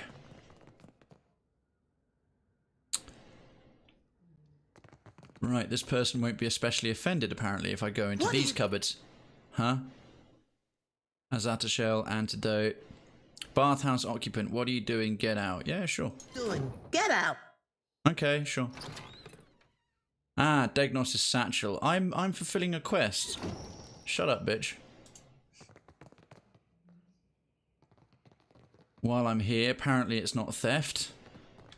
Anything else? Yes, there is. I should have checked this more thoroughly last time. Deerwood and clothing. It's all money in the bank. Right, I am going to quick save this. Now, if I go into my inventory, what is this? Quest items. Degnos' satchel. Right click for details. Oh, a worn, common-looking satchel, curiously light. There can't be much in it. Now, I swore on my honor I wouldn't open it, so it's not giving me the option to open. I'm so tempted just to see what it's about. I want to see for the sake of the lore, and then I'm going to reload it again. I don't normally, but I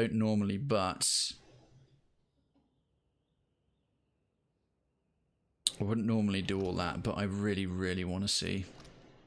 Open.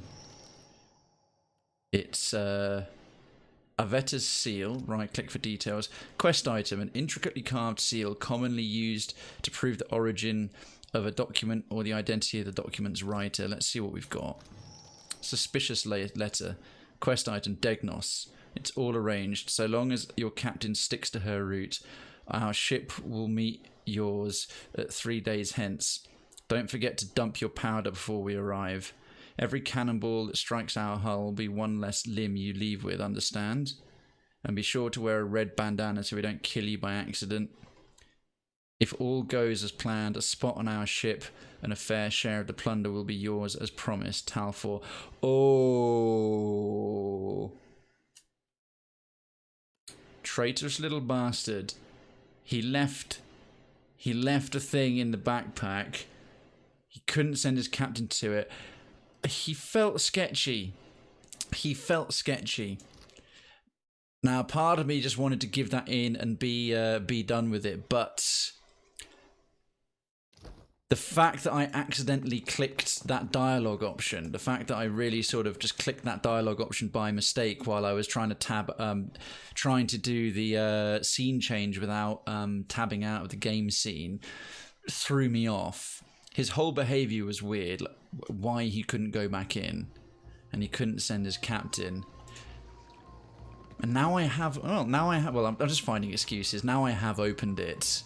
Because if it was something perfectly honest, I could just reload, which is a little bit breaking my own rule about role-playing and sticking with my decisions.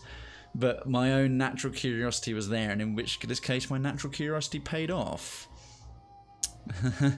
It was an experience. Discord app attachments. What is that? Oh, that's come out pretty decent. So is eggs on a hot dog. Was it okay? Was it okay? When I was little, me and my brothers used to spend hours chasing each other through the Merkberry fields. Don't think a day went by I didn't have a skinned knee or a bleeding elbow. Oh, we did that sometimes. Only my brother usually had a hand in the bleeding. Nice. He older or younger than you? Either way, I bet he's just as strapping. She fancies him so hard. Was older. Then Raid Sarah's invaded. Oh, of course, that's gone, but I'm so sorry. Right, let's see what this update is to Sealed Fate. Let's see. Return Degnos' satchel to him. Blah, blah, blah, blah. I opened Degnos' satchel and found an intricately carved seal, a worn letter, and a handful of other strange items. The letter in Degnos' bag describes a plan to sabotage a Vetta's ship so Degnos can join the crew of a Principi captain, Talfor. Huh. Oh, this is a little bit tricky. Because it's the Principi. If I go to a Vetta, this is actually going to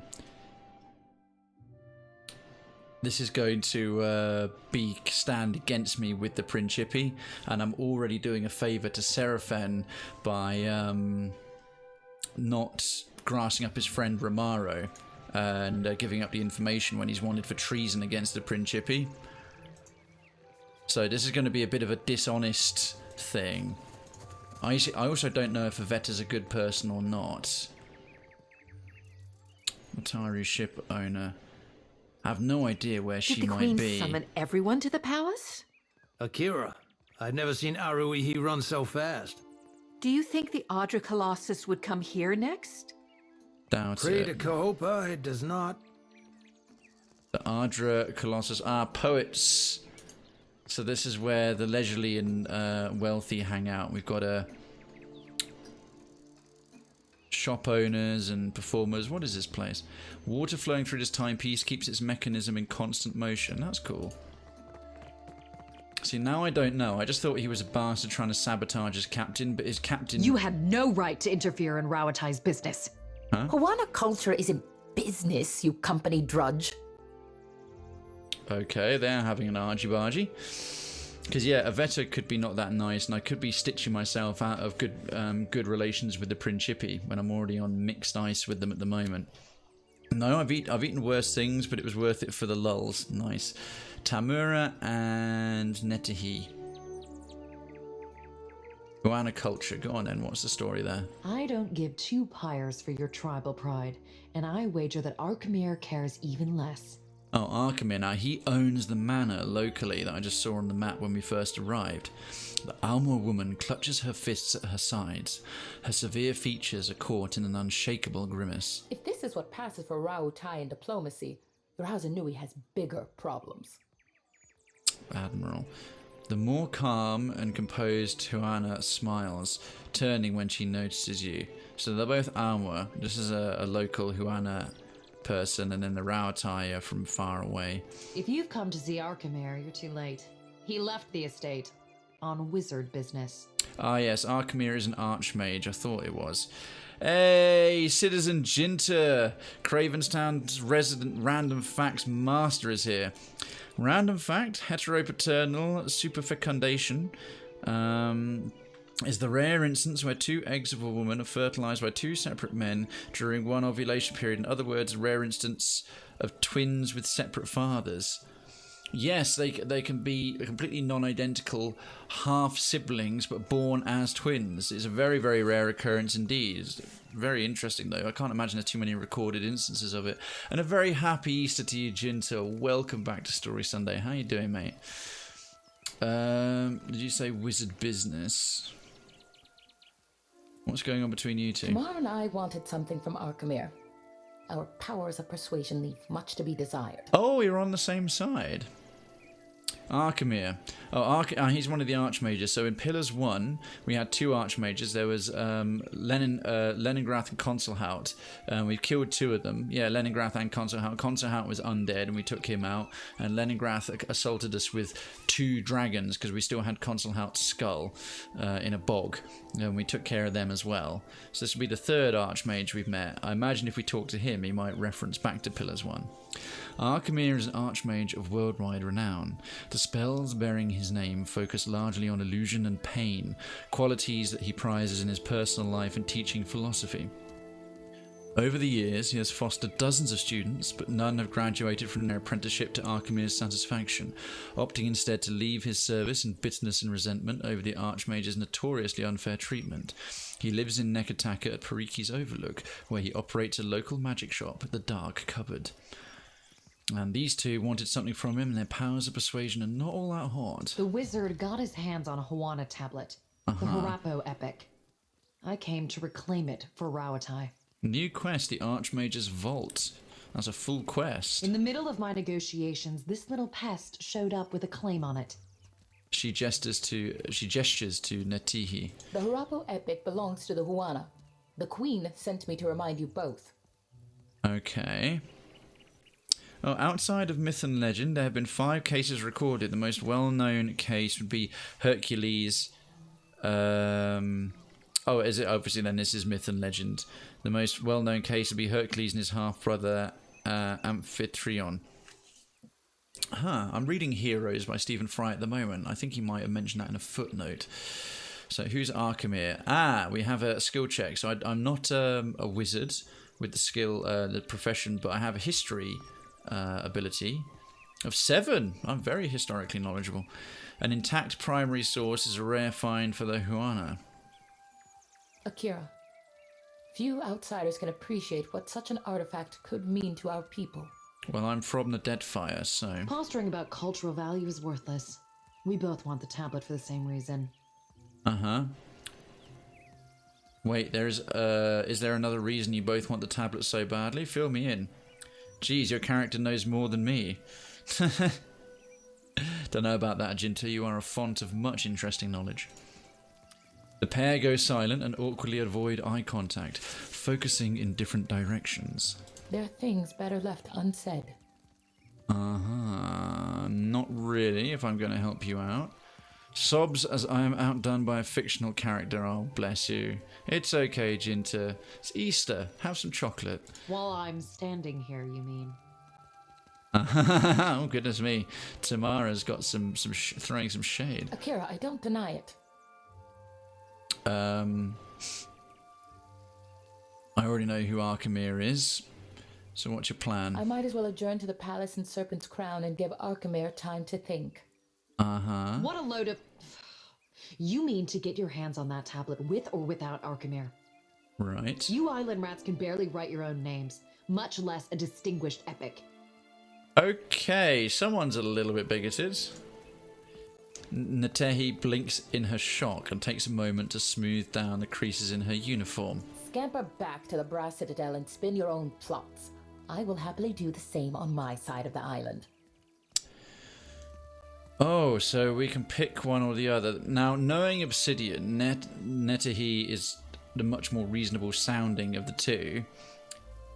However, it won't be that clear cut. There won't be too much daylight between them for good and bad reasons to help either one, but Netehi, I did know the cultural importance to the Huana, and I am a local to the Deadfire, so I'd be more familiar with them as Almor Go than I would be with the Rauatai.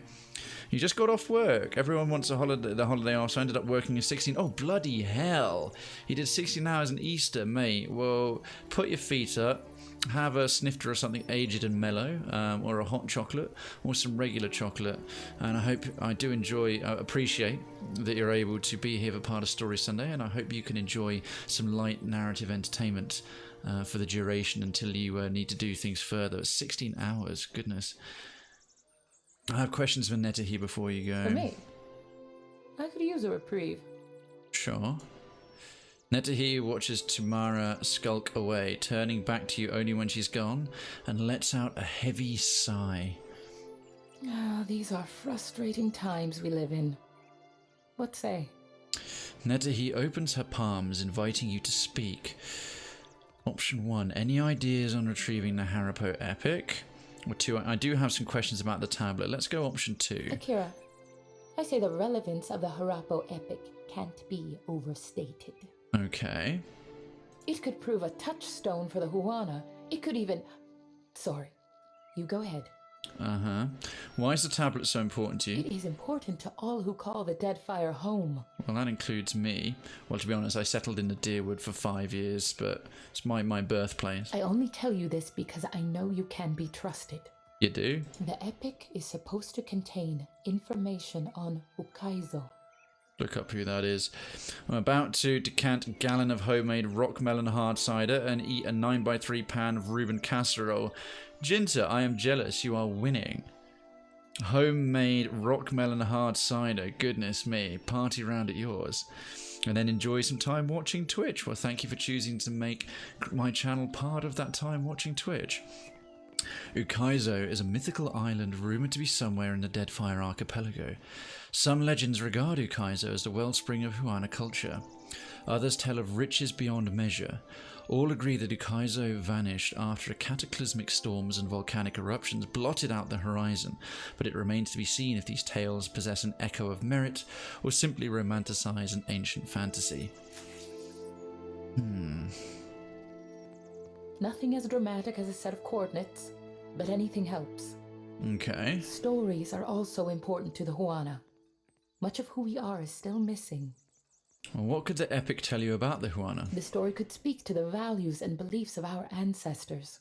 The language structure, narrative voice, and use of metaphor can tell us something about the time of its inscription. She touches her bottom lip and glances off to the distance. We could even... I've lost you, haven't I? Akira, I tend to go on. No, I'm not stupid. I followed that fine. Did you know about the epic before it fell into Archimede's hands? Akira, from the Journal of Rakua, an explorer who found the tablet on a remote island some 20 years ago. Ah. Unfortunately for Rakua, the most we found of her was her journal among the flotsam of a shipwreck. Oh dear, it's probably barely readable then. Well, why is the Royal Deadfire Company so interested in the tablet? They think the tablet can show them... Neketaka stops herself, weighing her words with care. Well, the way to Ukaizo. Ah, so you both want it for that same reason. They want it for potentially exploitative reasons, and at least so far I get the impression they want it more for cultural reasons. She sighs and regards you with unease. Akira, it's a mythical island, but that isn't stopping any of us from rushing to claim it first. I appreciate the honesty in that regard. Jinta, I would avoid that kind of stuff. Historically, our ancestors were assholes no matter where they were from, and that's why it's wrong to judge people from the past with today's ethics. Totally true. However, this is just quite literally mythical people. Alright, that's all I wanted to know. Akira, the pleasure is mine.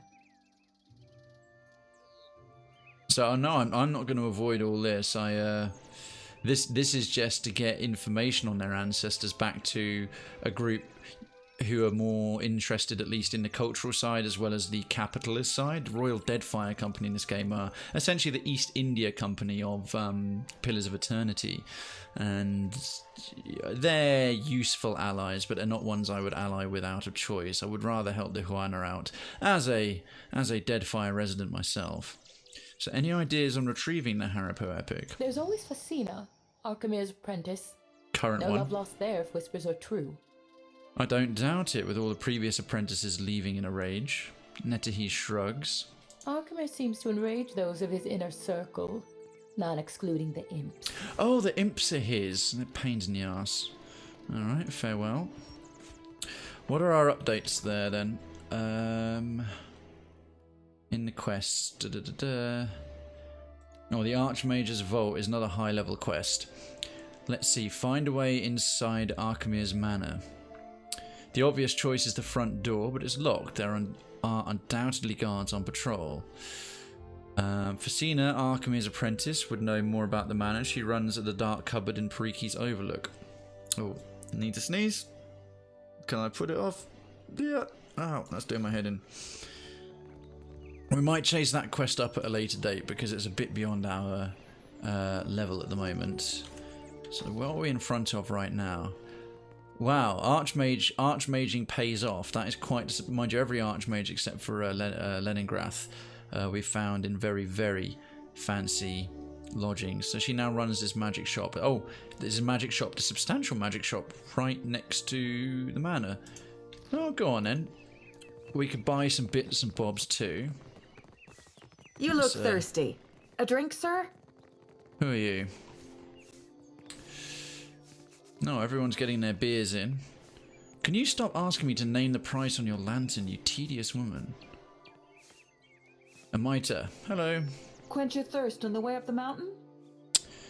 Amita inclines her head and gestures to a wagon loaded with kegs. Nice. What do you serve Spirits here? and the like? No one this side of the slope will scorn you for a little indulgence. I don't doubt it. I get that's this kind of place. There is a German curse that translated into may you daily experience a sensation of 1,000 lost sneezes. That's a fantastic curse. 1,000 lost sneezes, that would just be a nightmare of a day. Between us, folks tend to linger and spend coin in Perikis when they've had a few. Good for business, I say. Fair enough. Show me what you've got. All the booze. Water, rum, rice wine, milk, lager, grog, and ale. Okay, these are all very, very standard drinks. There's nothing of interest there that's particularly fancy or cool. Hammer and chisel. Just turn that off. Hammer and chisel into the stash. Try the critter cleaver. That's horrid. Into the stash. Who else is rocking crap in their primary things? Nope, those are just his regular explosives. About Jyoti. Vestments of Gorn. Battle axe and a crossbow. She doesn't need the battle axe. And Aloth. Nope, the rest of that's otherwise pretty good. We should sell some of this soon, actually. Quench your thirst. In fact, there's a going to the stash. We'll sell a bunch of it right now. Okay, so those are fine. Saber, 1, 2, 3. Rapier, Zaurip champion spear. Oh yes, we've had a few fights, man. I do need to get a bit more sweet, sweet money.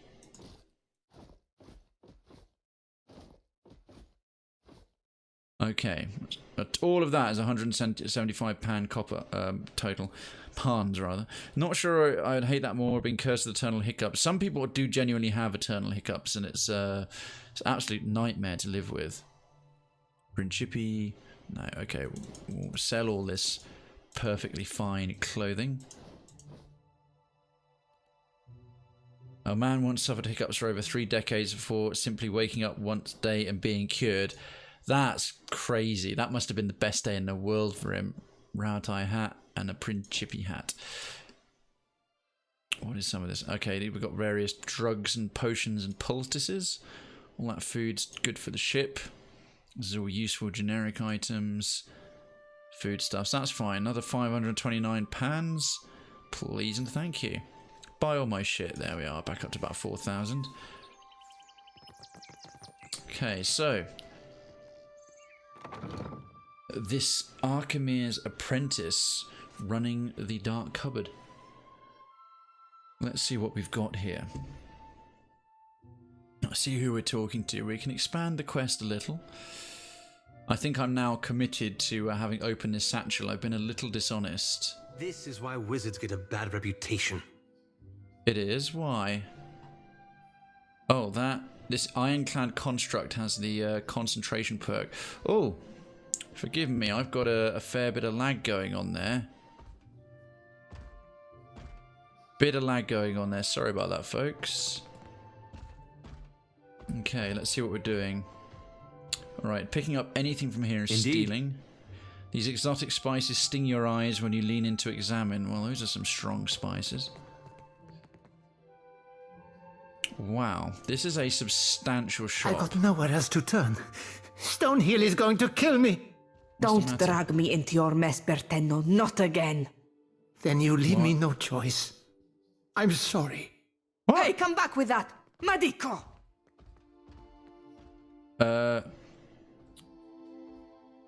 Your ironclad guards aren't very good at stopping shoplifters. This game was pretty laggy for me, no idea what caused it. I mean, I've got quite a lot of settings up, but not total. I've turned off ambient occlusion. I turned high quality shadows on, but yeah, Pie Thief, sometimes I get into certain areas. Fortune for a pun, good sir? I go into certain areas and it really chugs along, and it can be the most random little reasons. Oh, hello.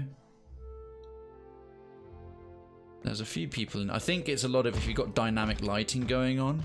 Yeah, sorry about this, folks. Right, well, I'm now committed to opening that thing because I quick saved over my last quick save. Apparently, this is not stealing. Oh.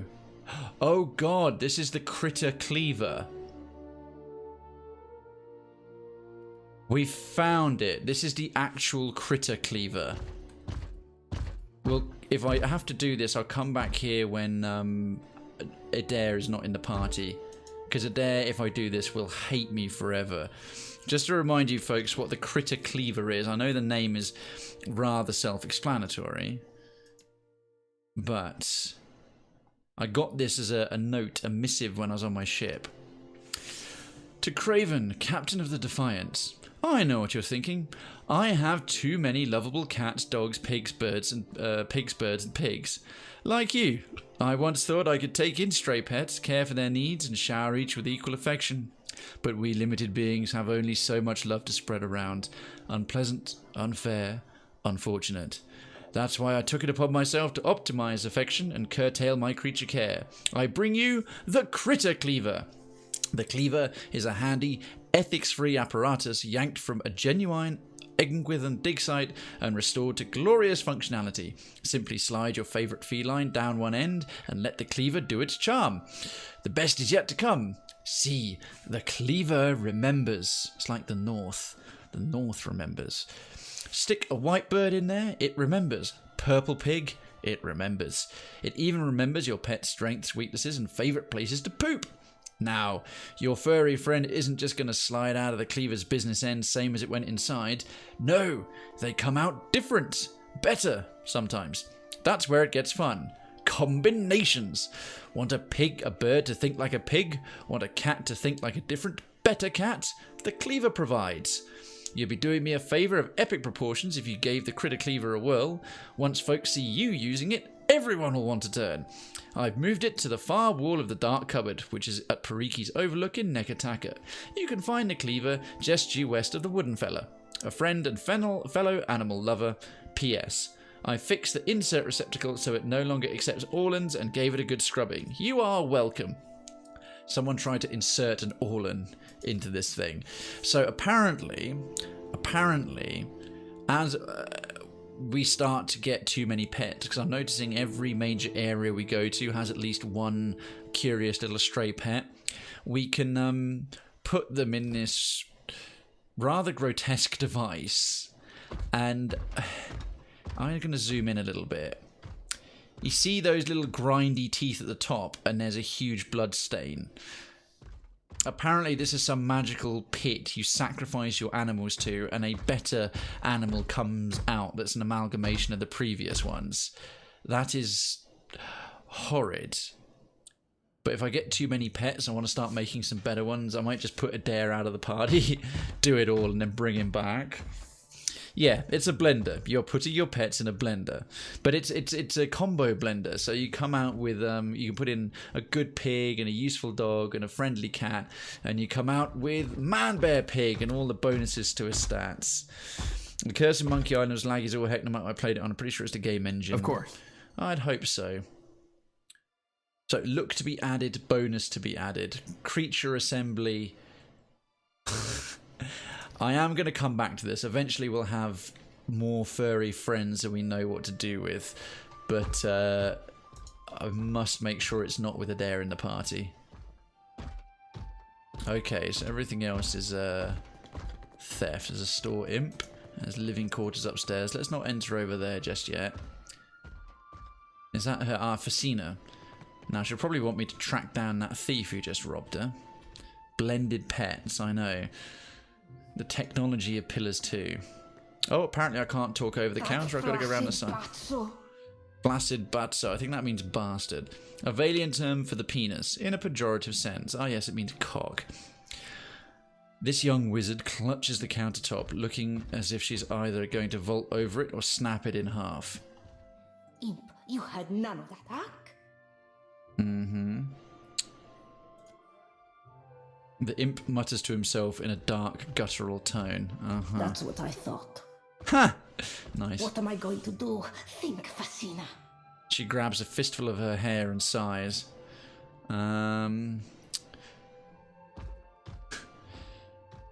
What was all that about? My postenago of a lover stole Rokawa's fingers.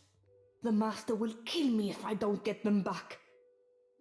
Rokawa's fingers. My idiot of a lover. Nice. Okay, Jinta, thank you so much for the lurk support, dude. I really appreciate you leaving the lurk up and the view count whilst you're away doing your things. I'll hopefully catch you again soon.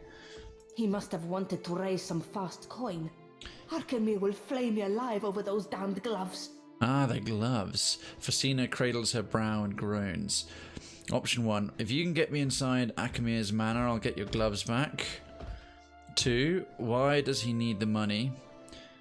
Ah, yes. Now, I've got 2 skill checks here. Arcana or Insight. Strange that the constructs didn't attack him for stealing. As I so noted. Why are those gloves so important? Or I'll get them back for you. Well, yeah, why didn't they attack him for stealing? Is it strange? I don't know. Go consult Arkamir's grimoire if you're that curious. Flustered, she finds any excuse to look elsewhere. Why are these gloves so important? You do not know Arkamir, do you? He is as cheap as a Wodican clerk. Oh, okay, he's just a tight-fisted sod. Whatever he loses from those gloves, he will take out on me. Somehow. What aren't you telling me? Not that it's any of your business, but Berteno used to spend a lot of late nights here. Oh, really? Facina coughs into her fist and avoids eye contact. I got into the construct's guts and marked off Berteno as a safe visitor so they would not attack him. Ah. And before you ask, no, I will never do this again. Good. She crosses her arms resolutely. And why does he need the money? He said that he's in debt to a Rautayan captain by the name of Hamuto Stonehill. Where have I heard that before? By all accounts, a deadly serious man. That came up just in conversation earlier in the stream.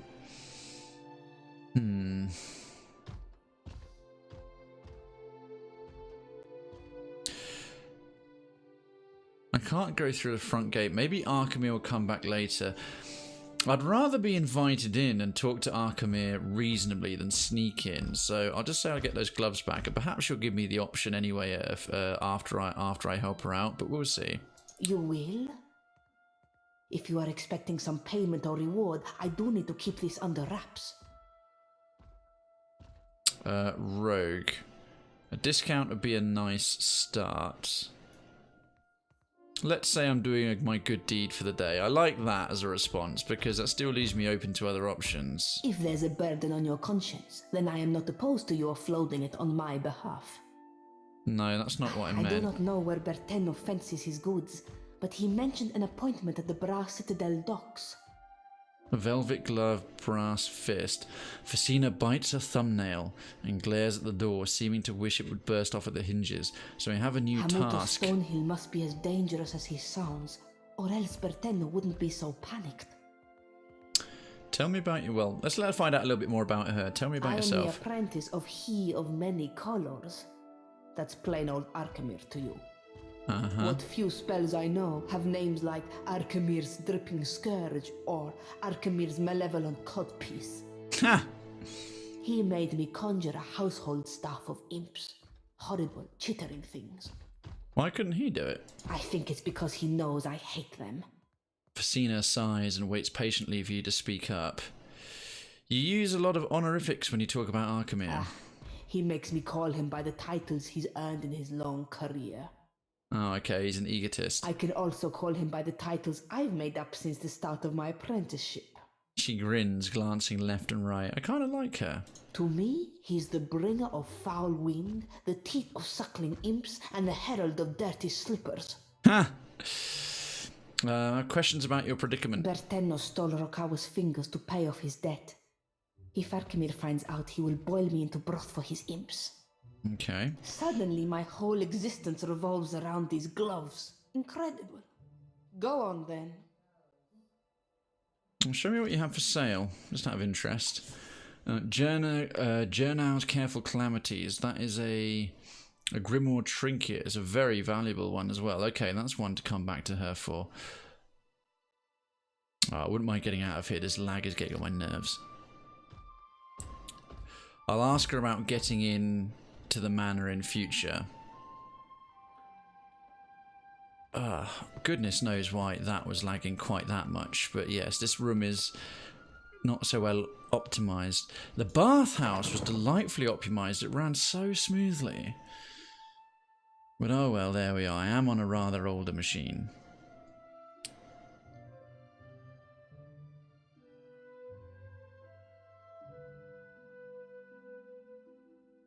So I'll head round a bit more Periki's Overlook. I'm tempted to go out to sea a little bit, try and take care of some of the smaller... Oh, that's so much smoother after all of that. Some other little bits and pieces, tasks you can do out there. Maybe have some naval combat and some regular combat. Because while we're exploring a city of this size, it's going to be immensely lore and conversation heavy, which is all good for my doing my dialogue reading and my story Sunday narration. But I'd like to get some scraps on some action in here as well. Let's see, who are you? Lafier's Raymond. Oh, there's a wee abandoned dog. No, see, this is, I got it sooner or later. Rasper, we've now got Rasper.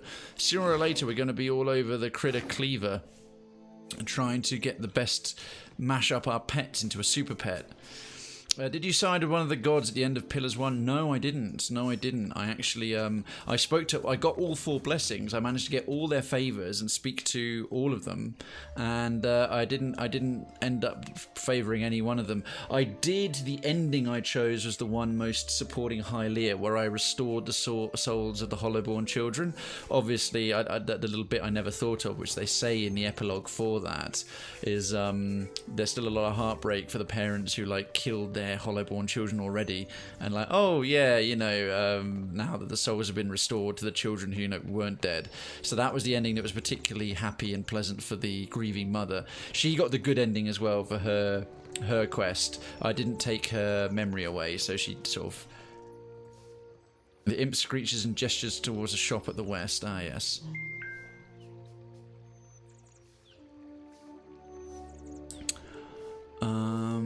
Kiaru Trader. What about yourself there, Pie Thief? Did you side with any of the gods in particular, and then did you subsequently follow through on the same ending that they wanted? Or did you do an ending that was different to the one you sided with? Let's see what's in Earth's raiments. As I'm curious, I always like to come across, see what other players have done. I'm just hoping this little clothing shop like this might have a quest Oh, goes back a little ways. Nope, that's stealing, and that's locked. Well, hello, Yolfa, or... If you find yourself in need of comfortable garb, I'm happy to oblige. The dwarf tips his head in a curt, professional manner. And before you ask, no, I shouldn't have trouble fitting you for something. Oh, that's a nice little a thing, because I'm a godlike. Obviously, finding clothes that don't immediately catch fire is tricky. He appraises you, nodding slowly. You're a tailor. I've been known to rip a seam here and there, patch some shredded gear back into shape. His expression shifts, turning sour. I accidentally sided with the god of wildlife, whichever one that was. I'm trying to recall now. Because the pantheon that you can talk to in this one is actually a bit different to the selection of gods in Pillars 1. For example, Wudica, she's the baddie in Pillars 1, whereas now she's part of the pantheon that summons you up in here. But I ended up betraying her because I didn't want to side with the gods. Well, Hylia, she's the bird queen, and if it's a her... Who else? There's Magran, she's kind of female, she's the fire one. In terms of wildlife, I can't recall. You'll have to perhaps Google it and remind me. Thought I was an armorer, did you? Hylia, Assumed that my tree stump limbs and barrel chest lend themselves better to the forge than the needle?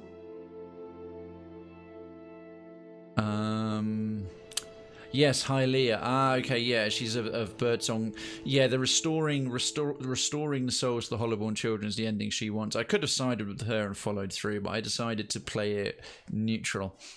She sent off all the wildlife to attack the remaining people as revenge. Yes, I recall seeing that as a possible ending. Why would I grab him by his collar? See, this is again these skill checks that don't necessarily lead to pleasant endings anymore. Oh, forgive me, I meant no offense. If it's armor you're after, Marihi will set you up. She's got a knack for metal.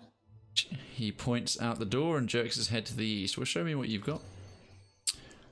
Mantle of the Seven Bolts. It's pretty good. Burglar's gloves. So. 3 trolls stitched. Oh, but it corrodes your armor. That Mantle of the Seven Bolts grants Storm of 7 bolts. Final Storm, shock damage AoE when knocked out, and +2 shock armor rating. Not bad, not bad. I think the rest of that, yeah, fine. Oh, and Ngati's Girdle, a belt. Plus that's 1 athletics, crush armor rating. Fathom's Redress, 10% chance to cast interrupting crush. Wow. When critically hit in melee. That's quite a good belt for a tank of any kind. Alright. No quests and doodads from him. Perhaps there's somebody... Nope, there's no one else in here.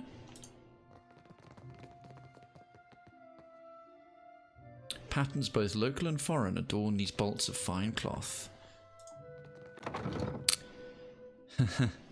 Yeah, that's why I decided not to side with any of the gods, really, because you could pick whichever ending you wanted to happen and then not have one of the gods like lose their shit and sort of burn everything down.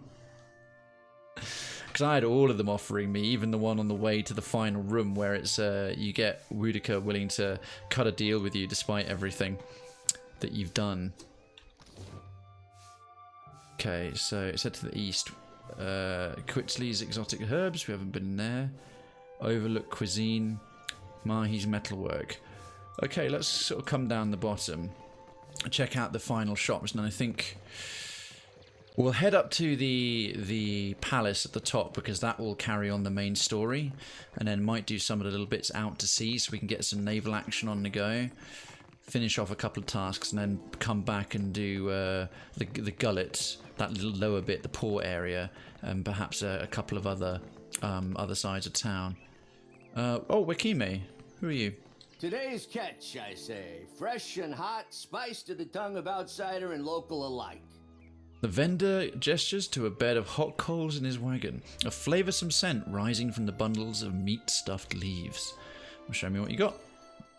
Huh, fried ugly. Hot razor skewers and crusted swordfish. This is what he's advertising before. Ooh, ship crew morale +10. +1 in all power. Wow, that's some seriously good food. That's like better than what dragon meat does. Crusted swordfish. Oh man, I can't wait to start getting some serious money later in the game. What's this? Marihi's metalwork. Let's at least see what they've got and perhaps a quest. Here's hoping, fingers crossed. Oh, I so want one of my Cadbury's cream eggs. Gonna have to put them in the fridge though. They're gonna get a bit warm in here after a while.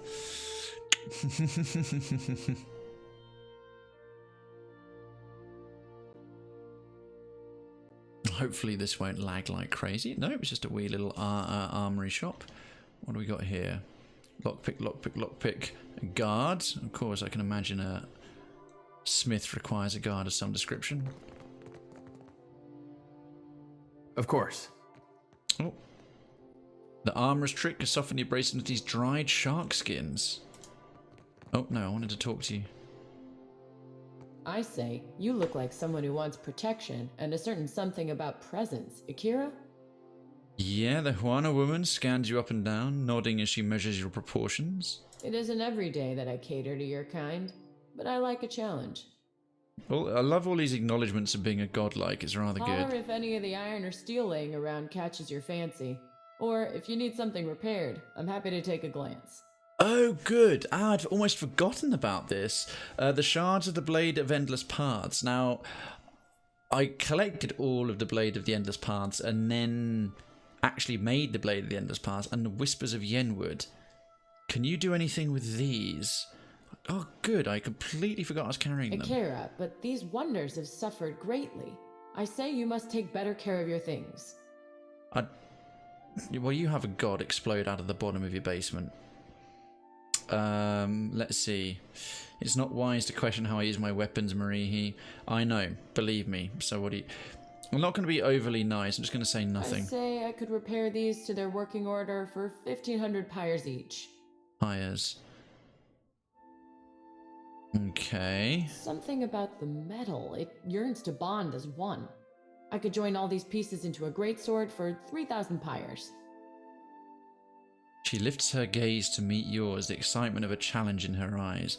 We might need a little more money for that, but that's really good to know. If you need iron or steel, maybe even something lighter, I've got plenty in stock. She smiles and tips her head towards her wares.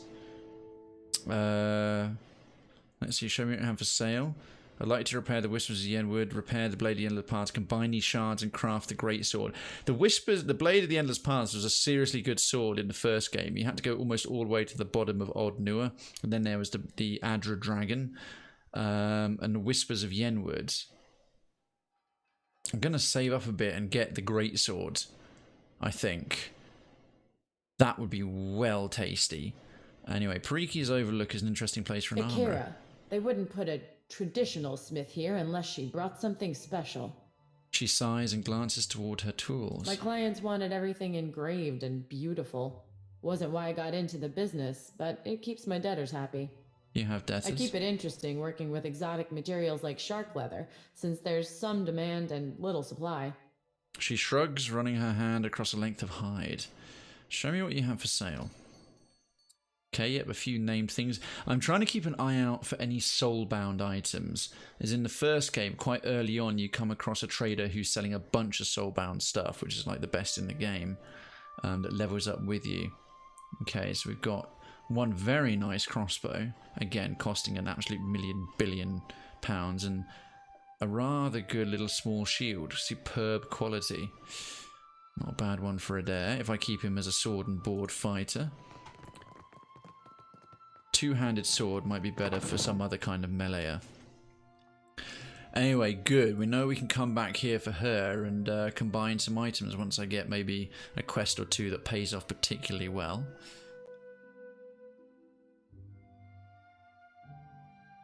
Who have we got left? We've got one or two more little places.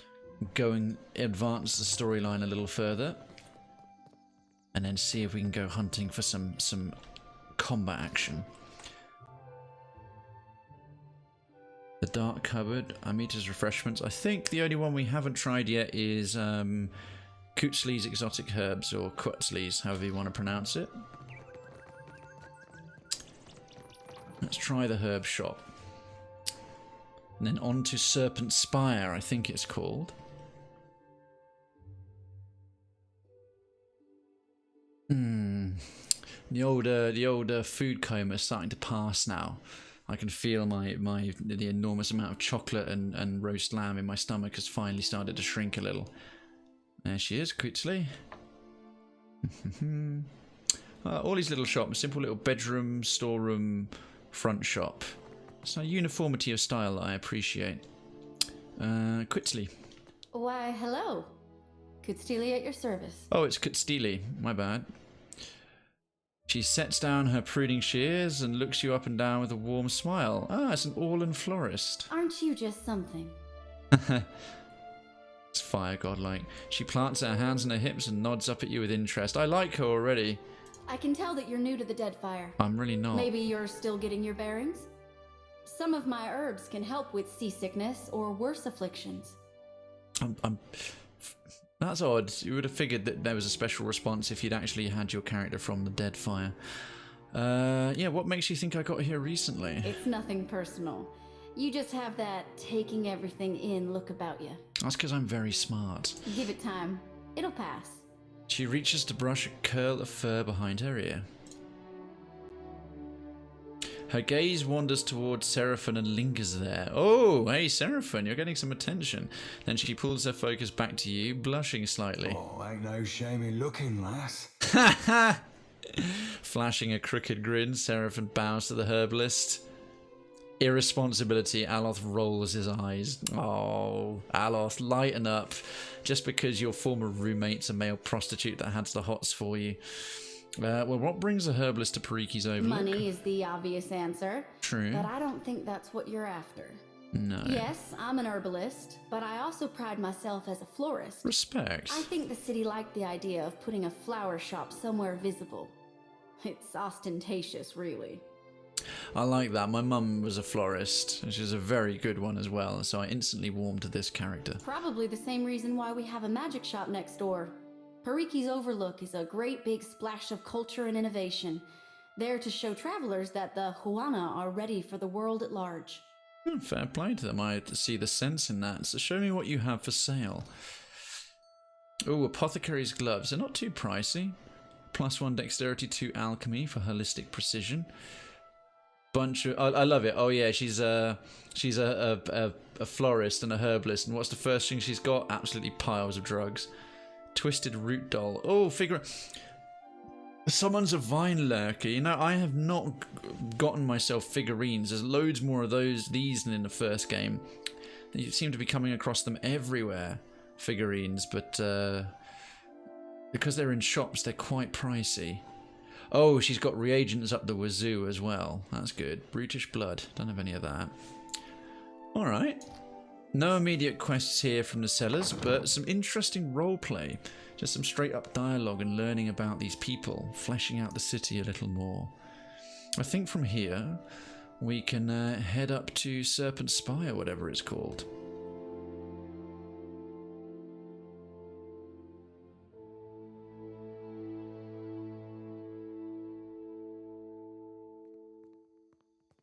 Another child of the gods, you are most welcome here. Let's get fast forward on. I get the feeling you don't like me much. Was it something I said? Oh dear. I think it was something I said. No, it's not. You're not doing anything wrong, exactly. Really? I mean, you tell me if you had a problem, right? I want to see how this pans out. If I'd bothered you this whole time? It's nothing personal. I just don't think we need to be talking is all. Oh. Well. Oh dear. Thanks for clearing that up. Oh, that's gonna hurt her. You could just explain, like, look, you know, your whole, what you believe in, I've been through it. Ah, gain Sveth berries. I wonder if you can refine another stray cat, man. All the pets. All the floofs. Don't know where the hell I'm gonna retire Adair to until, we can, like, mush all these dudes. The sea is true home, not smelly mountain. Oh, okay. There's an imp here called Worthless Idiot. An engraving at the base of this statue reads, Periki, first guild master of the Water Shapers Guild. Oh yes, we haven't been in the Water Shapers Guild yet. She looks downcast and introspective. Right. I have got to see what an imp called Worthless Idiot is. Obviously one of the repertoire summoned up by Facini on the behalf of Arkemir. Hello. What you want? The imp recoils from you with a sharp hiss. What are you doing out here? Arkemir doesn't let Worthless Idiot outside after Worthless Idiot sprayed dung on stupid tablet. Sprayed dung. Oh, he just shat on the tablet we're after. Delightful. Arkemir not home. A mischievous grin splits the imp's bony features. So Worthless Idiot watches the ships come in, looks at all the tasty gulls. It sighs down at the vista of ocean and docks. You want to set sail and eat gulls? You're welcome aboard the Defiant. Your name is Worthless Idiot. Those Arkemir's big words. Gave name, but Worthless Idiot no understand. Oh, Worthless Idiot wriggles a finger in its ear. Option 1, I'm pretty sure he meant it as an insult. 2, that name is a title. You can lie and say that name is a title of distinction among wizards. Oh, I kind of sympathise. This is the first imp I've come across who's not a complete shit. Back to my other question. I think I'm just going to go back to my other questions. You noisy for ground meat. Ground meat?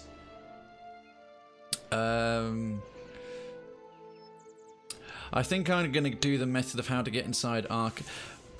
I could just ask about Arkemir's manor here, and then ask him to come on board the Defiant so he never grasses me in. How can I get inside Arkemir's manor? Sprout wings like imp, huh? Fly up the balcony. That's helpful. The imp bats its wings extra hard for emphasis before pointing at the highest level of the neighbouring manor. Well, that's... Doors are for ground meat. Okay, well, that was helpful. Well, you want to set sail and eat gulls? You're welcome aboard the Defiant. The imp takes in your words, its eyes widening to the size of moist saucers. Lovely use of moist there. A flap of its wings carries it closer to whisper in your ear. How often you beat your crew, huh? It doesn't whisper at all, and the question sends a ringing through your ears. Pff, damn it. Let's see, I don't. Not yet, at least. 1 or 2, ouch, only when they're noisy. 3, follow my orders and we shouldn't have a problem. 4, only when they displease me. I don't, not yet at least. Or 2, ouch, only when they're noisy. I like that response. He came right up to me close and then he yelled in my ear.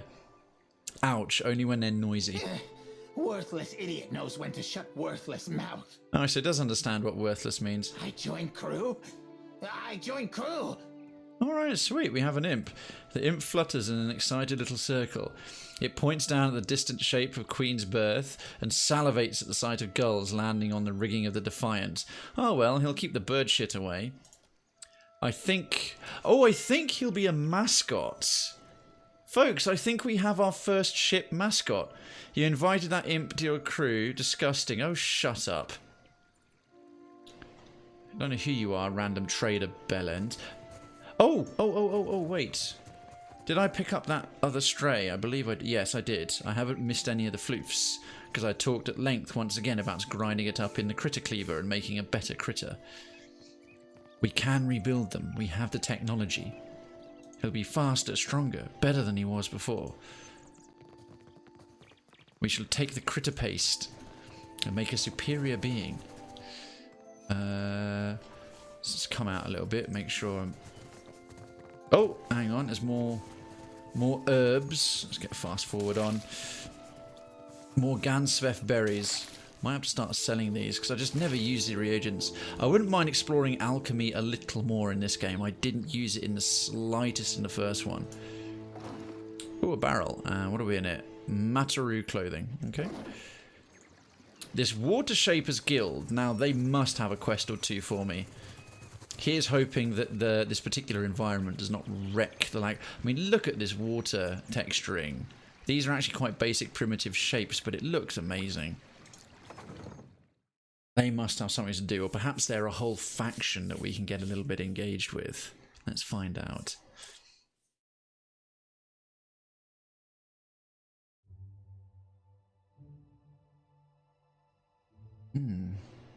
Little hoppity background music here, folks. What's it going to be like inside?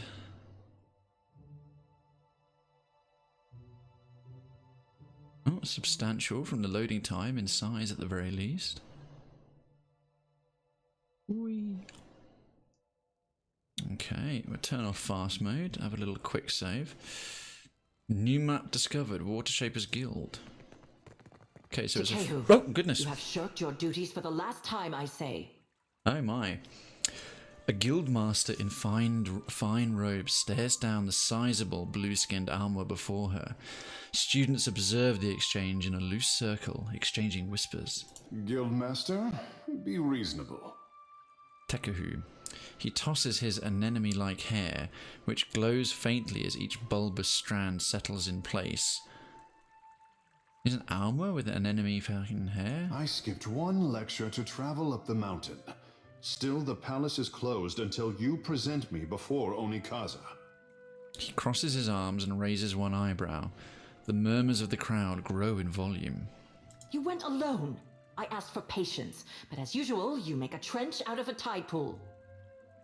She pacifies her tone, suddenly conscious of the onlookers. Let's see, option 1, don't let me stop you. 2, this sounds important, or controversial, or both. 3, looks like a disobedient fish slipped through the net.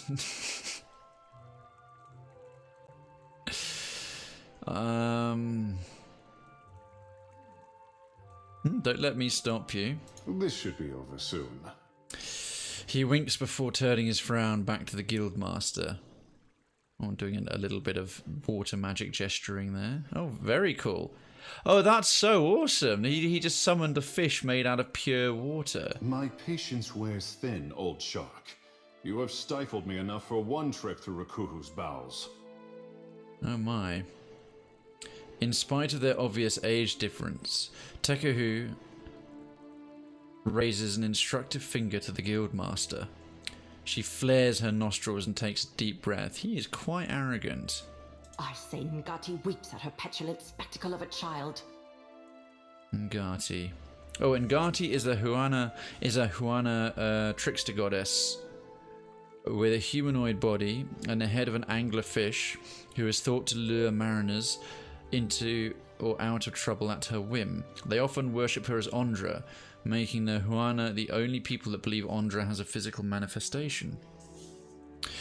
Let's see. He's the child of Ngati, Ondra, goddess of the sea.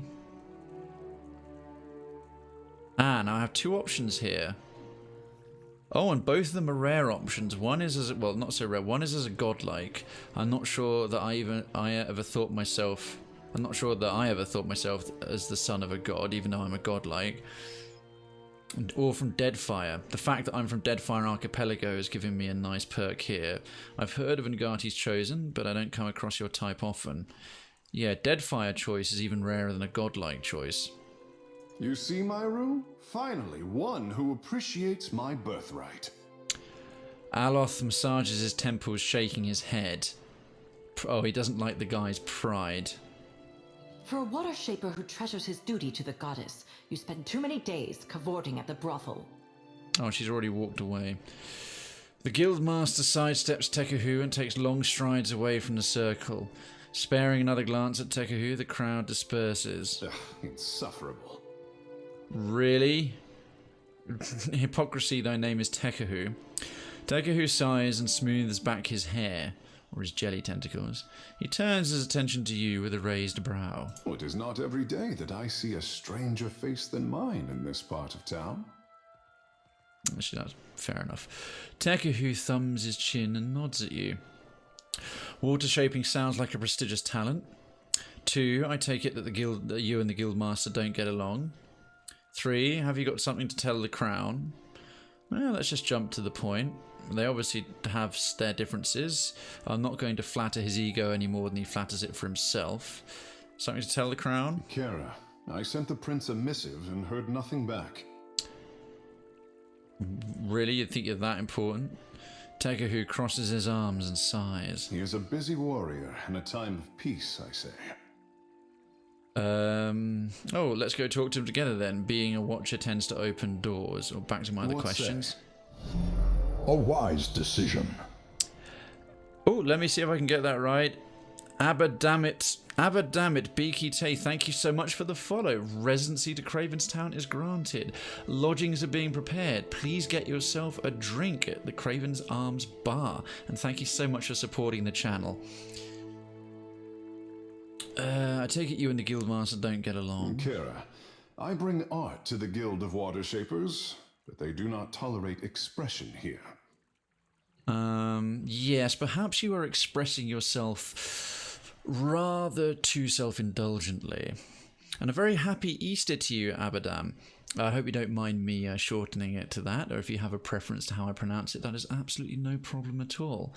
I do hope you've had an excellent Sunday, and welcome to Story Sunday. A very, very lore-heavy, blind playthrough, completely first-time playthrough of Pillars 2, on the back of my Pillars 1 completion, subsequent save and load of the same character into this new game. What I am is to blame, I say. What I am? Oh, and Ngati's chosen again. Kara, the locals revere anything to do with the sea. Oh, really? Water shaping is Ngati's gift to the Huana, and apparently I am too. Savior to the tribes. He folds his arms and grimaces. Oh my god, this guy's so up. So Aloth sighs through his nose. Aloth is going to get on with him about as much as he gets on with Isilmir. Let's see. So push back a little. Test your boundaries. Or 2, you certainly are. I can tell why they revere you.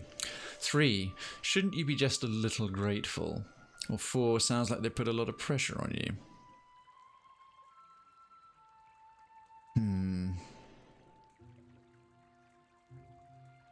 I'll take the diplomatic approach. Sounds like they put a lot of pressure on you. Oh, the only question is, do I return to my duties, or while away a few hours in the bathhouse? Oh, for God's sake. Consider your responsibilities first. The guild can wait until I am good and ready to return. Then why did you ask, you peenass?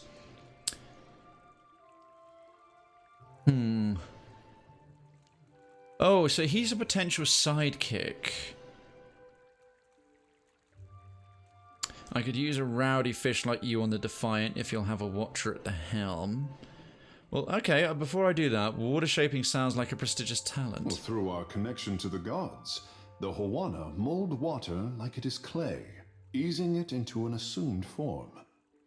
Grinning, Tekehu adjusts his posture to assume a flowing, almost weightless stance. We could sink every ship in Rawatai's fleet if they drew too close to the city, but some of us have gentler tastes.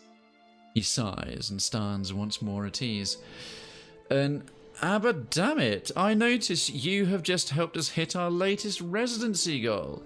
700 residents, thank you so much. We only hit 666 a short while ago, so that's a wonderful little Easter treat. And all of you who have become residents today and built us towards that goal, thank you so much indeed. I'm glad you're enjoying the show. Some of us see water shaping for what it is, a gift of divine expression. Alright, so you're a Surely you have seen my works across Neketaka. Tekehu knits his brow with immediate concern. Oh, I haven't suitably flattered his ego. Look to the antechamber of the Kahanga Palace for my Apple of Ngati, or to the luminous bathhouse for my Dance of the Wanton Priestess. Ha! Tekehu folds his arms and nods toward the door. Hands on hips, Seraphim grins. Oh, so he doesn't have to maintain them constantly. He generates them once and then they self-maintain. So they're shaped water sculptures, ever-flowing sculptures. That's quite cool. For as long as there have been Huana, there have been water shapers. But only since Tekehu has water shaping been art. Aloth rolls his eyes. Oh my god, Aloth's gonna hate him. Right. I could take him onto the Defiant, because who knows, he might be an expert level something, and then you get a useful person on the crew for free, as opposed to paying about 1,000 pans for them, or pans rather. But he said something about going to the palace. I'm not sure if having him in check would benefit me with the prince or not. Alright, a rowdy fish like you on the Defiant. A watcher? And here I am, used to being the freak of Periki's Overlook. Excuse me. Excuse me, I'm rapidly about to become your captain. You might want to, you know, calm it down with the F word. I'm a watcher and a godlike. I get quite enough of freak, thank you very much indeed. He rests a hand on his hip and grins. What does a watcher do? I commune with the spirits of the dead. I'm an intermediary between here and the in-between. I'm the Herald of Barath, for now at least. Well, that's not what a watcher does, that's just me personally. I am an intermediary between here and the in-between. Nekera, just so. He strokes his chin, nodding. I say I am no sailor, and I know even less about death. I am an artist. He stirs his fingers through the air, drawing together droplets of moisture into an orb of water that floats over his palm. My peers do not understand. Water shaping to them is like studying calligraphy, to brew ink and sort parchment. He lets the orb fall to the ground and splash at his feet. Option 1, well, I'm curious to see what you can do. 2, I have nothing against a sensitive artist. 3, if you can do tricks, we should get along just fine. 4, if your abilities can drown our enemies, you can call it whatever you like. Well, I'm curious to see what you can do. The tide brings unexpected gifts. You are not unknown to me, I say.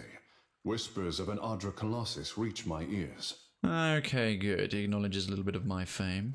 And louder whispers of a corpse who follows him. Excuse me. Tekehu raises one of his brows. What will you do when you catch up to this walking god? Option 1, Aethys needs to answer for his actions. 2, I'm not a priest. 3, that will be for the rest of the gods to decide.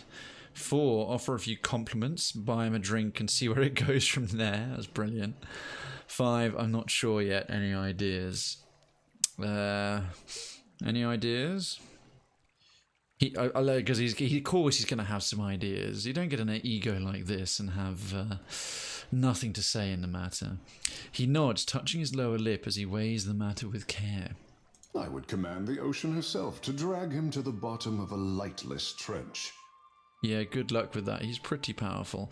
Tekehu shrugs. If it untangles me from the guild's apron strings, then you can mount me as the figurehead of your fair ship. This guy reeks of arrogance. So how do you feel about Aethys at the moment? Good question, Pie Thief. Well, up until the first encounter, where I was in a previous place and you have this long thread, after that Engwithan dig site bit, the very first one on the first island, and you can communicate with him, I was pissed off. He destroyed Cad Nua, and in the first game I maxed it out. I made it max level restoration. He took 95% of my soul. Laurel, thank you so much for the host. Last doing a bit of Dead by Daylight, and all you lovely folks over, with 13 awesome people as well. Laurel, thank you kindly. All of you who've just come over in the host, welcome to Story Sunday. Welcome to Pillars of Eternity 2. On Story Sunday, I like to do games with a very strong narrative, with lots of dialogue that I can read and do the voiceover and do the heavy lore. And that does give us a slant towards RPGs. And this Pillars of Eternity 2 is a masterpiece of the Pillars series by Obsidian. If you haven't been here before, my name is Krayven. I'm a pure variety streamer, and it is a delight to have you here. Laurel, how was Dead by Daylight? And Reen, hello. I hope I'm pronouncing that rightly, right? Rine or Reen? How are you? How are you enjoying Pillars 2? I'm enjoying it tremendously. It's a blind playthrough, first time ever doing it. I've come across this rather arrogant swine Tekehu in the Water Shapers Guild in Neketaka, of which I'm only through region 2 of 6. I completed all of Pillars 1. I did 100% clearance in my first blind playthrough, beyond the achievements that you can't do in a first playthrough. So I loaded my save of my original character from the very final room into the new one, and it's fantastic. It's just such an incredible sequel. Have you played it before? It's fine. I am doing very well, and a very happy Easter, all of you who came over and enjoying. I hope you are all in a suitable chocolate coma, a co-coma, if you will, and allow me to pour some warm narrative chocolate into your ears, much like I hope you've all done with your esophaguses this afternoon. Have you had a good Easter, Laurel and Rena and everyone else who've decided to come over? And if you hopped over from Laurel's channel to come here and hang out, thank you as well. Our quarters may smell of fish before long, but your crew will be more beautiful by association, I say. He's so arrogant, I almost like him. He's just unashamedly full of himself. He winks and Aloth gives you a pained look. Aloth is probably going to leave the party if this guy goes on much longer. Yes, it was fine. I'm not a massive fan of Easter in general, but it was fine. I hope you had a good one. I had a delightful one. No one's ever called me beautiful before. Blushing, she averts her gaze.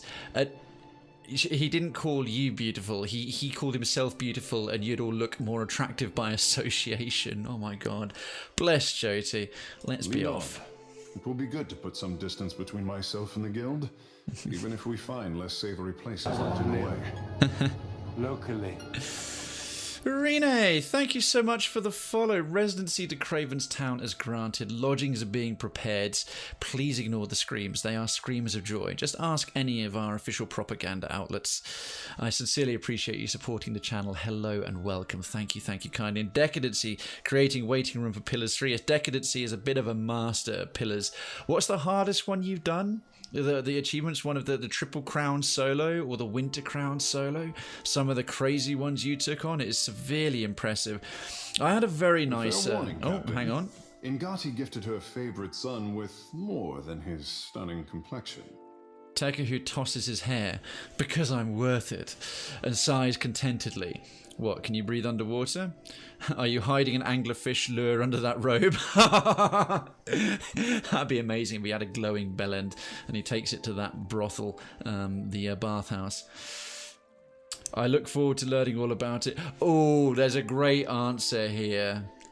Good for you. I'm happy you're so special.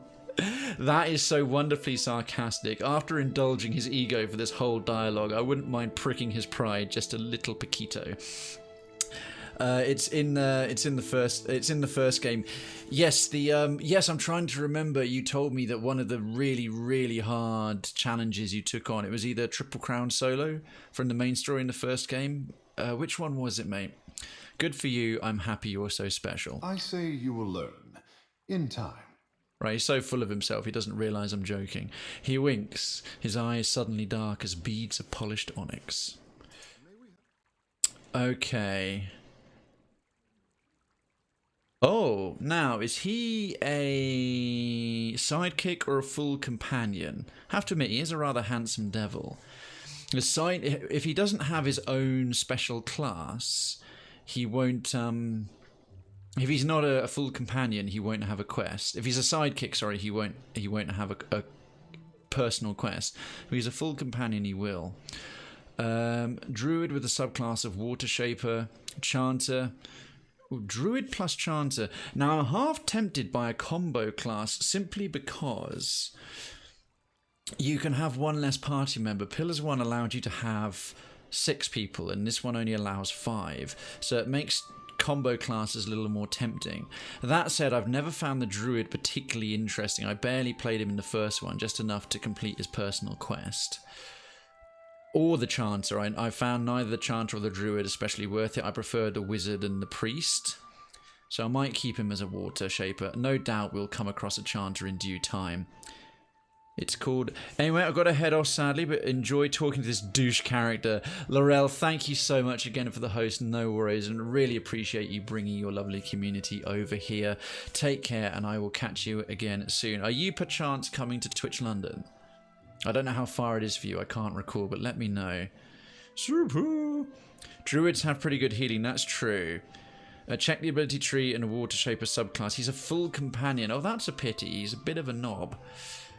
Preview ability tree. Go on then, let's have a look. And Hernandez, Serpents, how you doing? How you doing? Sorry, you came up as the same colour there as Laurel.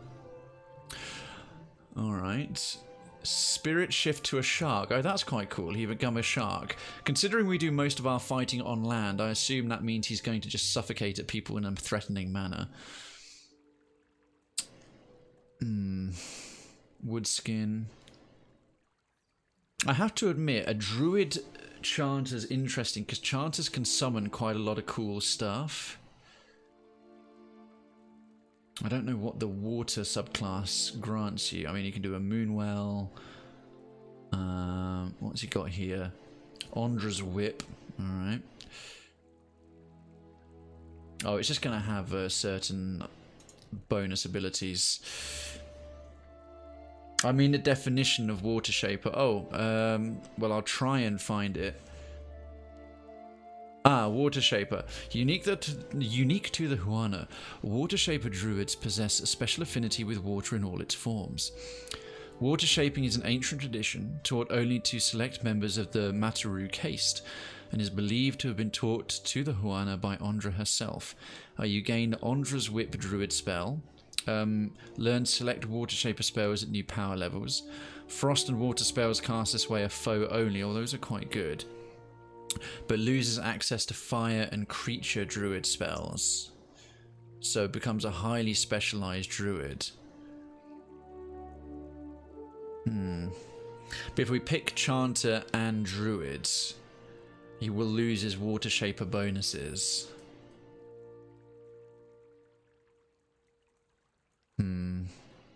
I'm not all that tempted to use him in general, except obviously to do his class. So I think I like that Water Shaper specialization. It's very in keeping with him being this rare kind of godlike. What are we doing today? I thought it was Story Sunday. This is Story Sunday, Hernandez. Story Sunday, current party. Constantine is a chanter, but he's just a sidekick. Merc's a sidekick, and these two I need to get rid of, really. They're just temporary characters I made. I'm going to keep the party as is for a bit. Although, to be honest, I'm tempted to... No, we still need Seraphin for some current ongoing quests, so we'll just accept as it is for now. That's cool. I believe he gets both of his subclasses when you multi-class... Oh, bugger. Oh, damn. I realised that just fractionally too late. So Hernandez, yes, as I think it says in the channel panel information, Story Sunday is about rich narrative games, stuff with a story. It's about good writing, games with big epic stories. So obviously there's a slant very strongly towards RPGs and games that have rich narratives, but not exclusively. But we've done Pillars 1, Pillars of Eternity 1, and you can load your Pillars 1 save into Pillars 2. So we're now doing Pillars of Eternity 2, because Obsidian do some of the best writing in the entire games development business.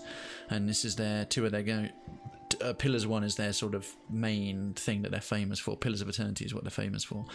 Pity Dizengati, Lady of Lament, was the... Oh, as the pearl orb of the heavens crosses her view. So what I like to do, and what some folks certainly tune in for, is sort of live reading for lots of lore-heavy stuff, and get a little bit of story time going on with the dialogue, and that's what Story Sunday's about. Oh, I thought you just tell stories from real life. Oh, no. If I did other kinds of bits, I'd be doing live reading and things like that, but stories from real life are just a little bit of jest chatting, and I always do a little bit of jest chatting in the warm-up to each stream before we get started with the game. I miss Borderlands. Sorry, yes, Borderlands is generally a Wednesday and or Saturday game. It's not in the main lineup for the normal days I stream. But we have Fallout New Vegas tomorrow as well, which is excellent fun. The lover's affection as ephemeral as fingers touching.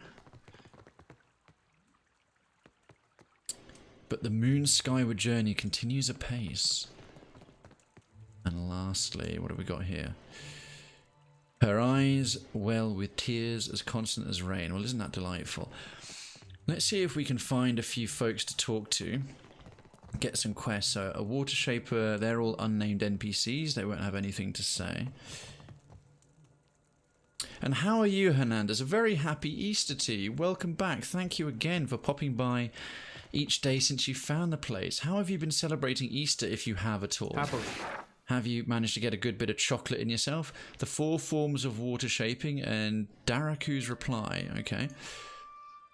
A quest item. What follows is an initiate's primer in the 4 forms of water shaping, which comprise the basic lessons of our guild: grief, hope, metamorphosis, and transcendence. The form of grief, acceptance that one's physicality is not as mutable as water. The form of hope, understanding that water is more relentless and inexorable than any natural force. The form of metamorphosis, realization that the body's internal water can help to mediate the prior forms. And the form of transcendence, water covers Eora. If water can be shaped, so can the world. Well, that's an interesting way to sort of force your philosophy to fit. And so-and-so's replied, Daraku. Myru. For what did you send me away to meditate on the 4th form in Enchanted Waters, only to summon me back to the Kahanga fleet? A bomb must have gone off in Serpent's Crown, one of revelation, if not black powder. The interruption is a setback. I trust that whatever happens next will propel our people forward. I will sail Periki's resolve into the waters where I suspect you need me most and await your orders. I hope that the rumours carried upon the waves are to be trusted. I would tell you to send Onikaza my love, but she knows that it is hers. Tell her that she needs only snap her fingers and I will be her storm again. Daraku, Master Water Shaper. Interesting. Oh yeah, I forgot it was Easter earlier. I was wondering why I was getting a lot of chocolate. Yesterday was good, and how was your Easter? And yes, to answer that, and of course earlier to who myself asked me. Oh, it was Laurel, but Laurel has had to head off. My Easter was very pleasant. I laid in nice and late. Oh, the lag is real. The lag is real. That's odd. Why is that kicking off all of a sudden now? Ah, that's better. It's smoothed away. I had a very nice walk through the Bluebell Woods. There's some local Bluebell Woods, a short drive away from where I'm currently staying. And I went on a walk with my mum. I've come up to visit, and I've been helping her out for the last few weeks, decluttering her place and decluttering her house. We decided to take a nice walk through the forest, as we both like nature, and she's a former florist, flower arranger. So Bluebell Woods and a quick stop in the pub, and then a proper British Sunday lunch for Easter lunch. And I have a couple of Easter eggs that I'm going to indulge in a little bit at the end of the stream. What is this delightful little... Indeed. The ornate basin makes a high-pitched ringing sound when pressure is applied around the outer rim. Reminds me of Ruby True's and Razor Red's singing bowls in their ASMR streams. Well, before we nip down the guild ruins, let's turn on fast forward and see who else is around. As aside from that guild master and this rather arrogant swine we just recruited as a full druid companion. Oh, not caps lock. Ah, Guildmaster Myru and a few more water shapers. Right then, let's have a chat with her. It was very pleasant indeed. Yes, it put me in a good mood. You have questions for me. Speak up, I say. Guildmaster Myru folds her arms and nods. Tell me about the guild. Ikira, my pleasure. Water shaping is a talent bestowed on the Huana by the goddess Ngati. Yes, aka Ondra. Periki was the first in recent memory to organize the talent into a series of teachable forms. Ah, hence Periki's such and such. What else would you like to know? Where do the water shapers get their power? Our art is the yield of the Huana's ancient covenant with the goddess. Oh. Our ancestors pledged to protect the luminous Adra, the islands, and the tribes. Ngati gifted us with the strength to keep our promise. Well, what do water shapers do exactly? We control tides, prevent storm damage, and keep unwelcome ships at bay. It's kind of making me think of the waterbenders from Avatar: The Last Airbender, the anime, not the god-awful live-action movie. Lately we have experienced an artistic revival of sorts, thanks to our star pupil Tekehu. Aha, he's now my We companion. represent the Best of Juana achievement. No small responsibility. Seems arrogance runs through the guild. Back to my other question. Speak freely. Actually, that's pretty much it. I was hoping she might have a little something to say. Been a bit hard finding some other little quests and bits to get on with. Just got to do this damn family feud for the Barzatos and the Valeras at some point in the future. Ah, hello. Hello. A named NPC. They've usually got something to say. Neophyte, Water Shaper. Ah, so this is where the younglings are. The Padawan. A young Juana holds out his hands as if to catch an incoming missile. He winces in concentration, and an orb of water rises and floats mid-air. Sweat drips down his nose. He flinches, and in that instant the water loses all shape and splashes on the floor. Crestfallen, he sighs and drops his stance. Did you need something? Oh dear. He nods to you and shakes out his arms, readying himself for another try. You seem to be having trouble. I can feel the connection to Andra just like Myru taught me. But there's something missing. Maybe it's my form. I love his pubescent voice that hasn't quite broken. Chanter. Ah, okay, I'm not a Chanter class. Lie. Remember to hold your breath and keep your knees together. Nope, sorry, I have no idea. Okay. Persistence is everything, right? Well, we don't have a Chanter. At least not one handy. Persistence is everything indeed. Well, persistence is something. Nope, that would count as stealing in that particular chest. Bugger, what about her? Nope, they're all neophytes. Right to the ruins. In this meditation chamber. Yeah, it's all these water effects and dynamic light are doing a bit of a number with the way this game engine works. It's all good. Right, what's in the guild ruins? Colour me intrigued. Hopefully it's some gribblies that we can actually fight with. Imagining the teenage voice conversation of your character and him. Oh, good. Oh, yes. I gave Krayven a younger voice. I gave him the wrong voice than what he had in the first game. It doesn't quite match. And now he's like, yes, he sounds like this like douchey do-gooder, which is really quite annoying. Yeah, Krayven's character voice is only just finished breaking. He sounds about 19. That one sounds about 15. Piney, that's hilarious. Oh, come on, right. We haven't had any fights yet. Let's see if we can have something to beat up and have a little go at, well, actually leveling our characters up on something beyond the map discoveries, because otherwise we're leveling up far too slowly. Ah, excellent. Right, what have we got down here?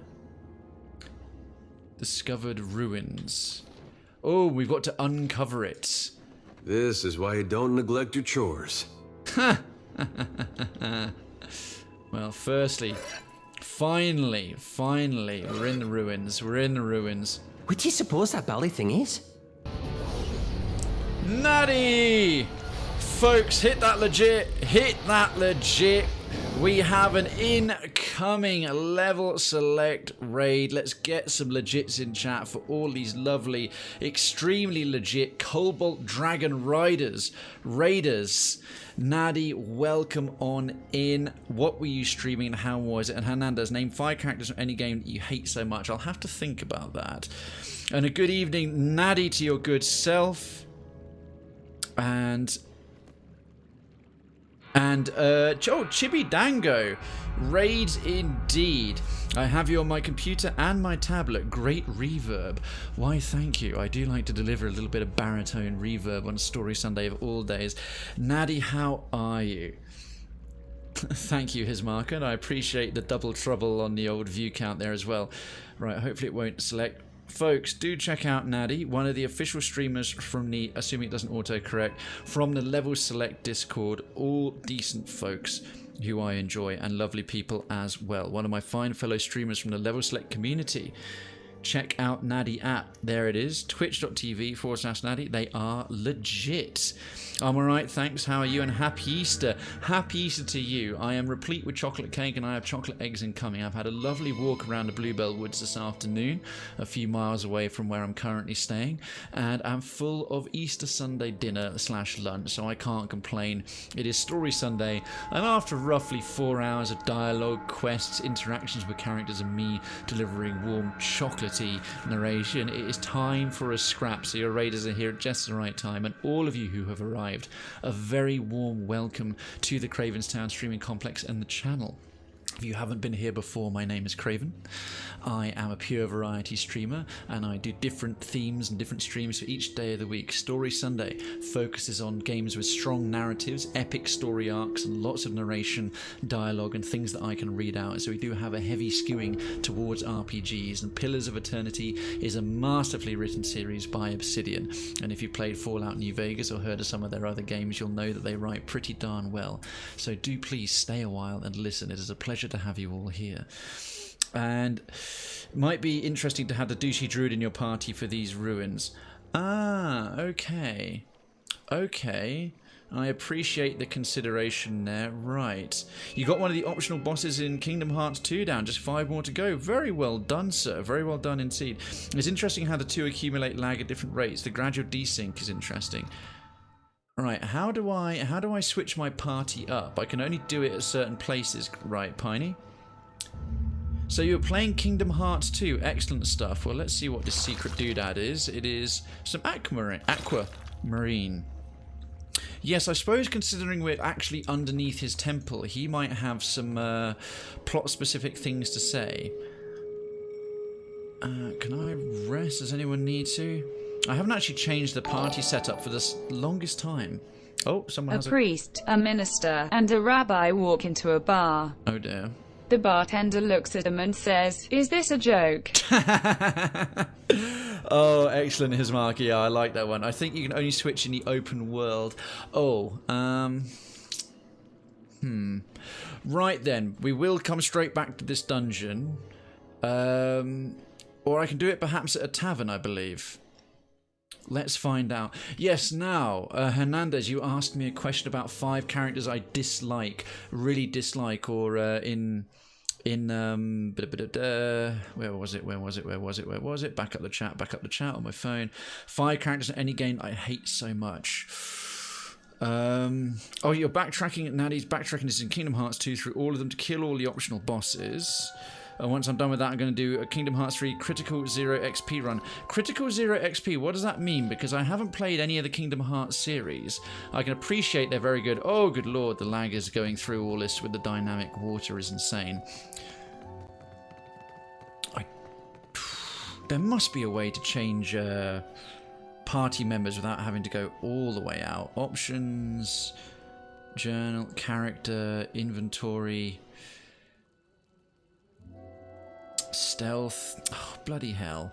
Yes, Naddy, what does that mean? What kind of run is that? Is that giving yourself an additional challenge? I can't help but think, Hismarker, about your reverb. Characters I hate from games. I despise you. Oh, God.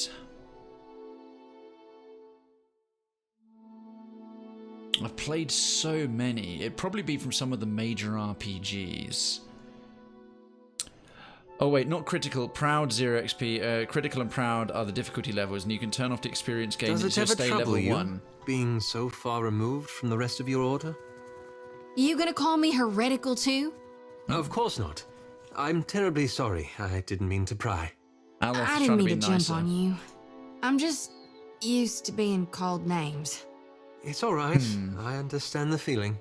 Oh, Proud mode is the highest difficulty for Kingdom Hearts 3. So you're going to do a max difficulty 0 XP run. Dude, you're a machine. Well done. I tell you what, folks, let's make that an open question.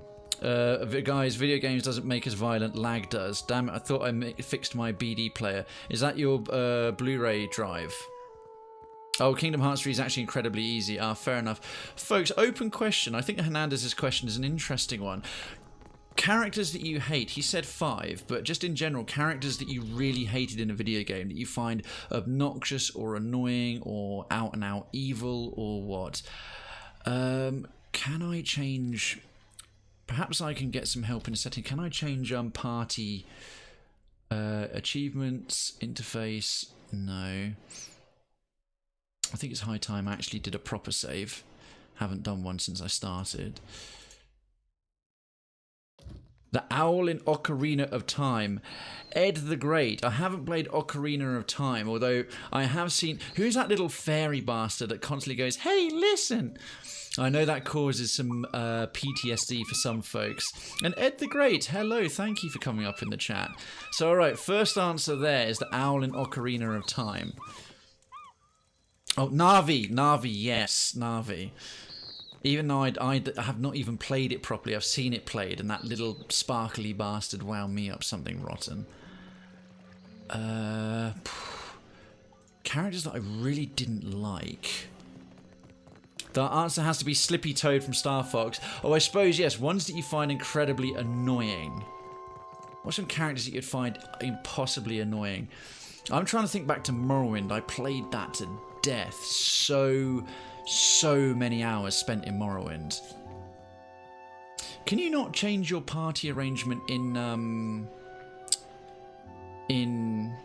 a tavern? All the characters in Final Fantasy VII. Oh, I don't know about that. I have to admit, Barrett had some shit dialogue at times. If I leave the city on foot...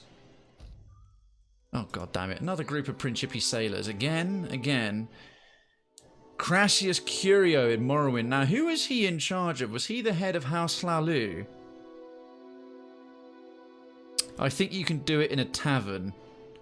Oh, Atora in Xenoblade 2 really annoyed me. Worst voice in combat ever. Oh, fiddlesticks. Okay, Piney, I think I'll try and do it in a tavern next time. Crassius Curio. That's a blast from the past. I haven't played that in forever. Oh, hello. A moment. Ah, now, Talfor. He's the pirate captain who... So we had this character meet us outside the baths in Periki's Overlook. And he's going to double-cross his captain, Aveta, for behalf of Talfor. Now, Talfor is a member of the Principi. I'm trying to get on well with the Principi. They're actually... We've been on pretty friendly terms so far. And Seraphen, my ship hunter, is on loan to me from them. But so far, I'm probably winding them up a little bit with my interactions with... I'm not trying to do them any favours, really. I'm playing it a bit fast and loose, even though I want to place on the council. Crassius Curio wasn't a head, he was just a councillor. He also required sexual favours before he'd let you join. I've got Xenoblade 2, but I'm not really feeling it. Oh, I remember him. He was incredibly camp. If you had nothing but your underwear and a necklace on, he would still go, oh, don't be shy, sweetie, take it all off. Yet Crassius Curio wasn't so much annoying, he was just a sex pest. A tall, wiry man blocks your path. He wears a sly smile as one might wear the most comfortable trousers. I saw you speak to my dear amico Degnos, so I thought to myself, why, Talfor, you must meet him too. Right, this character is rapidly becoming in my top 5 of irritating characters I don't like. Arrayed about him are a small group of kith, well-armed and armoured. Let's see. Your errand boy lost his satchel. I'm returning it to him. 2, I've read your letter. 3, I've read your letter. Your penmanship is terrible. I'm embarrassed for you. 4, what businesses of yours who I talk to? 5, I can pass a might check and just punch Talfor. 6, ignore him and walk past.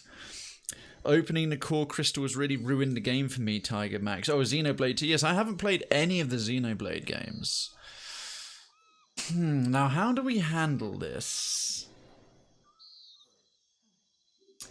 This guy is a swaggering, arrogant turd.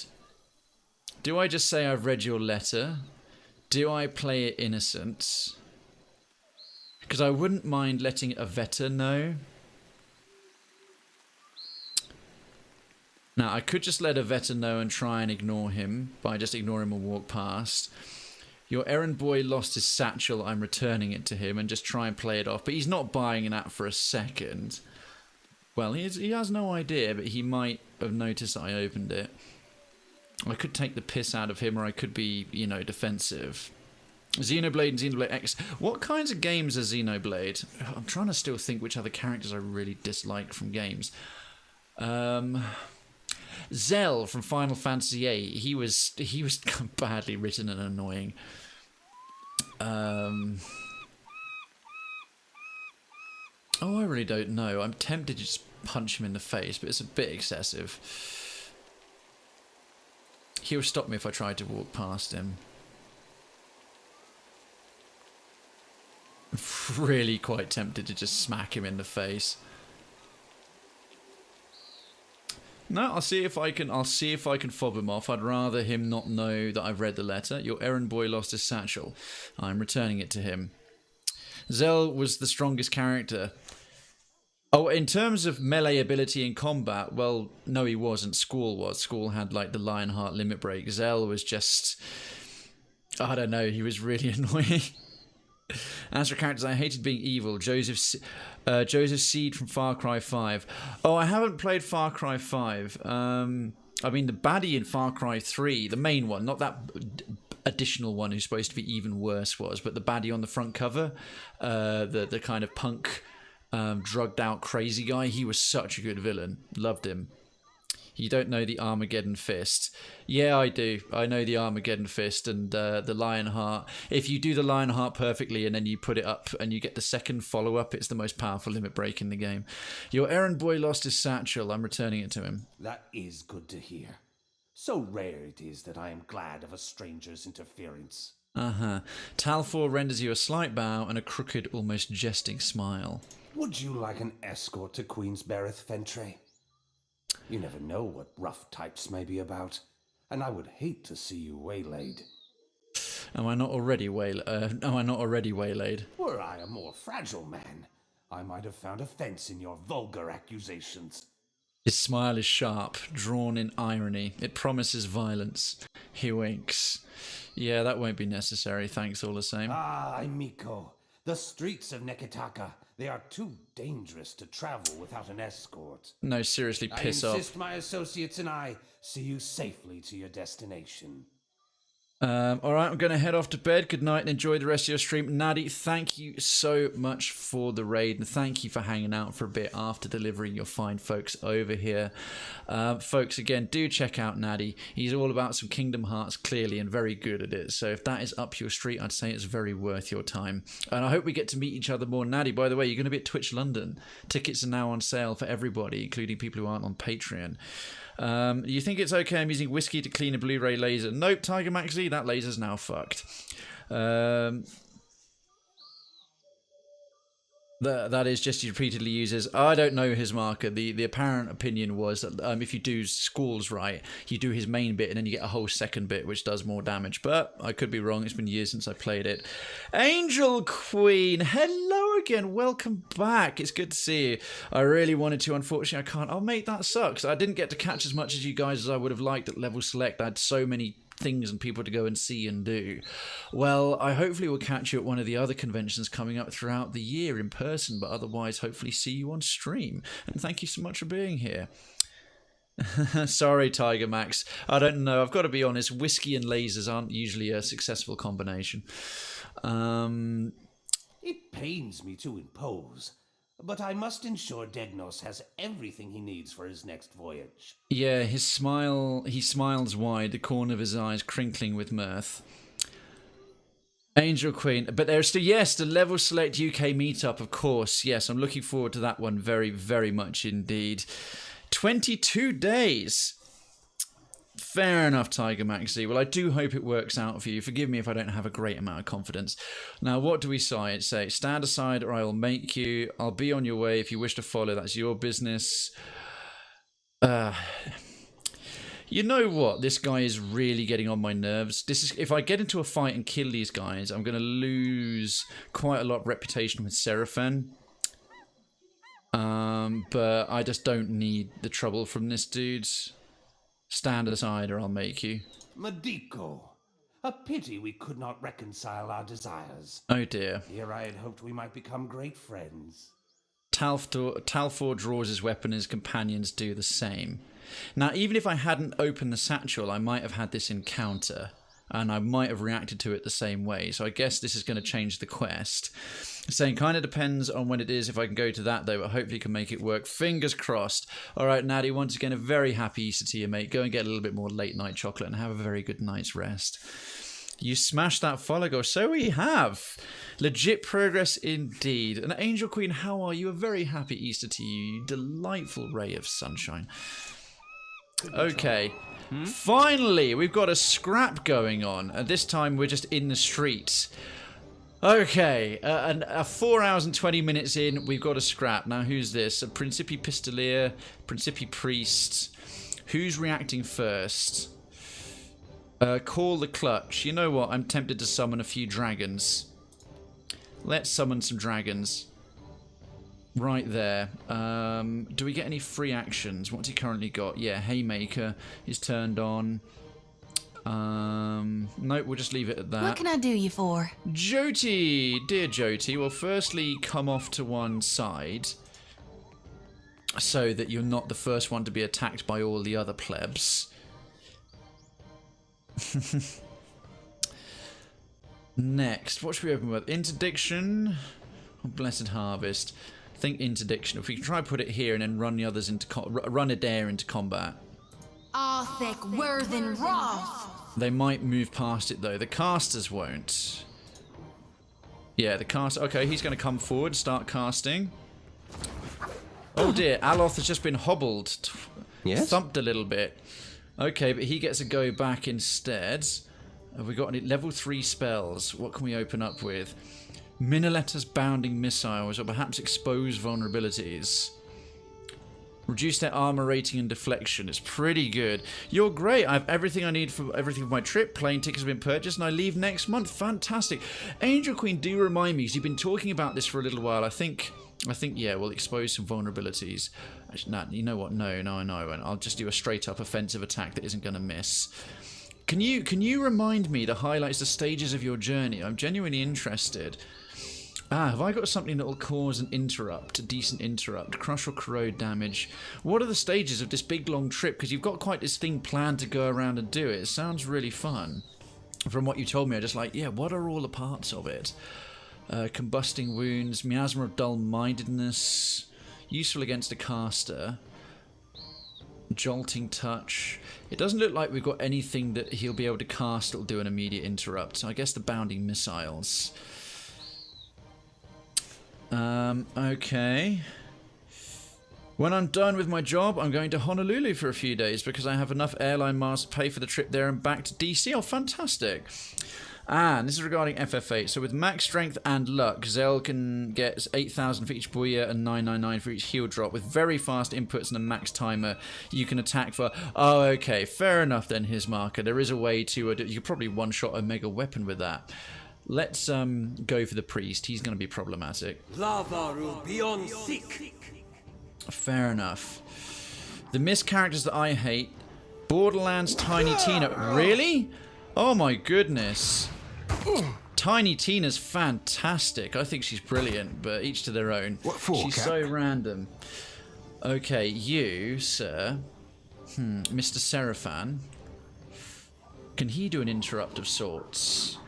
Oh, he's got 20 focus already, so we could perhaps do a Mind Blades, Recall Agony. Oh, Mental Binding. Mental Binding would be quite nice right about here.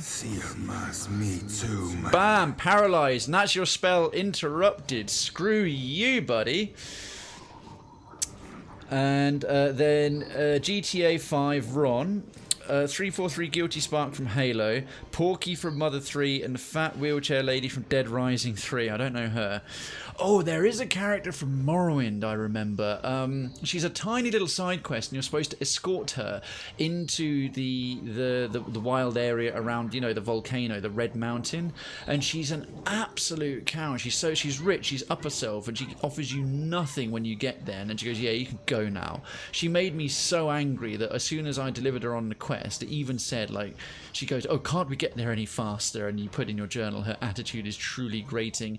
Once she basically offered me all of 5 copper for this huge, long escort. I basically killed her and mugged her. She did my head in. Well, I hope my old Blu-ray player can be fixed. I got the last 20 hours of Fist of the North Star to watch. Oh my, yes.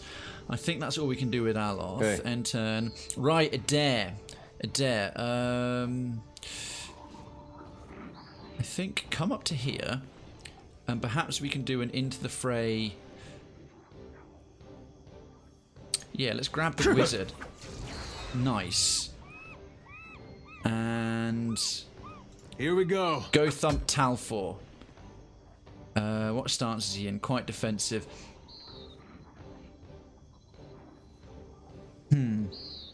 Apt for handling groups of enemy. We'll do that, and I should have done disciplined barrage first. It's a free action. Never mind.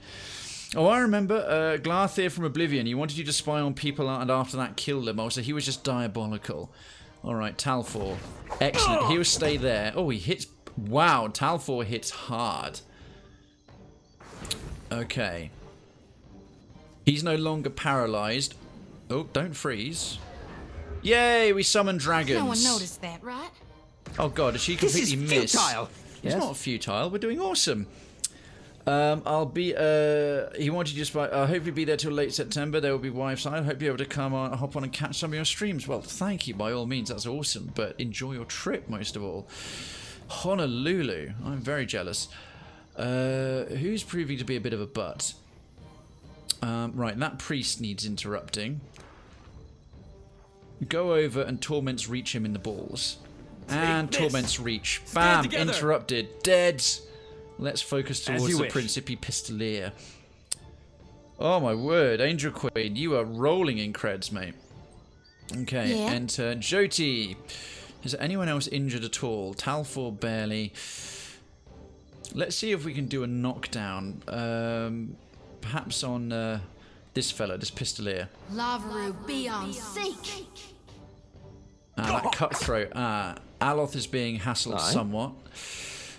I'd say Aloth, come over here. Cheese it. Then you are going to cast. Talfor is problematic. Let's get a nice necrotic lance. Right there. Excellent. An Angel Queen rolls into a blanket burrito in slow motion. Oh, delightful. Oh, fit and smart. Okay, fine. Focusing on Adair. That's the point. Seraphan. So, oh, you have no focus at the moment, so I think it's best you come a little out the way. He's about to be knocked down. We shouldn't split our fire too much. Let's focus on Talfor. Aye, aye, Captain. Bam. Only a graze. Oh, that wasn't so great. This might be a tougher fight than But we've got our dragons next time. Jesus Christ, that was a good hit. Ow, don't thump my dragons before they have a chance to attack back. Oh, okay. Oh, fine. Last time, bloody Talfor critted twice. That was a bit insane. Okay, I think disciplined barrage. We can do a mule kick or a penetrating strike. I like penetrating strike. Should hit him good and solid. Talfor. Wham. Oh, it grazed him. Fan-bloody-tastic. So glad that happened. Alright, Desert Worm. Oh, we don't get any control over them. They just do their basic attacks. Full-size worm. Oh no, that's a young drake. So we have a couple of worms hassling the Pistolier. That's fine. Pillar of Faith. Jyoti, you had one job. Oh, that's done a good bit of damage. Blessed Harvest on him might be good. Those drakes do not hit as hard as one would like. Okay, Jyoti, redeem yourself, please. Blessed Harvest. Now that he is bloody, this should do a good bit of damage. Lava, son of a cur! Oh, come on! Oh, she is being so utterly redundant. Right, get round to here. Get yourself out of harm's way. Goodness sake, Jyoti. Right, Aloth. I think you should re-empower yourself, perhaps. Oh no, we still got a whole boatload of spells available. Still got plenty of them available. Level 2, another necrotic lance. He's almost down. Let's get it up against this pistolier. Okay. Just going to run over and... Oh, Aloth needs some love. He needs some healing. That's all fine. I'm here. Alright, Krayven. Krayven, my boy. Swift Strikes as a free action with your wounds, please. Dance of Death, also free. Now then, what could interrupt? Is one of any of them trying to cast anything? No, not at the moment. Clarity of Agony. He's not got any debuffs. I think a Force of Anguish would be quite entertaining. Oh, he's a Pistolier. Let's put a Force of Anguish on this guy, so he's smashed out the range of Aloth a little bit. Yeah. Wham. Sit the hell down. Okay. Oh, I should have positioned that guy back towards the Pistolier. Oh, that was lucky. We got a miss. That graze was pathetic, but they're all ganging on the Pistolier. That's cool. Oh, Sarafan takes a bullet shot to the head. Oh, damn. He hit pretty hard again then. Right. Worm. In you go. Ahoy. Okay. What state is he in? The rest of them are in pretty solid shape. Talfor's got no more... I'd rather just finish him off. Consider it right. Another attack, Cap. Oh, how did it not kill him? Bugger. Just need to build up his focus. Right, young Drake. Excellent, that did a bit more. Did you hear about the mathematician who is afraid of negative numbers? He'll stop at nothing to avoid them. Kappa. Oh, for God's sake. Very clever, very highbrow. I like that one. Second wind. Oh, there's a countdown from Angel Queen. What's going on? Yeah, he's looking a bit beaten up. We'll take our second wind.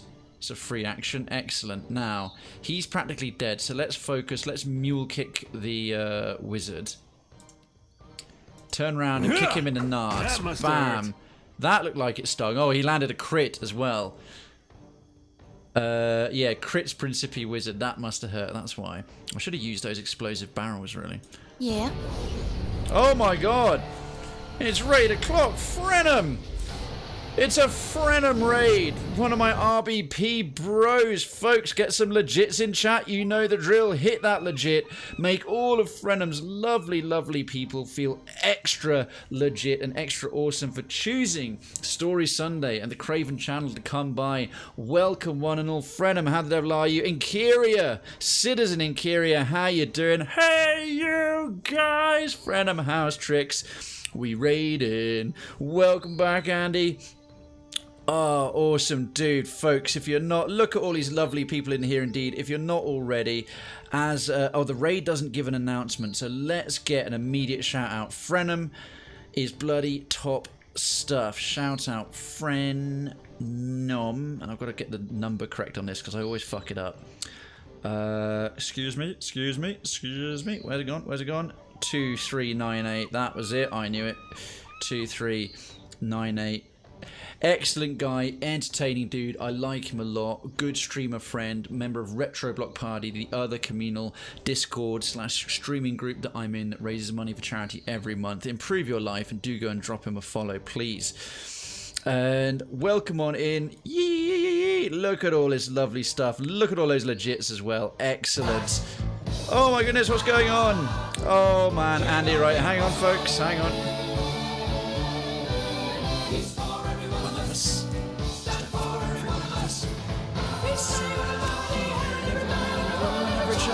Oh, Frenum! Right, well, first of all, the hero Twitch deserves, Andy. Thank you so much for gifting citizenship, I think, back to Frenham. Their Krayven's Town visa is approved, and you are amazeballs once again. Let's get some darn legits, especially for Frenham, in the chat. Folks, hit that legit. I'm glad so many of you know the drill and have the means. He's a lovely fellow. Frenham, welcome back to the ranks of the citizenry. You are not just legit, you are Krayven's Town legit. Once again, enjoy the use and access to the only legit emoji on all of Twitch for the most common bit of gamer slang. Use it whenever someone does something legit, says legit, or you want to emphasize other emotes and make some extra legit. Enjoy your Krayven's Town flag. You are already on a bronze one, sir. Congratulations. Wave it loud and proud every time you chat here. You will be able to enter the Citizens giveaway that I do at the beginning of the month. And the beginning of the next month is going to be my 1 year stream anniversary, and we're going to do multiple giveaways throughout that extended stream that day. So don't miss it. Just be here present when I open it up and do exclamation mark giveaway for a chance to win a fantastic prize. You will maintain, provided you are a member of Krayven's Town, in the Discord, link in the channel panel information below, access to Citizens Towers provided your Discord and your Twitch are integrated because it's an automatically assigned role. And last by no means least, my undying appreciation and gratitude for your support, your streaming friendship, your lovely raiding community coming over here, and to Mr. Andy Aldrich, to the hero that Twitch deserves. Once again, thank you very much indeed for your incredible generosity across the stream. So many people have had the gift of citizenship visas thanks to your very good self. Let me just catch up on some of the chat here. What have I missed? Make sure I haven't missed anything. Sub hype indeed, all the sub hype. Look at all the folks hitting up that legit. And yes, Andy is he's a bit of a Krayven's Town Santa, and not just to me.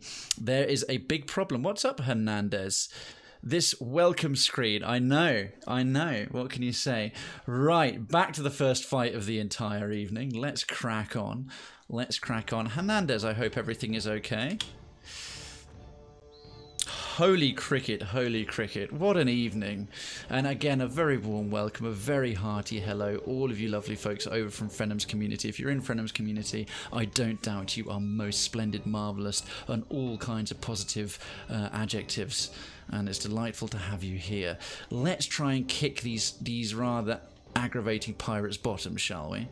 Now, Jyoti, can you please do something right? Can you please... He's still not quite dead. And he's about to get a go, so if we don't finish him off now, we are a little buggered. Where's that lance aimed at? That's finally. See you later, Talfdor, you bell piece. Oh, your father wants you to go with him back to the Dominican Republic for 3 months. Oh dear, is that your Twitch is acting up again? Let you refresh, and I can't do that. Oh, Hernandez, I'm sorry to hear it. How come? How much of a turn is it to swap weapons? I don't know. I'm quite content not to. Everyone's got the weapons I want them to have in their primary slots. So I don't know off the top of my head there, Pie Thief, I'm afraid to say. She could do with... Oh no, it's just end of turn. Okay, Necrotic Lance is going to go where? Excellent, it's on him. Now he's nearly down. We have turned the tables relatively well. He's almost dead, and the Drakes will finish him off. So perhaps... That Pistolier is... we haven't really got many meleeers. Let's turn around and focus. We'll put our Swift Strikes on again. And we'll go and do a Torment's Reach on this numpty while he's down. Kick him while they're down. Yeah. Ed the Great, good luck, sir. About to purchase the game and start my own adventure. Thank you for the great stream. Ed the Great, thank you. That's incredibly kind of you, and I can't help but be encouraged and heartily endorse your purchasing decision.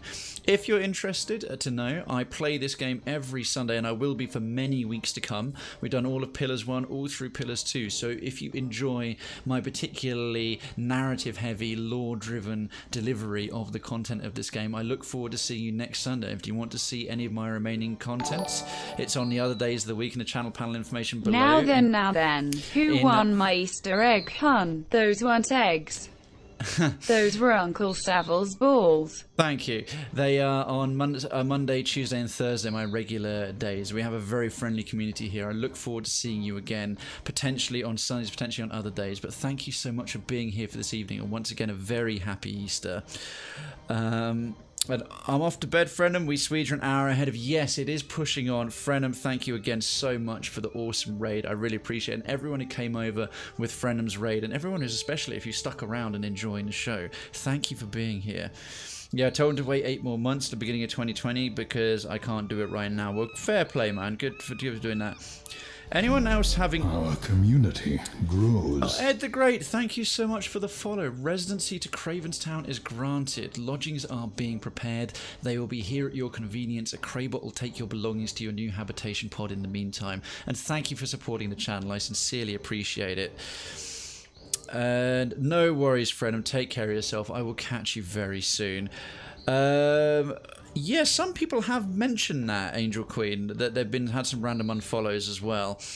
And yes, it's Game of Thrones on Sunday night. Game of Thrones on Sunday night, but we don't discuss it here at all because some people in the community I know are waiting for the end of the whole series before they watch it back to back. So we don't bring up. If you want to talk Game of Thrones, I've actually expanded the Cineplex to now become Crayflix Lounge. Netflix, Crayflix, get it?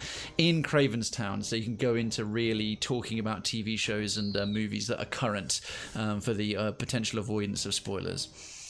That's a Twitch bug they never really fixed. Yes, apparently. I think Aloth should take his second win for a start, because he's looking a bit the worse for wear. Run over in this general direction. Shapoopy. Shapoopy. No, I haven't watched that Orson Welles. Oh, that's obviously redeeming a name. His marker has redeemed name a character, no problem. Or I haven't had chance yet, Tiger Max, with my work and running the business and then being away in Berlin and now Easter. Drop me a PM on Discord and remind me. I will try and get round to it. Has he got any spells left he can actually do? A regular Minoletter's minor missiles. Let's try and finish this dude off. Oh, nice quick blast. That really did the job. He's bloodied. Jyoti could potentially finish him off next. Oh, nice. Dead dots. And now we're going to spit fire at him. One pistolier left. Seraphan, how you doing? That's all right. You got a thick skull. Okay, Ahoy. Seraphan, how would you like to get some vengeance on this Faheka? I left a trailer. Oh, you did. Yes, you did. You did. Sorry, I will try and go back and check that out again. It's been a bit of a manic couple of weeks, mate. Lodgings are being prepared. Have you installed sound deadening materials on the walls to restrain the screams and whimpers? Are we still on 72-hour working days? No. We're down to 37, and the screams and strains have been put just in the dungeons, 3 stories below street level. You don't hear them in the residence quarters. You only hear them if you break the law, which is whatever I had decided is that day. Fare thee well, cog swabber. Yeah, did he say cock swabber? That's a fantastic insult. Cock swabber. I'm going to steal that one. What are those drakes attacking? Okay, that's an interesting bug. Like, whatever they're attacking is already dead. Oh, nice. He just did a rather random maneuver running around that didn't do very much help. Okay, I think Adair, re-empower yourself. We may as well. We barely used it. Can he get to him? Yes, he can. Right. Come over and kick him in the nards. Dump, dump, dump, dump, dump. And straight to the balls. Bosh! He kicked him in the balls so hard blood came out. These are probably the worst pies in London. Krayven runs a business. I didn't know it was on the buses. Krayven, Blakey and Andy Regvani. My business is entirely legit. It is as legit as the stream. Let me think. I will end the turn there. That's fine for Adair. Oh, the wizard. The wizard is still prone. Wow, that kick really did him in. Oh, no, leave Aloth alone. Leave him alone. Okay, that wizard gets to do very little. Oh, just a wand attack. Okay, swift strikes and force of anguish. Let's send that guy flying. See ya, cutthroat boy. Dead. Or, you know, just kill him. That's cool. That's cool. Let's get him over this way. Very well. Nice. Krayven is pretty pacey these days. Jyoti, what state is this one in? That one is down and hurt. That one is hurt. Let's just get a Blessed Harvest. We'll put a Blessed Harvest on. This one is closer. Don't. Oh, bloody hell. That Blessed Harvest hits ridiculously hard. Stand in amongst the corpses, you nutter. Alright, Aloth. Magic missiles while he's down. You can cast it from there. Wham, wham, wham, wham, wham, wham, wham. Splat. Right, the worms. They're actually going to start flying over. Fireballs. Right, this Principi Pistolier is about to have a very bad day. What for, Cap? Disappears. Seraphim, sir, do you want to do the coup de grace with some mind blades? Of course you do. Me too, man. Oh, dude, you didn't even finish him off with the mind blades. That's rubbish. Rubbish. Right, young Drake, are you going to do anything useful? Apparently not. You're going to attack the fresh air again and then probably fade away. Hey. Yeah. Alright. Penetrating strike just because we can. And dead. Delightful. Right, now that's clearly going to affect our quest. Now, just what that task was in relation to, just to put that fight in some sort of context. That was a little task down here, Sealed Fate. So, I opened Dagnus' satchel. He's going to sabotage Avetta's ship, so he can join the crew of Principi Captain Talfor. And Talfor and his crew confronted me while I was on my way to Queens Berth. Now, he clearly can't join Talfor's crew anymore, but I could I could either still tell Avetta that you got a double-crossing bastard on your ship, or I could go, yeah, seriously, don't be a dick. I don't know quite necessarily how to handle this, because this changes things up. But we do have some fine mail armor. Mine. I want to see what Talfor's carrying on him. Any unique quest items? Scepters and some fine gear. Oh, a blood-soaked grimoire. Well, that will go straight to Aloth. That is messy. And boots of evasion. Fine mail armor. Yeah, some people don't even have stuff in certain slots yet. We'll have all of that. The worst pies in London. I haven't seen that Sweeney Todd's Angel Queen. I haven't seen the that film in forever. It actually came out. I watched it in a cinema for some insane reason. I'm very surprised this has not updated that sealed fate quest at all. And that we didn't get a negative rep with Seraphim for killing a Principi crew. Let's see how we're doing. Reputations. Jyoti really, really, really likes... Oh, she didn't like it very much if she can't deal with the truth. Blah, blah, blah. It's nothing personal. Right, Krayven's rep with everybody. This guy's neutral. What are we doing? Principi Semper Trainer. Is purple good or bad? Is purple good or bad? Because I've got blue. I've got Huana... Children of the Dawn Stars I particularly like. Port Margie, Valiant Trading Company. Folks, those of you who play Pillars of Eternity 2, is purple negative reputation? Responding to the collapse of Grand... Yeah, I can't really tell. I guess it must be. Light blue seems to be generally positive. Or is it mixed, perhaps? Is red bad, blue good, and purple positive? So Jyoti has an okay reputation now as Seraphim. Okay, so red is bad. So Aloth, he's a bit of a uptight bugger. He is not all that keen on Seraphim because of his recklessness and his arrogance and his recklessness. And okay, he already really hates Tekehu. Berth, I thought she was... Oh, speaking of Queen's Berth, it's Her Majesty. Yes, it is. Oh, careful, Tiger Max. No, she's not one of the lizard people.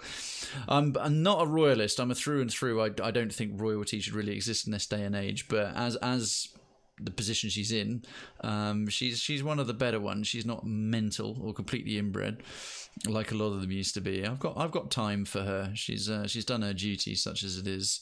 But yeah, I don't think the royal family needs to exist anymore. All right, so red is.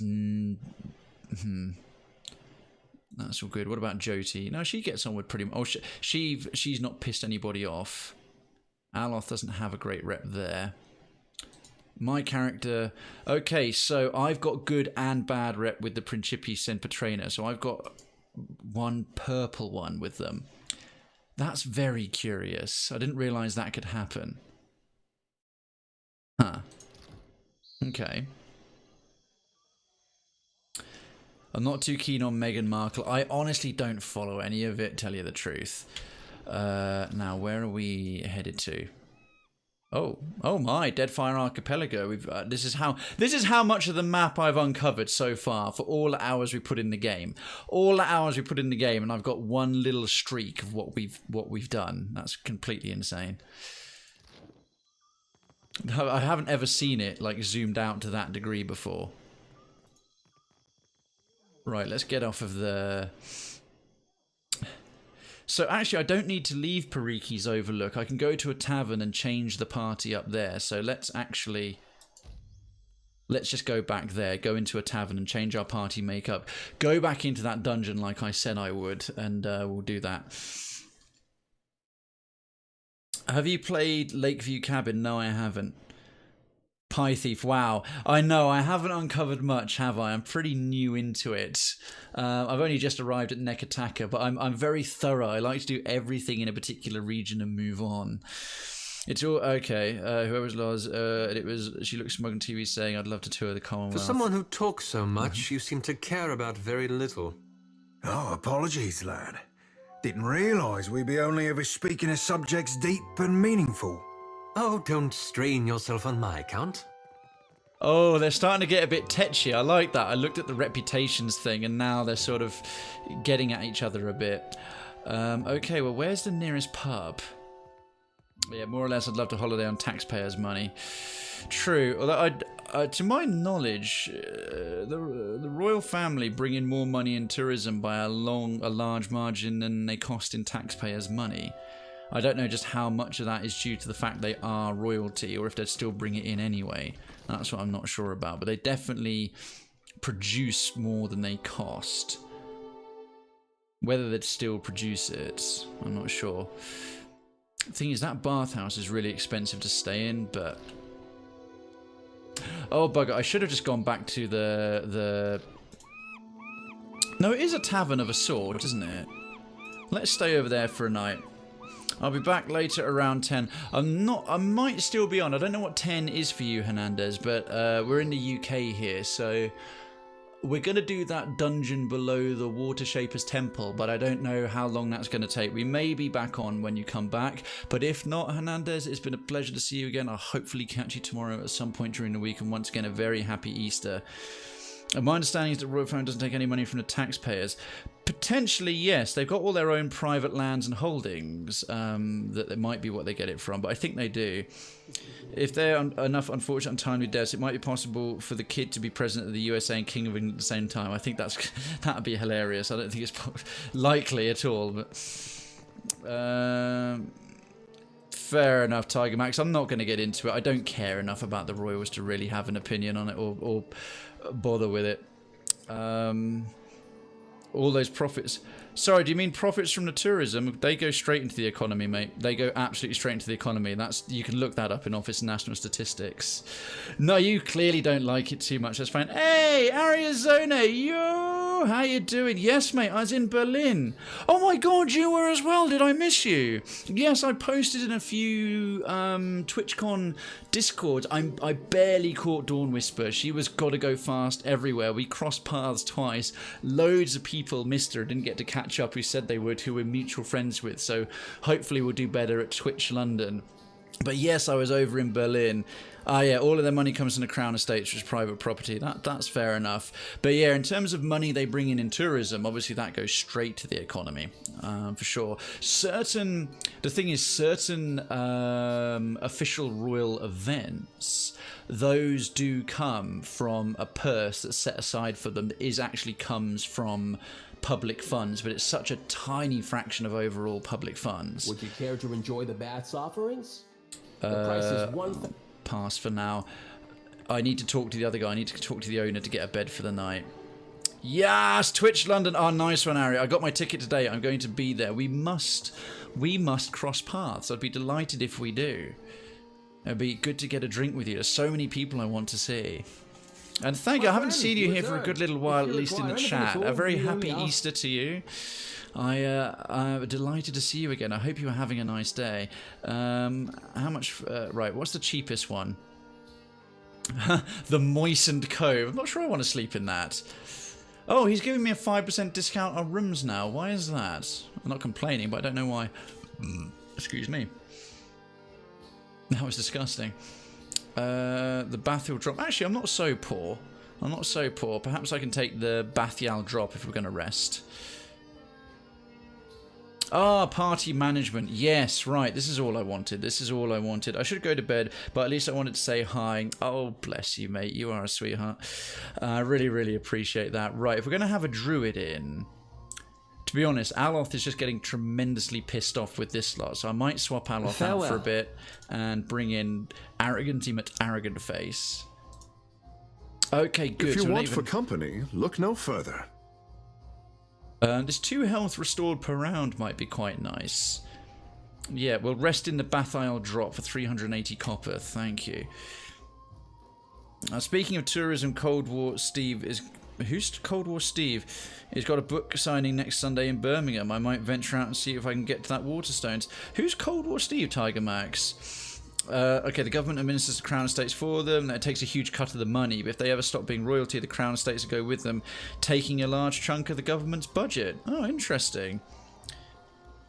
Oh, yeah. Oh, the thing about the swans, yes. No one but the Queen is allowed to eat swan. But that's one of those insane royal rules that I think is hilarious. Like, if you kill a swan in Britain, it's actually an offence against the Crown, which is hilarious. I mean, why would you kill a swan? A goose is about the same thing. Plus, swans are insane. They can break an adult man's arm. All right, now we've got this bloody water shaper who absolutely loves himself. Let's see. Anytime I get near those big birds, they chase me. Swans, male swans are another time, Tekehu. Oh, they all know him, do they? Oh, speaking of which, now he's in the party, we must, oh, he's got something to say. As you turn to Tekehu, a shadow passes over your vision. You feel a tug from somewhere deep within his soul. A faint ripple creases the air between you two, like a forest of ethereal kelp. Surrender to the sensation. Anytime I get near those bits and I can't bribe them with the food and leave me alone. Swans are no joke. They're giant rage chickens. That's amazing. Cold War Steve chose those weird, funny Photoshop stuff he's got on Twitter. We had an art installation a few months ago and he had his art on Big Issue recently. Cool. But he had a blood called Cold War Steve's Festival of Brexit. A book, Cold War Steve's Festival. Oh, so he's quite sort of like random sort of character. Tekehu's soul is vibrant and energetic, almost too lively to occupy its mortal shell. There is a bright thread of energy that trails away from him. You instinctively follow it. You stand in a grand hall, underwater and cloaked in oppressive shadows. Pillars of coral and bone reach up to support a ceiling that must be hundreds of fathoms away. Chandeliers lit with bioluminescent globes dangle from long ropes, swaying in languid, tentacular motions. At the farthest ends of the hall sits Ondra, as tall as a castle keep and leaning forward in her throne. She has adopted the head of an anglerfish and regards you with its globular stare. Her sickle-shaped jaw opens and closes in a rictus of conflicted emotions. A life without friction or challenge has left the boy in need of guidance. Clearly. He's called Cold War Steve because he's always photoshopped Steve McFadden, aka Phil from EastEnders, into his stuff. Oh, Inkyria. Oh, the ugly duckling. Yes, from Hans Christian Andersen. Okay, I'll try and do a little monologue of this. His own image. No longer a dark grey bird, ugly and disagreeable to look at, but a graceful and beautiful swan. To be born in a duck's nest, in a farmyard, is of no consequence to a bird, if it is hatched from a swan's egg. Hans Christian Andersen, the ugly duckling. What a lovely quote, Inkyria, thank you. The voice of Andra pounds at your mind with relentless force. He thinks himself frail, but my heart beats in his chest. He is stronger than either of you could know. Okay. Well, oh, that's why he's so arrogant. He's actually he's got like no self-confidence, no self-esteem. Well, that adds up. She claps her hands and the vision shatters, flooding the hall with a deluge of awareness as you return to your senses. Regarding you with a warm smile, Tekehu at first seems oblivious of your momentary detachment, then his brow furrows with concern. Captain, what say? You look a little blue about the gills. Andra just reached out to me. I'm going to be straightforward about that. Hey mate, gonna head into lurk mode. I have a bunch of cleaning, washing up, laundry to get finished. Legit goodbye and love, Angel Queen. Thank you so much for the lurk. As always, all of you who lurk and keep the channel open, whether it's the tab is muted or not, it helps with the view count. It supports me and I do sincerely appreciate it. I'm so glad to see you back here again and feeling in a good mood. Good luck with all of your chores and enjoy the rest of your Easter. Don't forget to take a little break to have some chocolate. Cray, have you played Torment Tides of Numeria yet? It's way more novel than this game. When you say more of a novel, no, I haven't. I find that the level of narration and dialogue is good in this, along with stuff to do. The most novel-heavy game I played on its launch day was Sunless Skies by Fail Better Games in the Fallen London universe. That had a lot of heavy lifting on the reading, but not a very niche audience for the pure reading by myself. For my reading voice, that is. So Andra just reached out to me. Well, tell me a little bit what it's like, Pie Thief. What kind of genre is it? What kind of game is it? Ngati spoke to you. Skeptical, Tekehu cradles his chin and considers. Huh. To leave her son guessing. Oh, this is my tricksome mother through and through. Option 1, she seems to care about your well-being. Option 2, I don't suppose she would consider quieting down. 3, she could just be using you to get to me. Or 4, say nothing. Well, she seems to care about your well-being. Let's be straightforward. I don't want to feed his ego, but perhaps he'll... Because underneath his ego is bravado, is, as she says, a degree of insecurity. The most novel game is... Oh, when you say novel games, you mean dialogue. Well, this one is a spiritual successor in terms of novel to Planescape Torment. Pillars 1 was the quality of writing was built on the back of Planescape Torment's novel-driven thing. Personally, I think these modern ones, design-wise, are better. It's like this, but a lot of the fights you can talk your way out of them. Yes, I like that option. You can do that a lot in here as well, but I do like having some good old-fashioned RPG scraps and things like that. But that's cool. So it's like the early Deus Ex, where you can do like pacifist runs, or the early Fallout games where you can get through the whole thing without a fight if you have the right stats. That's pretty cool, man. That's pretty cool. What mother doesn't? Oh god, he's such a swine. You must be special indeed for Ngati to speak with words. I am. For her people, she lays out cryptic stepping stones hidden in omens. I'm a watcher. She finds it easy to talk to me. Kara, but send her my fondest wishes. Where did you live prior to Neketaka? The Kahanga are my tribe, but my people settled on Atua, an island too modest to deserve the attention of maps. My mortal mother tans boar hides. My father trades in the abundance of pearls and opals Atua is blessed to provide. When I was born, father called me his blue topaz boy. Tekehu scratches the back of his head and grins. Have any other notable godlike come from Atua? Or your birth must have been a big event. What did you do around the island? What did you do around the island? Yeah, let's ask him about it. Torment Tides of Numenaria is more of a successor to Planescape. Do you mean Planescape Torment? Oh, I could not be kept from the water, so my father taught me how to dive for pearls and azada snails. Ngati filled my palms with riches on every harvest, I say. Oh, wonderful. When I came of an age to begin a man's pursuits, the Mataru reached out to the Kahanga Queen, weighing my arrival against the forces that descended on her territory. The Queen could not invite Ngati's Chosen into the Water Shapers Guild fast enough. Well, there we In are. hard times, the endorsement of a goddess is more valuable than currency. Have any other notable godlike come from our tour? I'm going to go through his dialogue options because I want to find a way to potentially start his companion quest, as every main companion will have one. Doubtless, I say. But I am the most precious gem of recent history. Jesus Christ. He's saying that unironically. Godlike are revered as bringers of local change, but only Ngati's Chosen is thought to deliver an omen for all Huana at once. A link to his Twitter in the Comic Colonnade. Yeah, I suppose if you're recommending other people, if it's regarding comics, then yeah, fair enough, mate, fair enough. That's probably the best place for it. Oh, and if you haven't seen them, there are companion books of Pillars 1 and 2, and also, I did not know that, Pie Thief. Thank you. Thank you, that's really good to know. In fact, if you've got a link, do please feel free to whisper that to me. I'd be very interested to pursue that further. And thank you for letting me know that. I'd more lore for me to indulge in my own time in bed, reading a bit of Pillars of Eternity, provided they're well written, of course. So, your birth must have been a big event. Ikera, high winds stirred the vigor of the seas. 2 huts collapsed before our local storm speaker could shout down the weather. Ha! He beams with pride. They say the skies only cleared when I fell into the midwife's basket. Peace had returned to the island. Or so the Mataru predicted. Back to my previous questions. Ikera, speak on. Tell me about water shaping. Ah, the art of our ancestors, I say.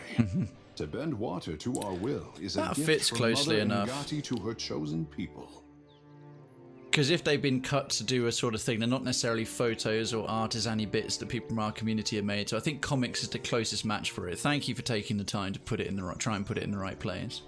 Since devastation swept our way of life out to sea, too much of the art has been lost. Periki, founder of the guild, organized the lore of Ngati's talent into a series of postures and meditations we call the 4 forms of water shaping. And what are these forms? I think I can remember. Try as we might to embody Ngati's element, our bodies are not water. Ikera, this is the form of grief, a beginner's test. Tekehu closes his eyes and sweeps out his hands, exhaling sharply. The body's internal water is a force that conquers all. Even the mountain will bow to the stream. The form of hope, I say. Tekehu crosses one leg before the other and sways on the spot. Water commands its vessel, and the vessel can be shaped as surely as the mountain. The form of metamorphosis, Ikera? Tekehu opens his eyes, which now resemble polished onyx. His smile is hungry, predatory. He blinks and the effect is gone. The art is a challenge to grasp, difficult to master, and impossible to perfect. Unless you are Ngati's Chosen, I say. Yeah, he thinks he's going to be the one to perfect it. You said there were 4 forms. Maybe his quest is to master the 4th form. Or try. It is only by force of habit that I omit the final form. We do not speak of it in the guild. Oh. The form of transcendence. Tekehu closes his eyes and concentrates. Holding out his palms, he bites his lower lip and focuses. Finally, he shakes his head and stands at ease once more.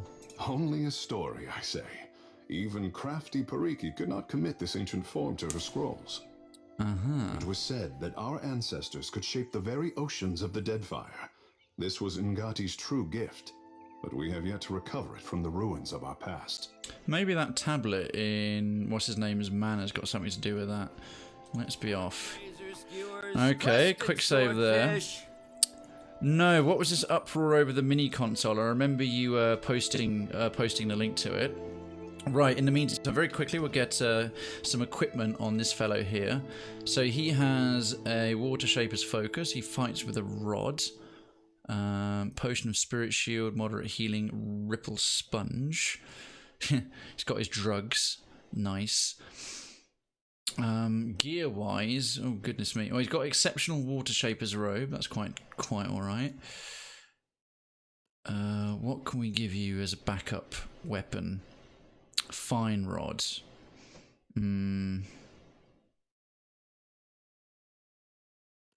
Let's see. What's his specialization in? I got a horse named Mayo, sometimes mayonnaise. Oh, for God's sake.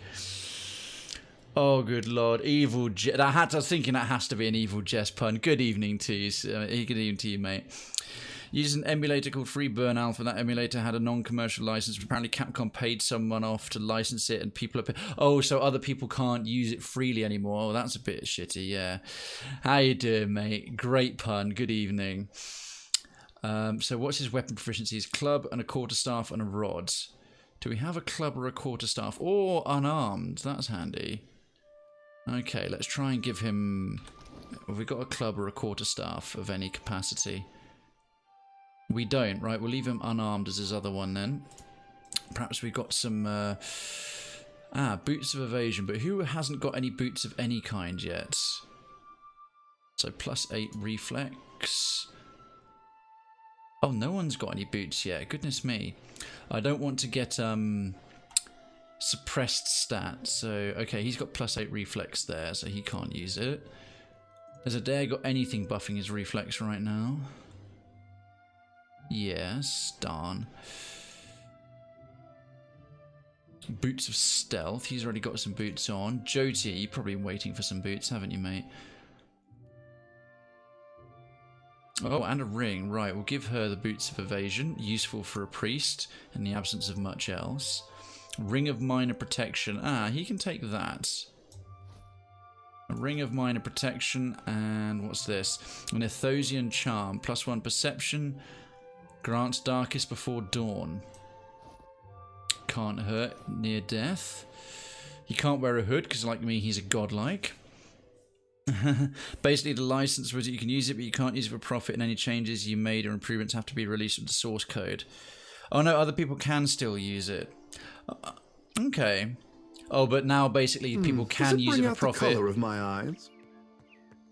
Now people can use it, and obviously Capcom are not going to release the changes they make along with the source code, so it's broken the overall intention of the unlicensed mods.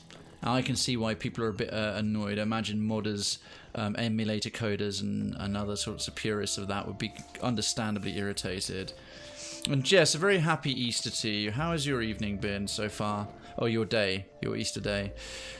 Okay, that's as much stuff as we can really equip him with. Let's speed this up. See how this druid performs. He's probably a bit... Yeah, he's... Oh no, he's not even as tough as Jyoti. He's piss weak. 90 health. He's this great big muscular armor who fancies himself incredibly attractive, but he's about as weak as Wex shit. Yeah, other people who put improvement into it are pissed when where they want their stuff removed. Okay, it's like, no, we didn't agree to Capcom having what we wrote. That's fair. The thing that makes people angry is that Final Burn's alpha license forbids profiting from it, yet Capcom use it in their arcade classic pack, which they're selling. Okay, yeah. Yes, I can imagine that's been handled rather... That doesn't sound like it's been handled very well. Does his shapeshift give him bonus HP? I never used it on him. I guess we can try and find out. Hopefully there's some critters in the guild ruins, so we can have a proper dungeon run as part of this lore-heavy stream today. Sly even. I can't spell today. No worries, Tiger Max. I'm cocking up all the time when I'm typing. Oh, I can't wait to have some After 8 chocolate egg. Oh! And the Neo Geo X used it, but they did it on the fly. It's been, Jess says it's been good so far, getting housework done, and I get the house all to myself this week. Oh, lovely. Okay, let's turn fast forward off. Let's save. We're back down here. Right, finally, a proper dungeon run. A stone door. Ooh, some graphic novel text. The stone door is sealed shut. A few engraved symbols stand out from among the other carvings and inscriptions. Apart from that, you find no evident means of opening the way. Hang on, what's this? This character is too far away. Alright. Perception 15. Oh dear. A faded inscription is nestled among the elaborate stone carvings. Well, let's read the inscription. Juana runes decorate the stone entrance, and Gati would not have gifted her chosen people a watery covenant unless they persisted in deserving it. This sanctum is a covenant of our making. Only the sigil of the covenant and the words of my devotion will open the way. Periki, master of the guild. Right, I think we need to wait until... Let's get a little closer. Let's get much closer. So hopefully he can read it. Let's try again. Yes, he can now... Oh, we still don't have enough perception. Let's try again. Push against the door. The door stands resolutely shut. No amount of brute pressure will influence that one way or another. Right, well, we need to get our perception up one way or another. Let's have a quick look who's got the most. So, no, stats please. Here we are. Right, Krayven's got a base perception of 10. Perception 12. Oh, he's close with 14. 12. What about you? Perception 11. Oh, he's remarkably intelligent. We got something that could buff Seraphan's perception as a cipher. Scorching doodad.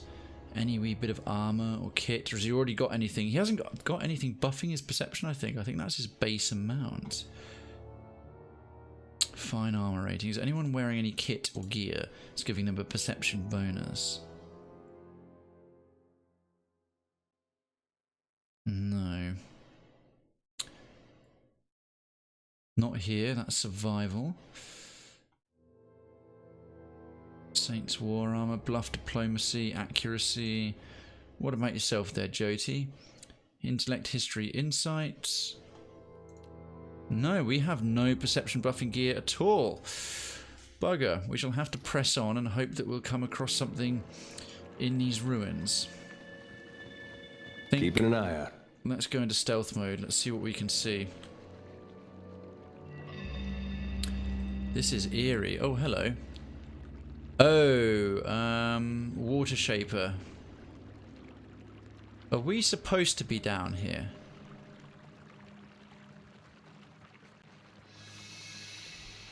Yeah, let's keep moving. Why do I get the feeling we're not supposed to be in here?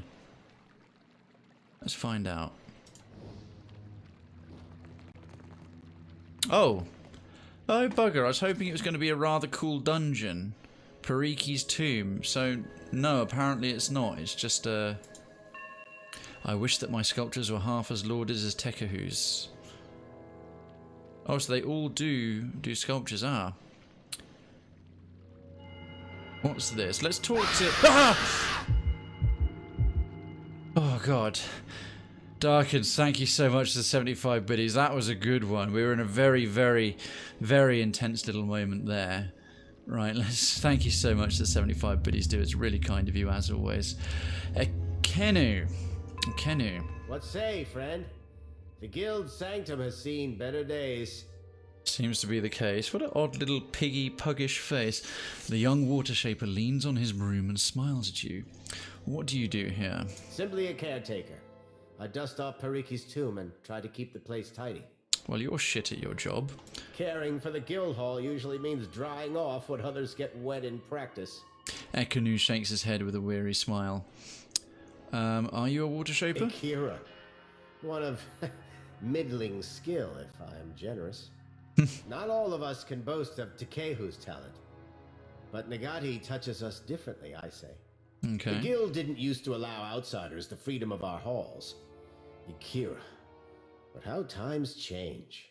What's behind that door by the staircase? A sanctum for master water shapers, I say.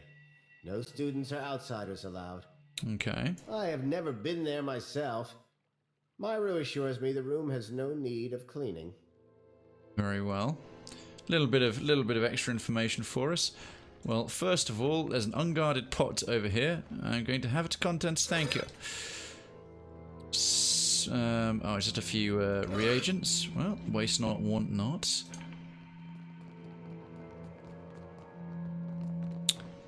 Okay, just check I haven't missed anything in the corner.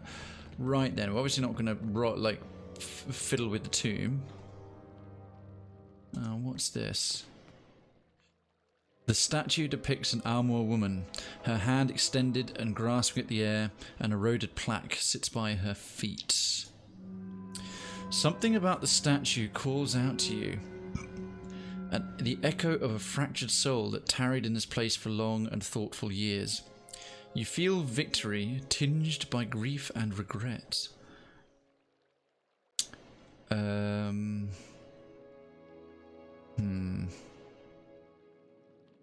Let's hold her hand. You grasp her hand with tenderness. At first nothing happens, but then a tiny droplet of water forms at the corner of her eye and rolls down her cheek, dripping on the floor. Wipe away the tear. You reach out and draw your thumb down the statue's cheek, wiping away the trail of moisture. For a moment, the stone feels soft to the touch. Oh, wow. Right. Inspect the lingering soul. Your vision bobs with the motion of the sea. You stand aboard the deck of swift winds, where your mates share bemused, self-congratulatory glances as they work. One of them claps your back with approval. Shake off the gesture. You step back and aim a reproachful look at your mate, however friendly his intent. You know there will be time for reprieve when you are squared away in Neketaka. Something cuts through the water to your port side, an enormous shape just beneath the waves. Someone shouts that the winds have turned in your favour at last. This is followed by an enthusiastic cheer among the crew. You don't share their mirth. Eyes to the horizon, I say. You bring home a mighty gift, though it takes an unusual form. One that you pray to Ngati you are able to keep in check. The vision dissipates and your land legs reassert themselves. Oh, what's this? A small... I'm an explorer. Because my profession is explorer, I've got a nice little bit of extra knowledge. You know one thing for certain. That was no whale swimming alongside Periki's boat. Okay. Attempt to read the plaque. The words are much eroded and water damaged, but a few choice snippets of phrases stand out with clarity. Periki, law and hunter, crossed the length of and back again, embered for cunning deal, Lafas, may her rest, Ilti soul, Edom. Nothing else about the plaque stands out as remarkable. This is the tomb of Periki. Such disrepair, I say. Tekehu tuts and sighs. Indeed. Has clearly Keep seen your better weather days. eye open. Obviously the damn thing is trapped. Alright, where to from here? I was hoping we'd come across a few gribbly critters, to tell you the truth. But I suppose that wouldn't make much sense directly under the Water Shaper's Hall. That said, in Pillars 1, some of the places directly underneath otherwise safe locations were absolutely horrendous. A couple of nameless water shapers there, so let's loot these shells and be on our way.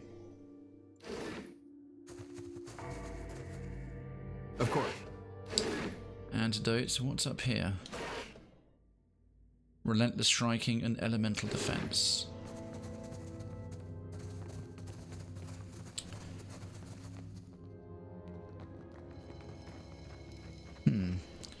Different sort of... Oh, I love this little shiny glow. What are these? Probably some sort of just ink harpier mushrooms. Spoods. Are we going to get little gribbly critters and whatnot? Oh, wide waters.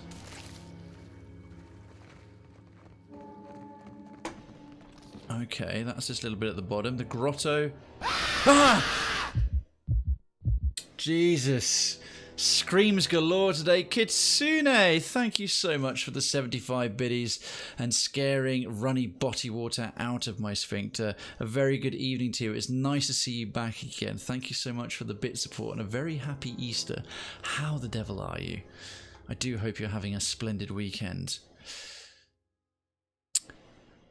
Overgrown library. I can't... Oh, I figured there might be a bit more around here.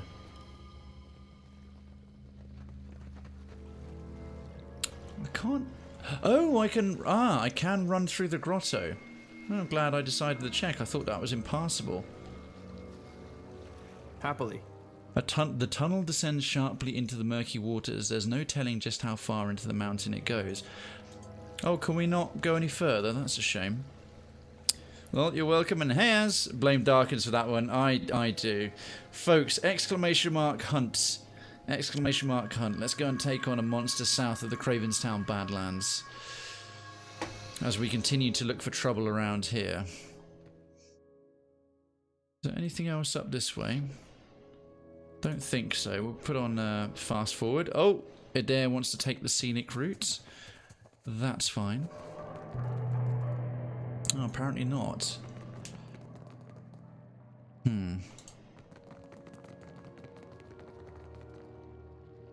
I must get some perception for something. Ah, you know what? You know what? One of my pets, I just realised, one of my pets will have a perception buff. Right, this one's giving me 25% stride. Levin is intellect. Epsilon, some other bonus. Resolve, dexterity, might. Yes, Gosha. Gosha, give us +1 perception. And then perhaps Seraphon can read that little perception skill check on the inscription. Wouldn't that be lovely? Okay, happy Easter to you too. I'm not sick anymore. Delightful. Excellent. We've got 1, 2, 3, 4, 5. Well, with 5 of us, that's going to be almost a guaranteed victory against a plated dust viper. 6 or more, we'll go up against a stone crusher phoenix. I look forward to the day 11 or more of us decide to go on a hunt and go up against a cliff haunter brood. We haven't done that yet. But some guaranteed creds probably coming in. Right. Let's see what we can do now with Seraphon. Perception 15. Oh, come on. Seraphon's got good enough perception. Is it doing it purely off of my skill levels? That's frustrating. In this one, you usually get checks. Okay, apart from that, I'll punch the door. It's just going to hurt my hand. Oh, wait. We went up against a stone crusher. Pie thief right at the end. And we did, yes. 6 minimum against a stone crusher phoenix is going to make a bit of a mess. But the reward is decent if you pull it off. We got KO'd. Punch the door. You slam your fist against the door with all your might, bloodying your knuckles in the process. Someone chuckles. You aim a harsh look over your shoulder and a laughter from your party goes abruptly quiet. Damn, I can't do a great lot here. We'll turn off fast mode.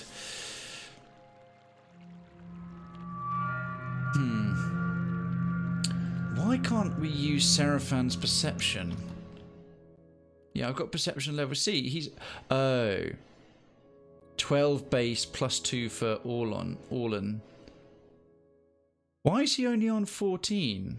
How come we're not getting a party-wide bonus from the kitty? We should be getting a party-wide bonus from the cat. What have I done wrong? Gosha, perception, grants pet party-wide effect. What does that mean? Oh, that's the party-wide effect. Damn it. And only Krayven can have the pet bonus. Right, well, what's a better one for him?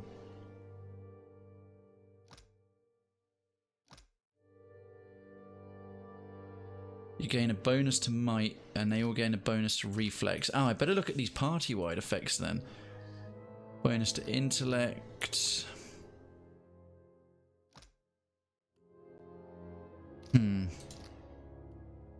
Gain a bonus to perception.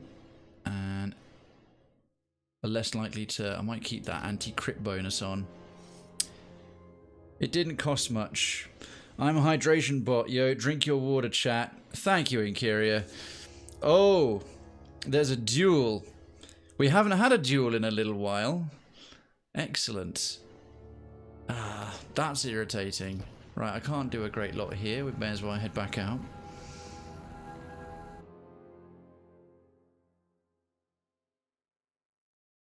Huh. Darkens. Oh, Darkens, you've dueled me. Sorry, it's a bit hard. Okay, well, if I... I'll try and do that quickly. Duel before the timer runs out. I didn't realise you were dueling me. I thought you were dueling Kitsune. Right then, I've accepted the duel. Who's going to win? Was it ever in doubt? The mayor, champion gladiator here. You'll have to get me next time, Darkins. Yo, no worries at all. No worries at all. I thought Darkins had challenged you, and then I did a quick double check. Thing is, Darkins now has to recover for a little bit. After you have a fight, much like with a hunt, there's a little bit of a cooldown time. But duels are a lot quicker. And folks, if you haven't done a duel, it's 50 creds to enter, which I think most of you have earned, and then some by now.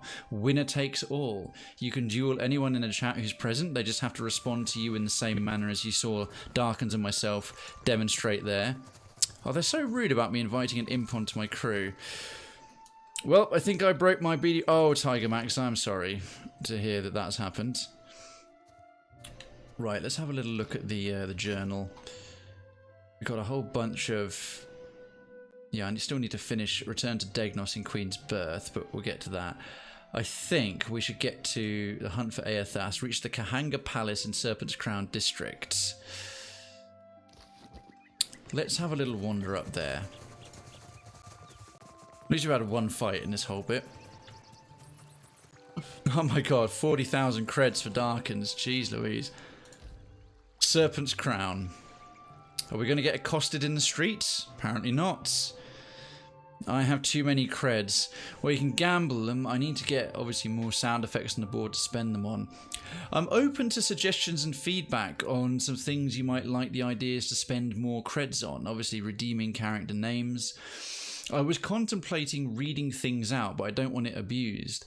I don't want people to go, oh, you know, read out. If someone puts something stupid or trolly, I won't bother. But given that I'm developing this kind of small reputation and desire to do more live reading, audiobooks, voiceover, and some of you tune in for my narration voice, I figured perhaps if you have certain monologues or things you might like to have me read out, I could make them as a cred reward if that's of interest to any of you. I might just do that anyway because it sounds interesting. That might appeal to some people.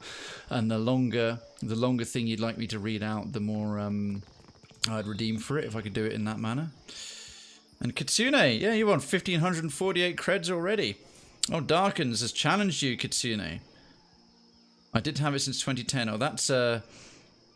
what even are those? Kitsune, creds are our channel currency. They are our channel currency. If you just do as the title of the stream says, creds as one of the commands. Oh, wow, look at this place. You will you can learn more about what creds are and then learn what the meta commands are. These are my creds, get creds, and spend creds respectively. The statue marching through the sea has already destroyed so much. I wonder if anything can stop it. I can. Okay. Most of these NPCs are pointless, but there is Una. How much for Krayven to reach 50 Shades of Crave? 8 billion creds to read that awfully written pile of garbage. The perfect gemstone to match your eyes. Take a look. There you are. Darken's demonstrating. Can't. Yes, he's still recovering. Show me what you have for sale. Ooh, Ring of Boundless Stars. Pearlescent Rhomboid Hellstone. That sounds like Pearlescent Hemorrhoid. I don't want a Pearlescent Hemorrhoid. Okay, she's just a regular trader. Muhai's estate. Lady Epiro's estate. Road East. Takano's estate. Alright, so if you live in Serpent's Crown, you have got some serious cheddar. I think we'll just make a beeline for the palace. Let's go and get a bit more of the main story moved forward, at least in this playthrough. Mataru Warrior. Oh my, lots of people. Very well-dressed people. You must have sailed far to come here. Would you ever read Twilight, even a little? Twilight is not all that well written, but it's better written than 50 Shades of Grey. But I have to admit, probably no. I would derive very little pleasure from reading that at all. You return. What say, friend? Oh, I haven't really followed up on your quest yet there, mate. I love how Robot Chicken showed it as a form of torture. Oh, I'm going to have to Google that afterwards. I really am. Moment. You may visit the palace and its shrine, but be warned. There we are. We're both revitalized, so if Kitsune and Darkins want to duel, you now can. Be warned about what, sir? The Queen meets with trading company Vipers. Take care you are not bitten. Okay, that's a rather ominous warning.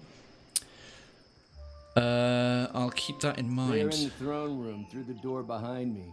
If you should lose your way, follow the shouting. The guard gestures towards the door, dismissing you. He's rather lackadaisical in his attitude. I kind of like it, though. Kahanga Palace. Right, we've got to the top of Serpent's Crown. Vipers and serpents in one place together.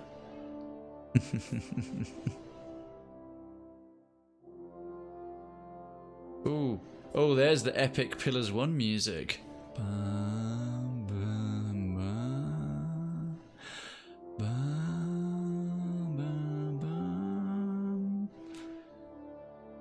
Let's have a little look, see what we've got here. As soon as it loads. Oh, wow. Look at that little... Someone's got a fish tank taken very seriously. Oh, we've got a cutscene and everything.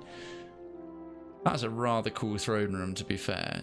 She's got a way better throne room than I had at Cad Nua. By the esteemed Hazanui's confidence, I must wonder how my people are meant to have destroyed an entire colony overnight. Nero, the Cantor Nicesi, or whatever it is. The Valian dignitary aims a withering look across the aisle. The Hazanui, who are they? A route and title roughly equivalent to Admiral. Okay, so he's high ranking. Back a little early. Welcome back, Hernandez. No worries, you've still got a little more to do. A middle-aged woman with a square jaw and tar-stained teeth meets it. You tell us. It's no coincidence that your outpost at Port Mage survived the recent storm. She pulls a slender pipe from her pocket, but at a look from the Queen's attendants, she puts it away. Yes, no smoking. Remember where you are. You speak as if I could command the tides. While you are casting your blame in a wide net, why not look to our Kahanga allies? We do not share their talent for shaping water. Fair point. Continue. He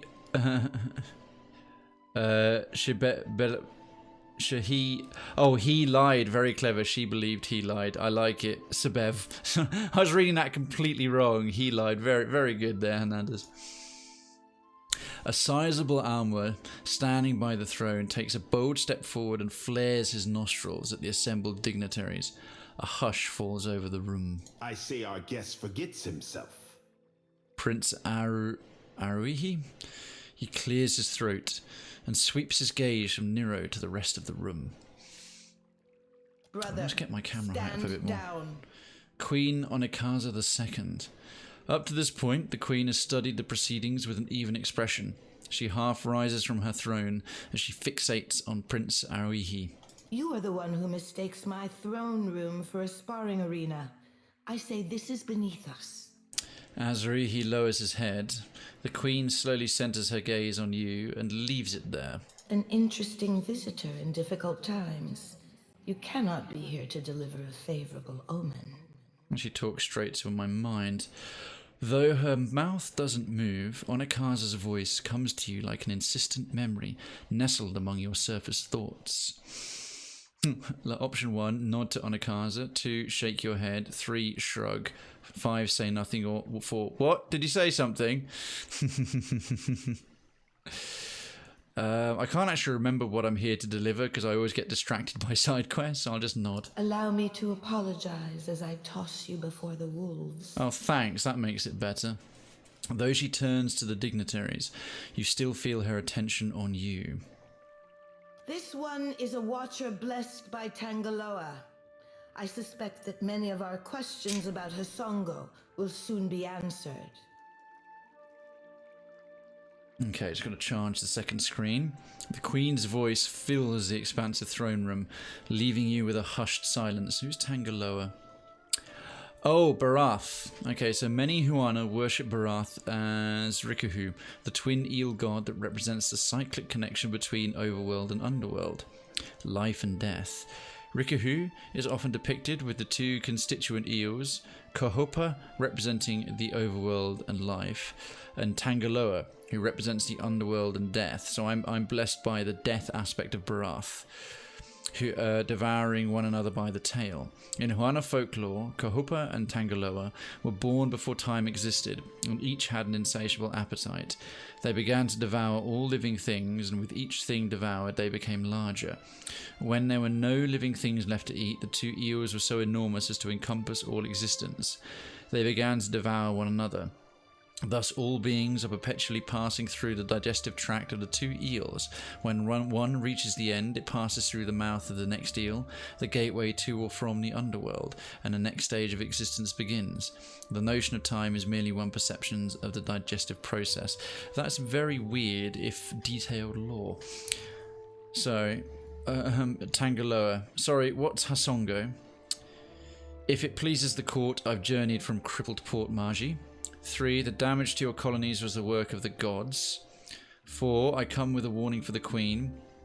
5. How did you know I'm a watcher? Or 6. Take stock of your audience. Well, I am a Lord of Cadnua.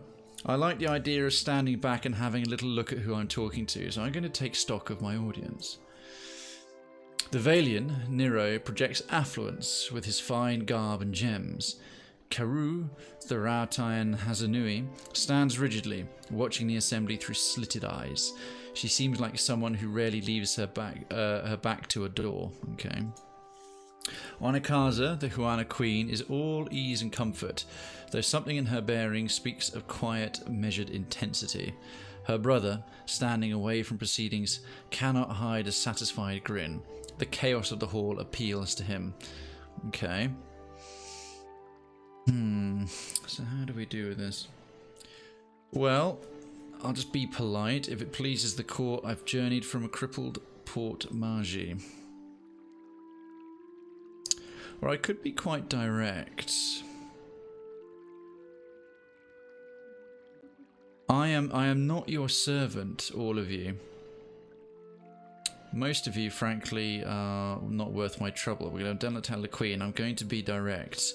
I come with a warning for the Queen. How quaint of you to point this out in a room of warmongers and conspirators. Her mouth spreads in a knowing smile. Continue. You have the ear of the throne. Speak on, then. Onikaza leans forward in her throne. I know this one. His parlor tricks frightened 10 years of every sailor in Queens Berth. Well, to be fair, they shouldn't have tried to tell me to leave as soon as I arrived. Raising her hand for...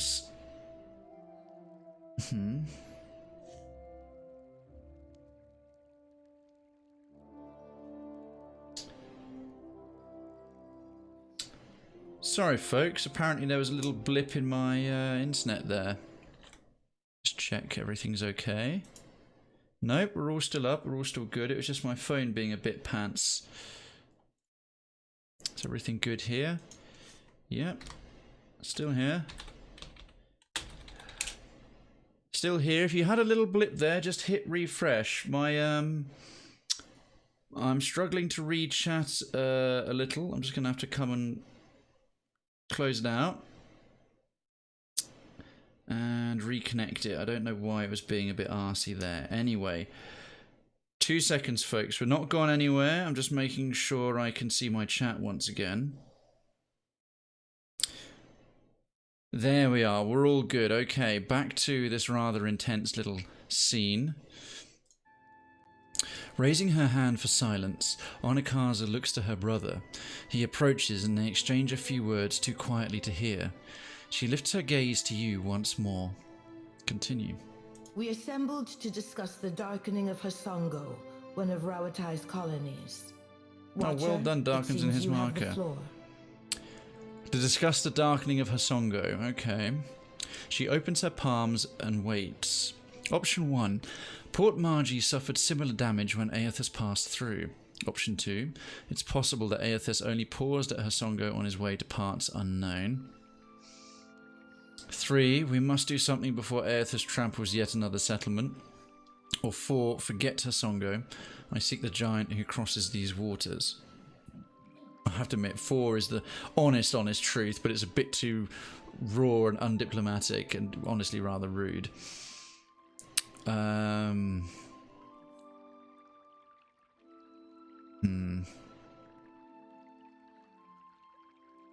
Port Margie didn't suffer very much. Oh, it did. It suffered a flooding. It suffered similar damage when Aethys passed through.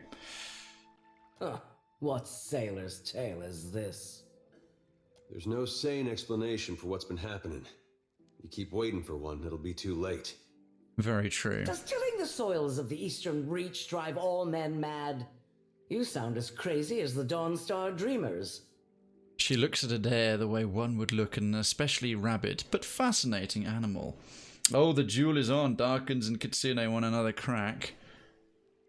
Kitsune, congratulations. The lights come back on and you are victorious. Have you not heard the rumors, Karu?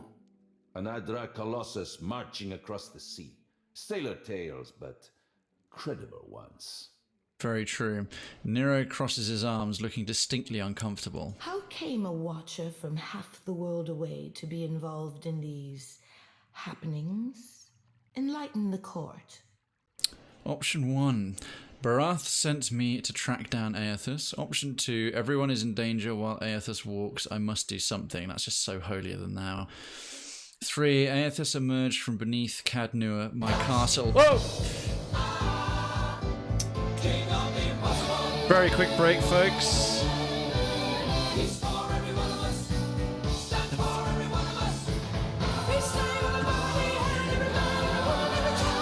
Oh, Kitsune! Wait, what? Oh my god, I know. Welcome to one of the greatest sub-alerts on all of Twitch. Kitsune, welcome back. Welcome back to the ranks of the citizenry. You are not just legit, you are Krayven's Town legit. Enjoy the use once again of your legit emoji all over Twitch, the most common bit of gamer slang and the only place you will find an emote that says it. Whenever someone says legit, does something legit, or you want to make other emotes more legit by putting them in front, like legit hype, legit GG, and all that good stuff. Second, wave your Krayven's Town flag loud and proud every time you chat. You're already on your 3-month one, and the longer you continue to be with us, either receiving a gifted visa or doing one of your own accord, it will continue to level up. The next one up will be silver. You'll be able to enter our monthly giveaway. The next one will be the first stream of May, the beginning of May, for a chance to win a fantastic prize. That's open to citizens only, whether it's gifted or of your own volition. And the next one coming up is going to be the 1-year streamiversary, the first full year of streaming. I'll be doing multiple giveaways that day, so don't miss them, as long as you're here when I open them and do ! Giveaway. You will maintain your access, should you have it, on Krayven's Town, the full Discord, links in the channel panel information below, automatically being assigned a citizen's role and access to citizens' towers, provided your Twitch and your Discord are integrated. And lastly, but by no means least, my undying appreciation and gratitude, not only to yourself for being here and supporting the channel, but to Darkens for your 15th gifted citizenship visa in the channel to Kitsune. Thank you very much. Their visa is approved, and you, sir, are thoroughly amazeballs. Thank you very, very much indeed. Now we're in the middle of this dramatic courtly moment. Yay! I've got a bit more juice back in the old second monitor there. So let's see what we've got. How should I answer this? How did I become involved? 4, I'm here against my will. Proper reading voice. Come on, Story Sunday. I'm here against my will. Anyone still listening is free to help me or stay out of my way. Or 5, I'm sailing in the shadow of the giant and I could use some help. Well, I have to admit, Aethys emerged from beneath Cadnua, my castle. He made this personal. He didn't really make it personal, but I do like the idea of saying he emerged beneath Cadnua, my castle. Or I could do the whole Barath. I think now I'm talking to this queen who can also read my thoughts. I might just tell the truth. Barath herself sent me to track down Aethys. And if these people are as powerful as they say, they know I'm the Watcher of Cadnua and a lord in my own right. Sending my enforcer to escort her to her place. Oh, well, excellent. Thank you, Darkens. That is very gracious of you. A personal enforcer is not something to be trifled with. The Lady of Doors must have great confidence in you.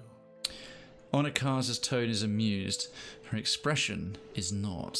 Tracking down a god who stands as tall as a mountain. A fisherman with poor eyesight could do this. Yes, but then tackling him is a different story. My priests will trip over their feet to interpret his divine plan.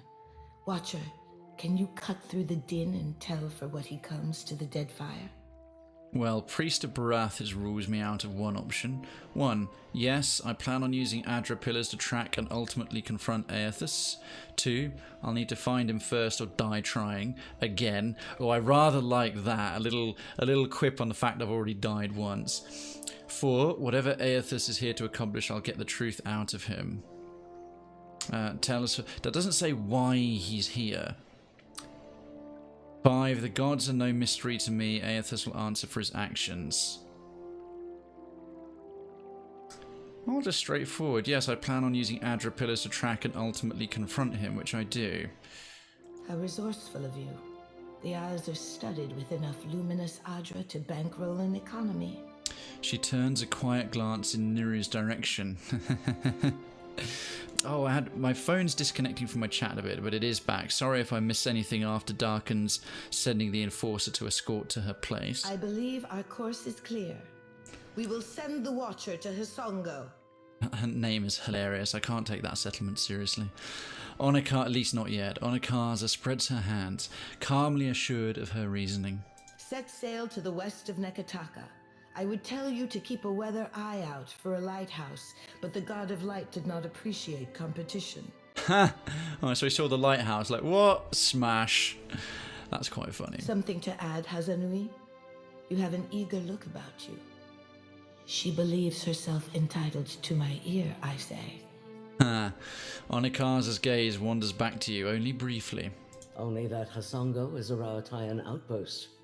It would be useful for the Watcher to take one of ours along. Oh. She inclines her chin as another woman standing nearby. Ma'am. Oh, who are you? Oh no, she looks like someone from the artwork, of the main pillar's artwork. I think we're about to get a new companion. A composed Alma stands at attention, her furrowed brow cleaving down otherwise warm features. By her feet, a colourful bird preens itself without concern. Huh. Maya's an expert sailor and a better sharpshooter. The best the Brass Citadel has to offer.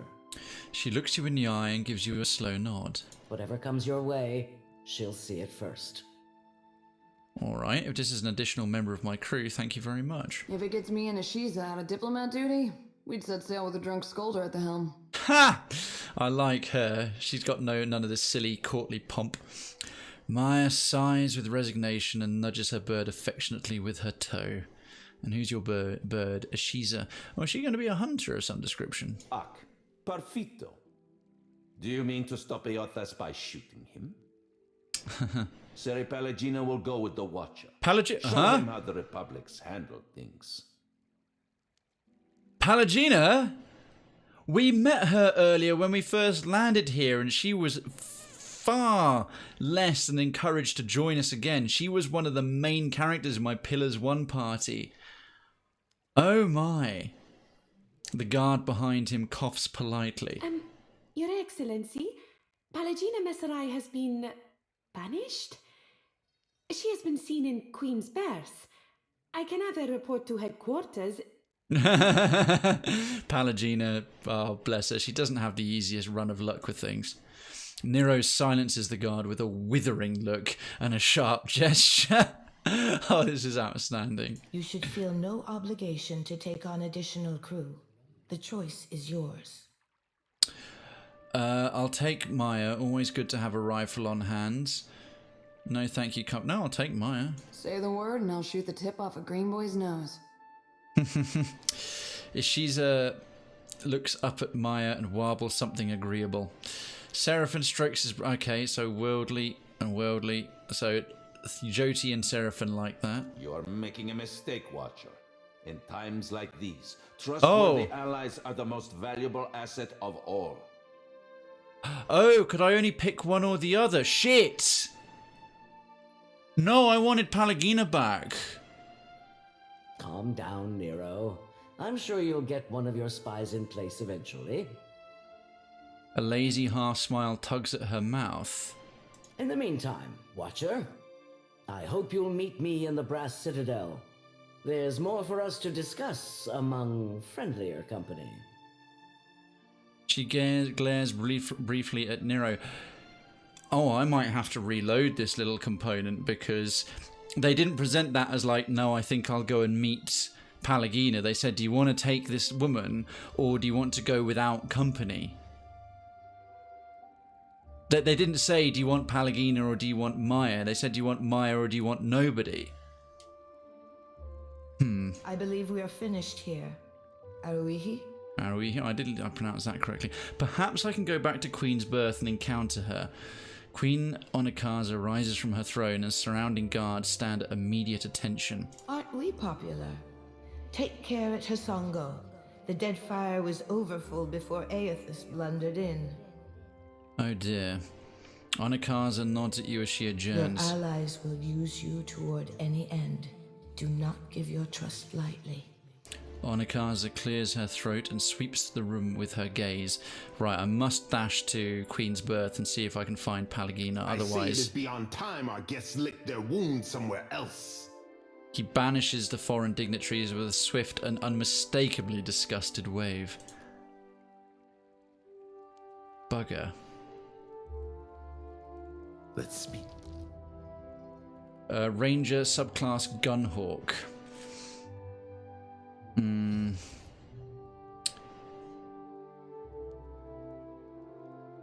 Fine.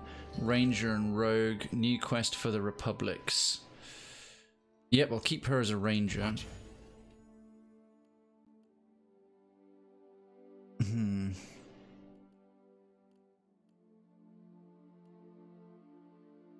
Not sure. I'll leave her as there for now. While we have the chance. Alright, let's quickly see what this fella has to say. Prince Aruihi. Your coming is a favorable omen already. The prince nods and crosses his arms, a self-satisfied smile on his lips. How's that? You happen by a time when our rivals bicker and tear at each other's throats. Continue. Bringing Ngati's chosen on your trek up the mountain. He nods to Tekehu with approval. Oh, that was a wise decision then. I see the gods have sent us a rare gift wearing a familiar face. Ah, because I'm from the Deadfire. Aruihi plants his hands on his hips and nods.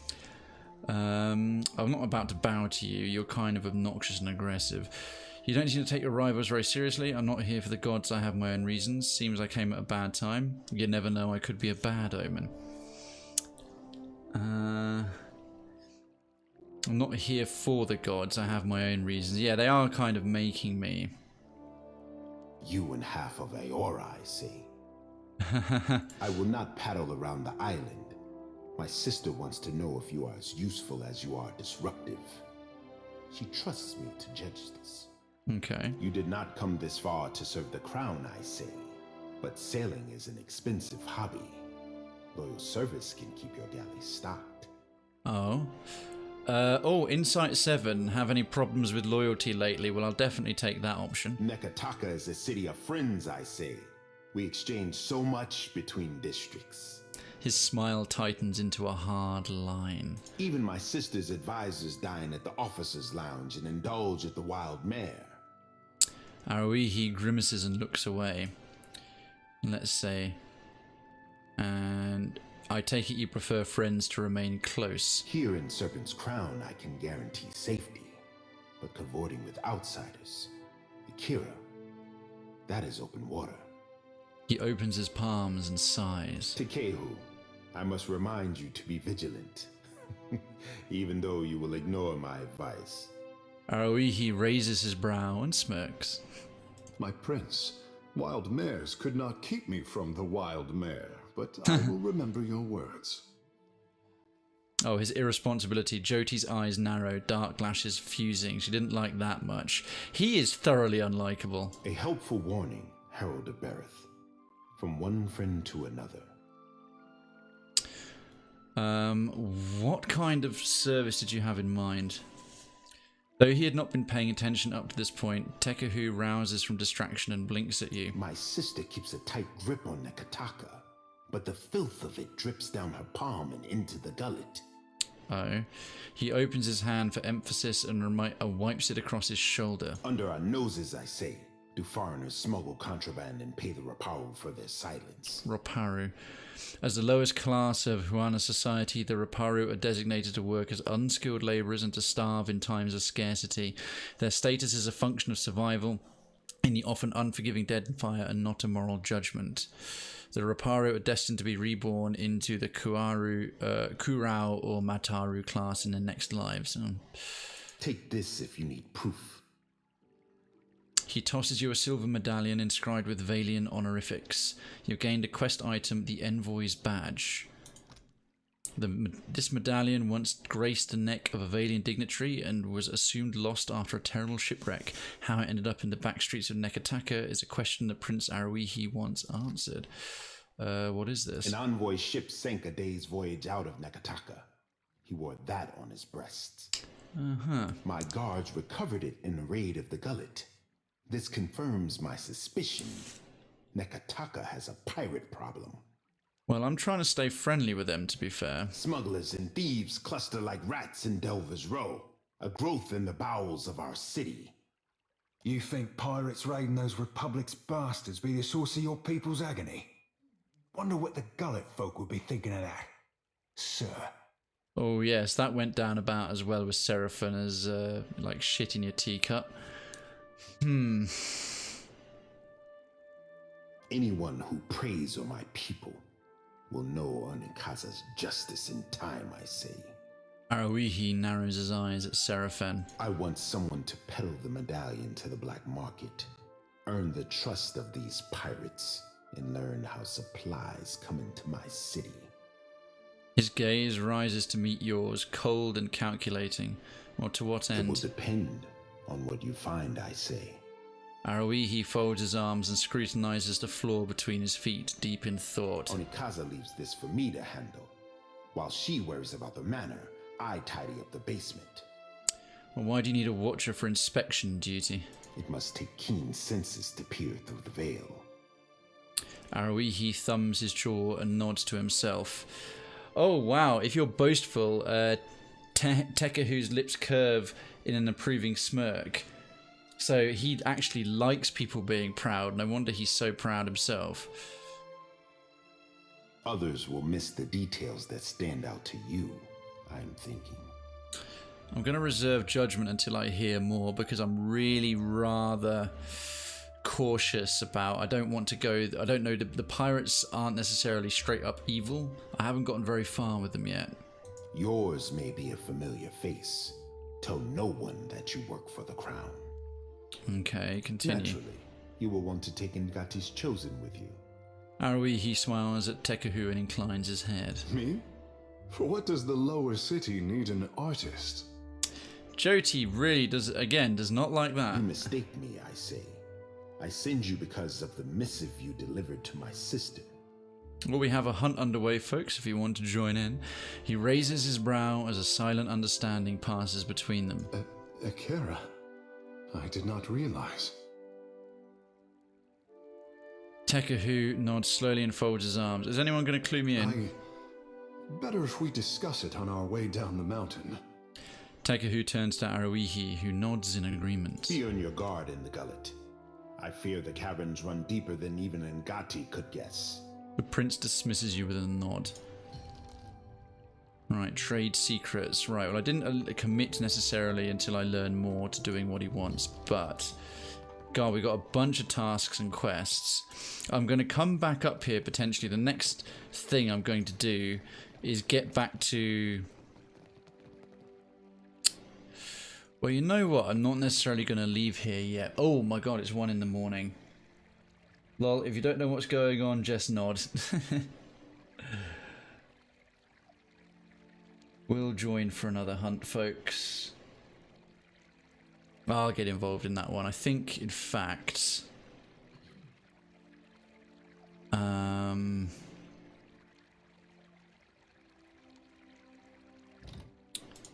Where was my last autosave? 12:35. Okay. So I'll put one in here.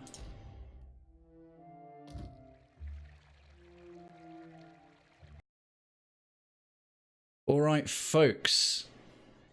I think we are going to wrap it there. Did we? Oh, Kitsune, we won together. Thank you very much for joining me today. We are going to finish up Story Sunday there. It has been very story intense. So first and foremost, let me go through today's credits, which I think are quite expansive. Yes, we had a lot of action today. Goodness me. Darkens, first of all, starting things off with a tier 3, restamping your citizenship visa and remaining our sole member of the gentry for 9 months. Thank you so much. Piney Druid for 500 Happy Easter First Blood biddies, and then Darkens for 75 Second Blood biddies. Call Me Magvo for becoming a resident. Deranged 420 for becoming a resident. Tiger Max for sharing a joke. Pie Thief for becoming a resident.